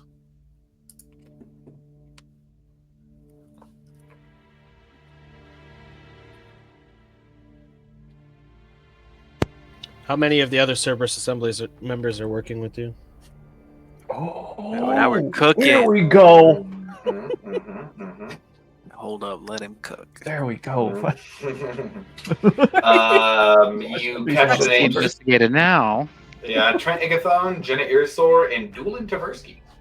Oh, it's the list I had.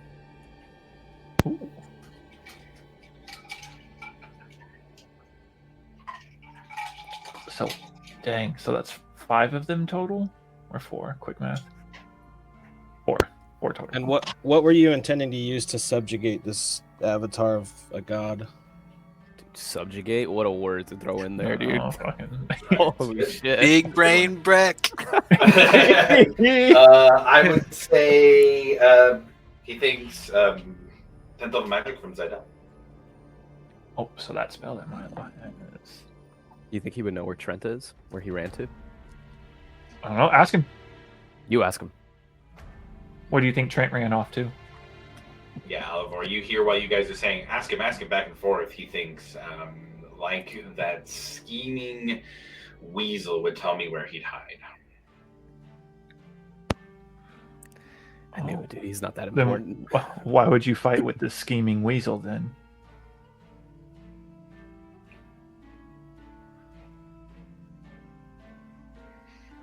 Power to subjugate the divine.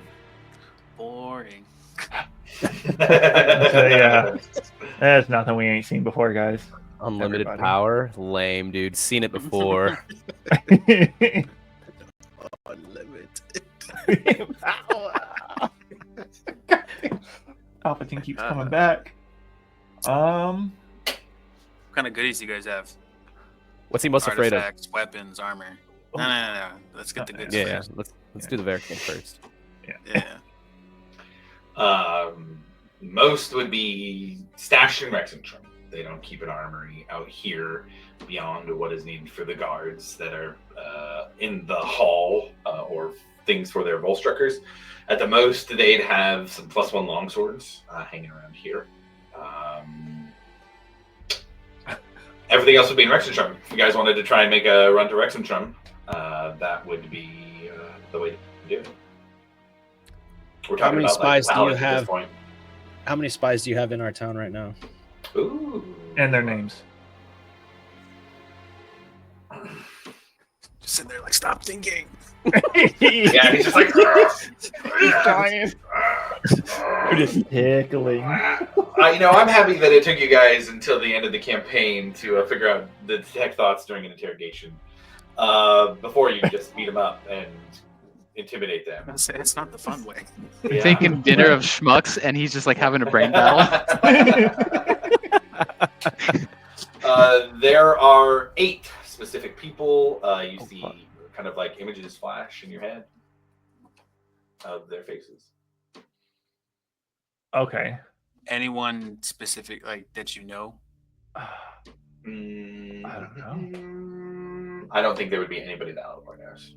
Okay. There was nobody from the beginning of the like that you guys would know. Yeah, actually, sorry, no, there is one. Red from the stable. That son of a bitch. Dead. I say, all right, guys, you just mosey me around the city. I'll be able to point them out. Just I'll find them. There. That's him. Get him. All right, then. Any more important questions? At the very last second that you could possibly ask a question, I'm just gonna ask if he knows where the roots up north are, and if he's Stop.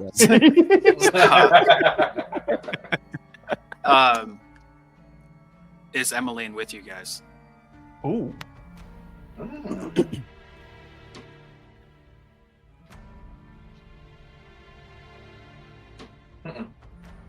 I mean, not as a spy. He thinks she's a record keeper. She works for us. She's not with us. Saved by the bell. What is Life's Trent bad now. scared of? What is Trent scared of? Being robbed of magic. Again. Caleb Widowgast. Hello.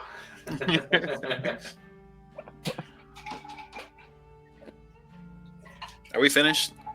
Yeah, are we tapped out, boys? I think so. Unless he has something to Good say about the amount of roots, I'm information. good. Minute.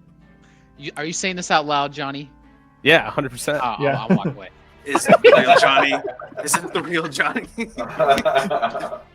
The real Johnny is here, right in front of you. The fake Real one Johnny wouldn't know died about on the that roots. fucking island. This dude just laying there, like listening to all our inside jokes. What the hell is going on? Who wants the Oh. pleasure? I don't know who's been hurt the most by this, man. What's maybe a little dwarf on dwarf action? Oh, I mean, I was trying to kill him. I'll kill him. I'll finish it. Yeah, do it, Johnny. Give it to him, All right. Johnny. I just Dude, Pirate Johnny is so bad. yeah. Yeah, I mean, without much fanfare, Grim just steps over him and the blood drains from his neck. It kind of a little bit, and then a large pool stains his kind of maroon robes to be a dark blood red. I say as he dies, I'm gonna use my mantle of whispers, and I'm going to capture his shadow. Whoa! It's like the second time you've used that. I know. I was wanting to use it on Trent, but he fucking dipskied. But yeah, just fucking as he's dying, just Dementor style, looks like I sucked the life out of him. Be like, this could be useful, guys. Yeah. Very useful, because he's gonna tell everyone what they're up to. Mm-hmm.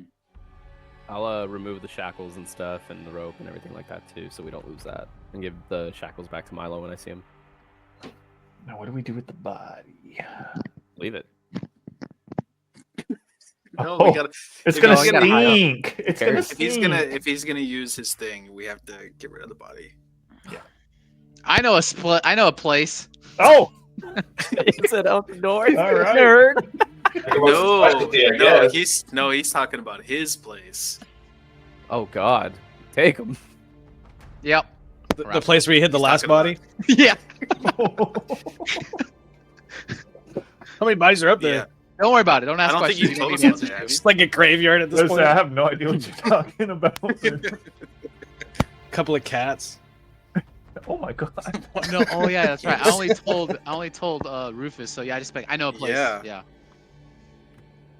Okay. So Egmont volunteers to take you guys to a place. I don't think Egmont has the strength to carry a full No, I'm not. dwarf, Oh yeah, you're right. but you could at least lead the guys there. Let's search this office first. Yeah. We'll set him aside for now. Oh, yeah. Milo, you and Emmeline go check out the office. While you're there, she's looking through the books. And the office is rather boring. There are a lot of correspondences back and forth between the Royal Palace. There's a lot of just general coordinating.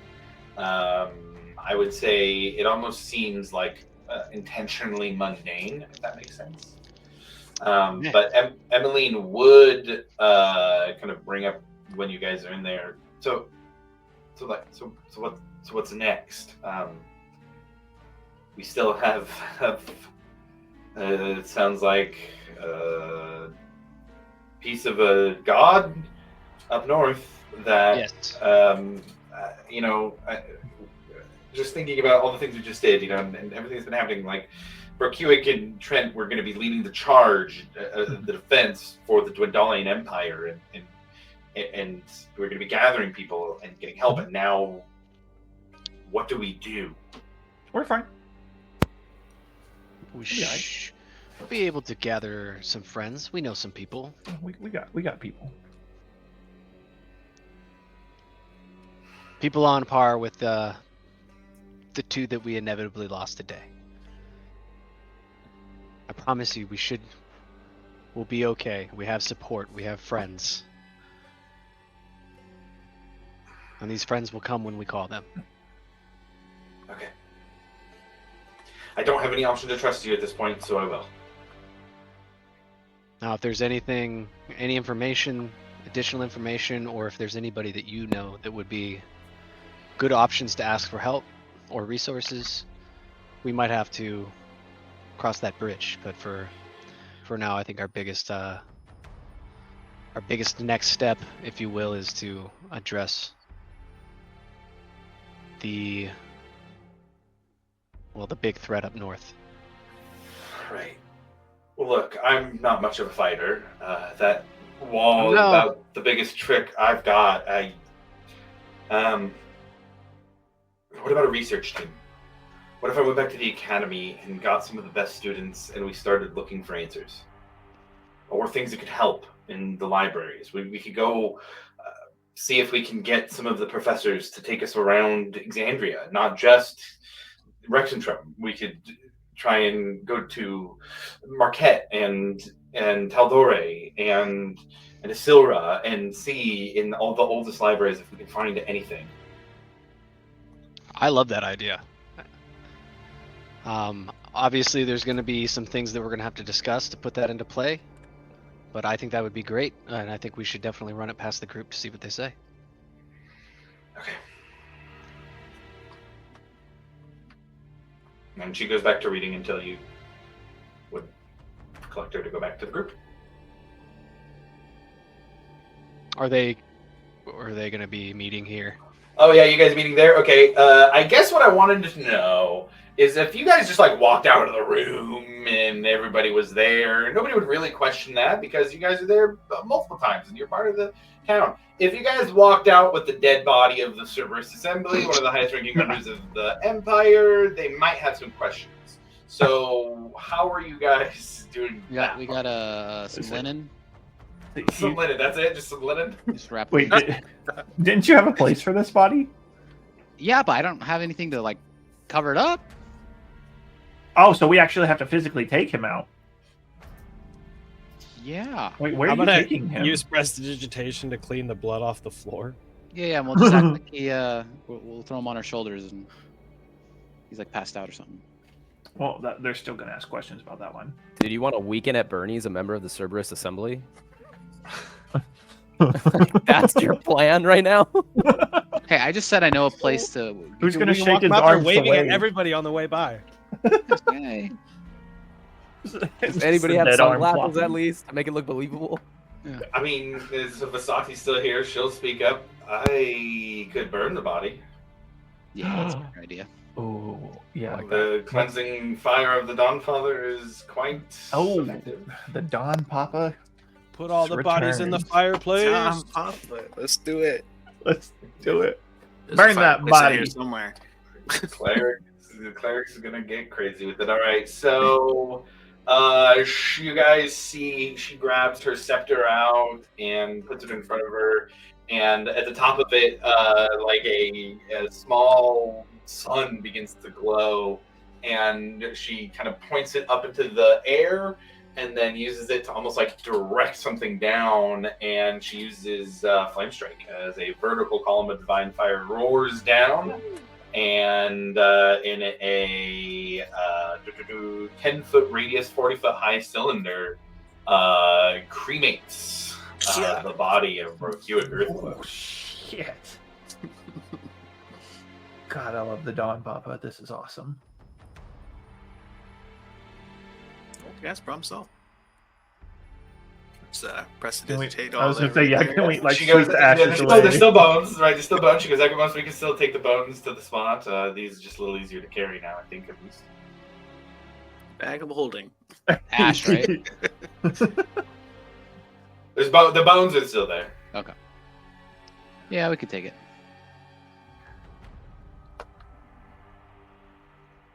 So, Alright. I have a bag. We can just sweep up the bones. Okay, got it. All right, so you guys head out. money. I still Head think over. it's probably a good idea if, like, I don't know who we would let. I mean, the Lawmaster's pretty much the person who needs to know, but I just don't want the city thinking, or the town thinking, like, we're up to no good, you know? Because that's going to spread, and if we don't get in front of it, then it's going to look bad. There's nothing going to spread. They had to leave on urgent Cerberus Assembly business. So we're just not going to tell them that they pretty much said, hey, we were going to try and control a god. We'll do that when we have a bigger crowd. Yeah, Vasati speaks up. Listen, I think you tell the people that they need to trust you. Mm-hmm. Your stories, I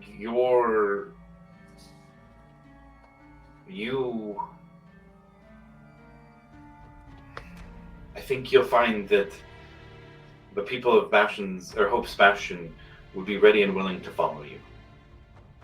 you give them the opportunity. I think this is Starosta speech. I look at Milo. Yeah. Yeah, so Milo, you see, it looks like, in particular, Varric and Ekamos have like a little bit of dust, like they on them, but they walk in, yeah, as they're finishing up this conversation and talking about a Starosta speech. Prestidigitation, both me and Varric. Okay. Hey, clean yourself up, bud. I'm not Got a even. little ash on you. You Nope. don't see No, anything. not asking. Don't worry, Milo. The problem was solved. Still seeing, I don't want to hear anything about any of this. Just don't mention it. Okay. Appreciate you. I think I already kind of have an idea. So what's that, Actually, gentlemen? Varric didn't kill him this time. If you really want to know, Yeah. I'm sure I knew what your idea was, but Varric didn't kill him this time. Yeah, it was. I'll let you think on that. You can guess between the rest of us who it might have been. It's actually pretty cool. You should have seen it. We got so much information out of this dude. It's Well, that's fucking- good. He was an open book. How do Yeah. you think it went? Like play by play it for me. How do you think it went? Well, now that you asked, I'm kind of thinking that maybe you murked somebody. Murked is a very intense word. I don't think it was that impressive. Smoked. I was gonna say, I think Milo slaughtered. looks at the rest of the Yeah. group for like, any grading? Do we have a No. scale here? Let's just say Traeger pellets were used for this. How about that? It was a good smoke session. So we're gonna have to open up a window in there, air it out a little bit. Yeah. A little smoky. We smoked it low and slow. It was awesome. I think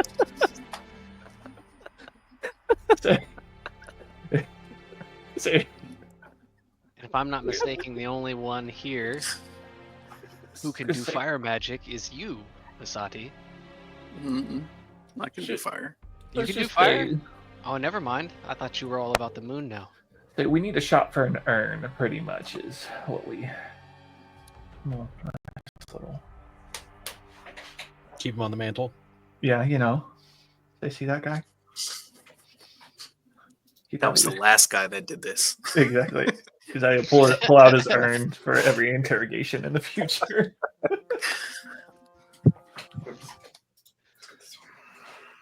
All right, where's this stable boy? Oh yeah, where's this? That's right. We need to go hunting.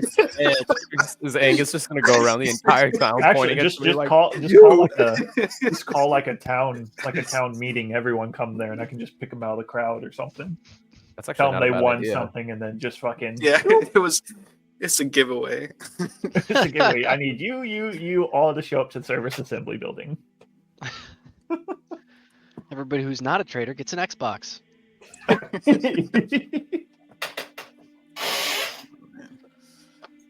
Oh god. But yeah, Milo, we have there's a bunch of spies in the town, and I think we need to take care of that before we It's just try to. disappointing that they were able to convert any of them, honestly. Well, But I You guess know. you can't win them all, Mm, right? yeah. so yeah, money and power distorts quite a few people. Safety, Mm-hmm. if you think they're the ones that are going to protect you. Yeah. I mean, Red does make sense. That guy was a piece of shit. We all knew it. Yeah. Kind of an asshole. The lawmaster to get to work. It's like it's time to get back to regular business, right? Yeah. Is there regular Murder. business anymore? We got this psychopath that's just out and about. Yeah, I don't feel very safe. Okay. So. Make it just show up. All right. So we I deal with the will- traders. Nightly cast of Private Sanctum on my office, probably. Everyone just sleeps. You guys are, you guys are We're all bunking up. open door policy. If you guys want to just start bringing the beds in, One that's old fine. man has a sleeping in. all in The dude just strikes in the night, man. I don't like it. Are we gonna call it like a town meeting? I think we should. that's a good idea. Yeah. Yeah, 100%. Do we have like a whistle or something or like a horn? I think The we have like a bells. bell. Emily just I say Emmeline. Town meeting. You see her start to cast a spell, and whereas Milo's is very Quillmancy is very like broad strokes and like very fluid. Hers is a lot more geometric and you see her kind of tracing shapes in the air, and she kind of creates probably 3 triangles that overlay on each other and just start spinning in front of her mouth, and she kind of floats it over. Who wants to take? Who wants to Mr. herald me Rosa? in? I You think got anything good? No, I think it has to Who's got come a from good the intro? Starosta. You do. Oh yeah, I'll speak. I'm just You're saying. Does literally the anybody have a leader of good the town. intro?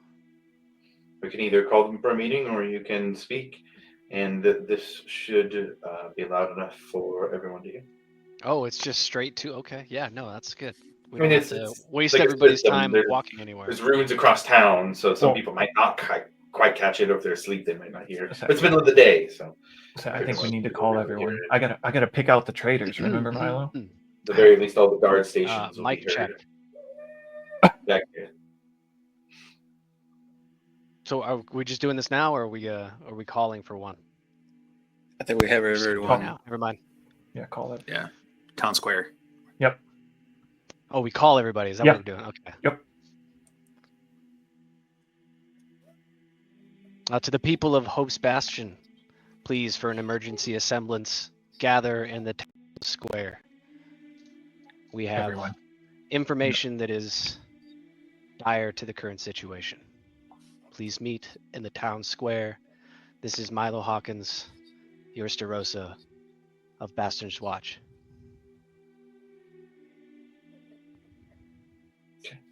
That was beautiful, Milo. It's good. Yeah, That was real good. That was awesome. Real good. Milo. 5 minutes pass. 10 minutes pass. Guess we should head there, huh? I think we should give these 8 people a chance to step forward before we just pick them out of a crowd and explain themselves. I'm gonna leave that to Mm. you and the Lawmaster, I think. That would be my vote. Yeah, we just alert the guards, so they know if anyone's making their way away from the assembly. What do you mean? Like if you start pointing people out, like just be aware that we might have some people who try to book it. Well, I'm not Runner. gonna I'm not just gonna call them out. Like if I see one, Yeah. can't we just whisper and have a guard go? Yeah, but when we start disseminating this information, like they're not just gonna hang around. Yeah, I feel like they're gonna see one guard go to one person, another, and slowly. No, they're no, gonna no. get We have used them. We have them. I figure out who everyone is, and then we tell them to ready to pounce, and then on the signal, and then we all at once. Like What's we're the not trying- signal? Please tell me what the Oh. signal. Round them up, boys. Just like, No, not kill them. We need to imprison them. I think we should also be aware of the people from Sidel. We don't know where they stand and how Ooh, chummy yeah, they 'cause got with. weren't they never had a super chance to talk excited to about 'em. the Cerberus assembly?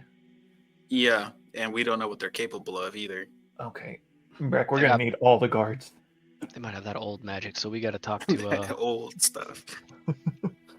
What was his name? Aerolith? Evelyn. Yeah, Evelyn. Yeah, that might be a priority here. Did he want yeah, to? we Did he can- want to talk to you beforehand, Milo? Before we left? I wanted to talk to him, Uh, but I never got over to the bar after we got sucked into another situation. That seems to be the situation going. Just That's typical. yeah, it seems to be the trend. We get back and immediately, boom. I guess let's go to this town meeting. Let's go address the city, guys. Yes. Round them up, boys. You get them. As you guys make your way to the town square, the gallows makes for a good stage. They've been set up this Oh, that's way, although it is a little grim. Ominous. I don't like that, but Oh, If it I am works, it going to get works. rid of this immediately, right? I actually have a plan. These specifically. It's going to take a little bit of magic, but let's see what works. You guys make it out here, and I think the entirety of Hope's Bastion is here. It is or at least that you can tell, it is a large gathering, as large as you've seen, except for maybe when you guys returned from when you met Grim for the first time, and everybody was there to greet you. But I'd say even this is probably bigger because more people have shown up to Hope's Bastion since then. It's quiet. You hear some murmured whispering throughout the crowd, but there is much trepidation, anxiety, and fear on people's faces as all of you walk up. I'm immediately just going to start surveying the crowd, and any of the faces that I see from her, I'm going to whisper to Varric and Breck just their descriptions, and then I guess leave it up to them how they want to handle gathering them up. Okay, Just tell go them. ahead and roll me a perception check. Oh God, my perception checks are dog shit today. 7. Roll a d4. A D4. 2. You can spot 2 of them. All right. You're not sure if the others are in the crowd or you can't see them. All right, and then I'll discreetly point the 2 out to Varric and Breck. I think if we had time, I would have had some of the Crown's Guard amongst the people. Okay. It was about 10 minutes before. There's plenty of time to Yeah. arrange that between you and Breck. Yeah, we'll just have them amongst the people, not in like obvious gear and everything like that, just so they can move. Undercover. Yes. And then we will direct them to the people he points out. All right, Milo, take it away. I hate you. All right.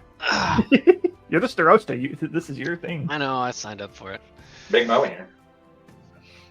Going to use, I'm gonna like bring out the book and kind of summon up some blue energy and use thaumaturgy to make my voice boom 3 times louder, so everybody can hear me. Check, Cool. check. Is this thing on? Spell? Is this on? Oh God, it hasn't happened since like I was 12. People of Hope's Bastion. We have certain developments coming up.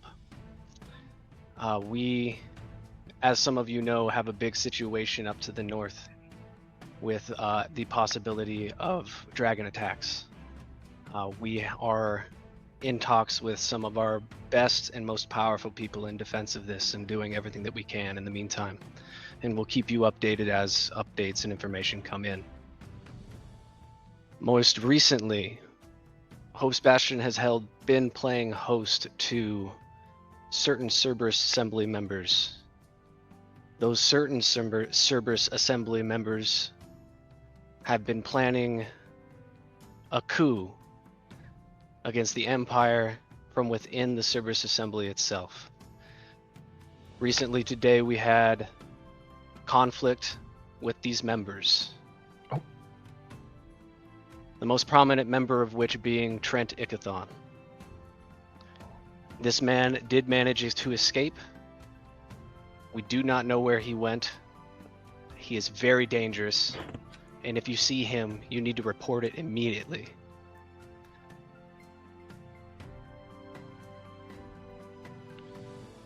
Not all Cerberus Assembly members were a part of this. It was only a certain faction.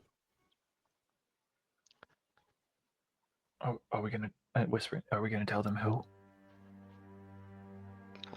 We said Trent, right? Yeah, but there was others. Yeah. I will list the names that we know. Okay. List off, Master Trent Ickathon, the Baroness Jenna Irisor, the High Boulder Brokewick Earthcloak, and I believe it's Count Dulan Tversky, but I don't remember specifically. But Dulan Tversky as well. Mm-hmm.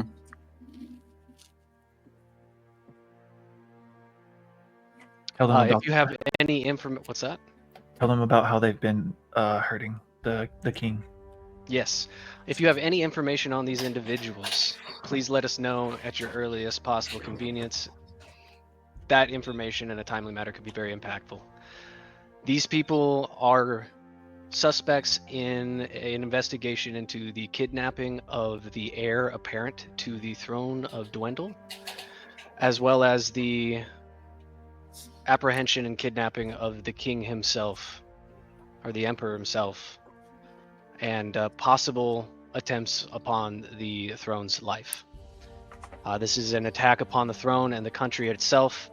This is treason at its very basic foundation, ladies and gentlemen. And we need to be very aware of our current situation. Bastion's Watch remains faithful to the people of the Empire and will so moving forward. You are safe here, and I ask for you to keep your trust within us, and we will do everything in our power to keep you safe. That is something that I can guarantee and promise you. There's a voice from the crowd. What if that's not enough?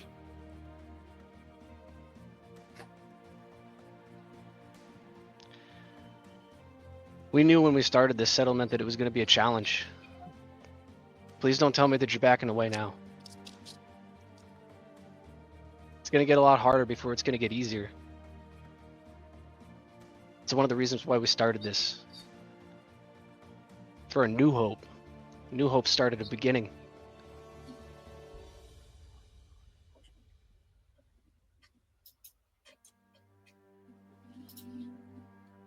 And we're going to get the job done a lot easier working together. So I'm still asking for your help. The same as I asked on day one.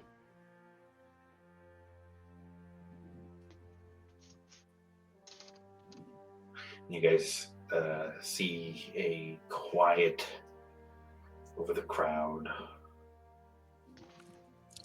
And you see Michonne's curly hair as he cups his hands over his mouth. Yeah, no, Bastion's Watch! And with that, you hear a little bit more clapping and cheering and encouragement throughout the crowd.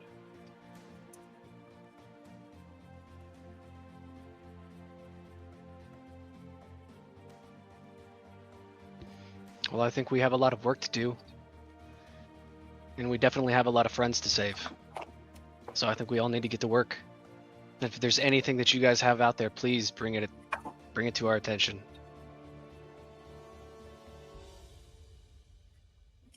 And you see that there are a group of 6 Righteous Brand dwarves. Breck, I believe you trained some dwarves before you guys had gone to Amon, if I remember correctly. Yeah, I watched them get their asses kicked by a fake dragon for a couple of days. There would be 6 of them at least who would be kind of outside of the crowd, and they start just kind of beating their spears against the ground to make a rhythmic sound as the encouragement grows, as the support grows. I think there is energy in the crowd now, rising, and you see more looks of resolve than fear. I think Milo's going to turn to the rest of Bastion's Watch. Kind of, what say you, Bastion's Watch? And kind of step aside to give him the stage.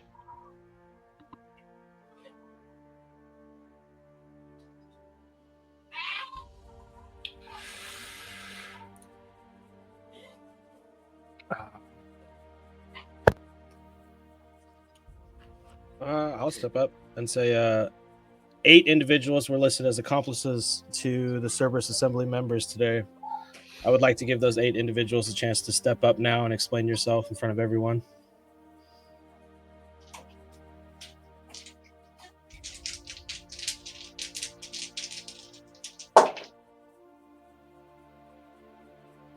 None of them do.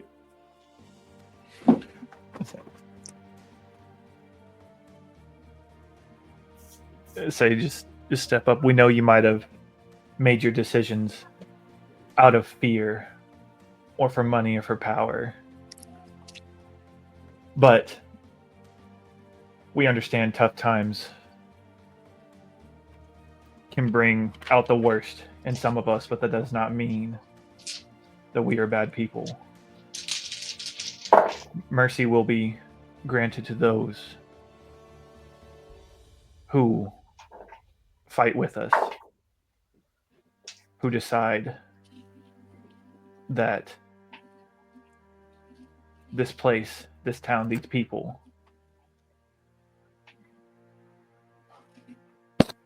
are who we fight for. God, Lord. Sorry, words are hard. Words are hard. I hate this. Who's this dwarf? Literally Exactly. putting. I was like, "Who's this? Who's he?" I'm up on stage and you're not. Go here. He doesn't even go here. Yeah. I will say between Breck and Angus, in particular, there are two who begin to move to step forward. Are these the two I saw? Yeah, you do recognize two of their faces, not the two you saw, though. Oh, okay. So we got four. We got four total. These two we can spare. The other two who didn't step forward, we can kill them. All right.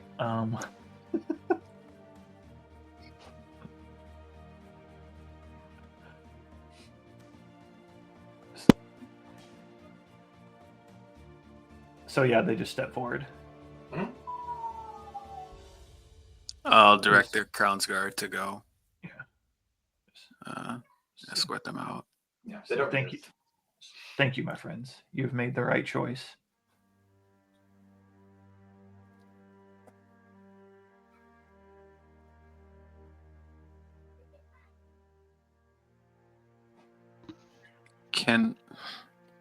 Is there anyone in the crowd who looks like real, like nervous? Yeah. suspect. Who's shaking? Yeah. I'd say, I mean, who's like shifty nervous? right now? Oh, I don't think there's anybody that's like that you can tell that's Or shifty. do I see anybody like make a move to leave? Yeah, trying to get out of here.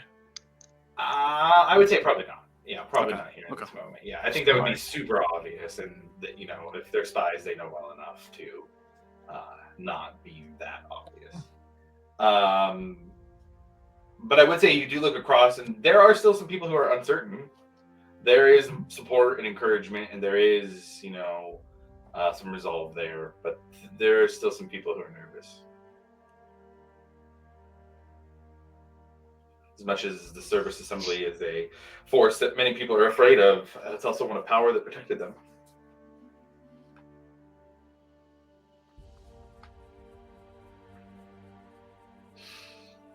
But there are many who trust in Bastion's Watch. And I think as the town is all gathered here and Bastion's Watch has given some words to guide them on what happens next, unless anybody else has anything else they want to say, I think it's a good place to end for the day. Cool.